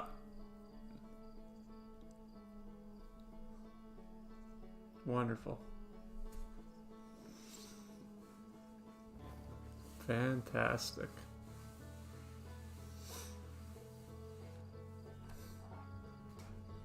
Well, that'll be ending it for this stream. I need to go the fuck to bed. But I do plan to make a video on this at some point soon, hopefully. Alright, because that's what I want to do. If I'm going to make a video on a game, I want to stream that game first, at least a little bit. This one I played through the whole game, so definitely making a video on that one, on this one.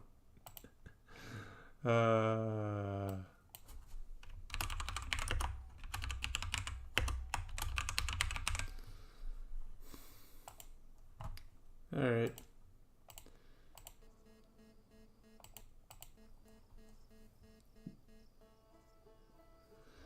Have a good night. If anybody watches the VOD of this.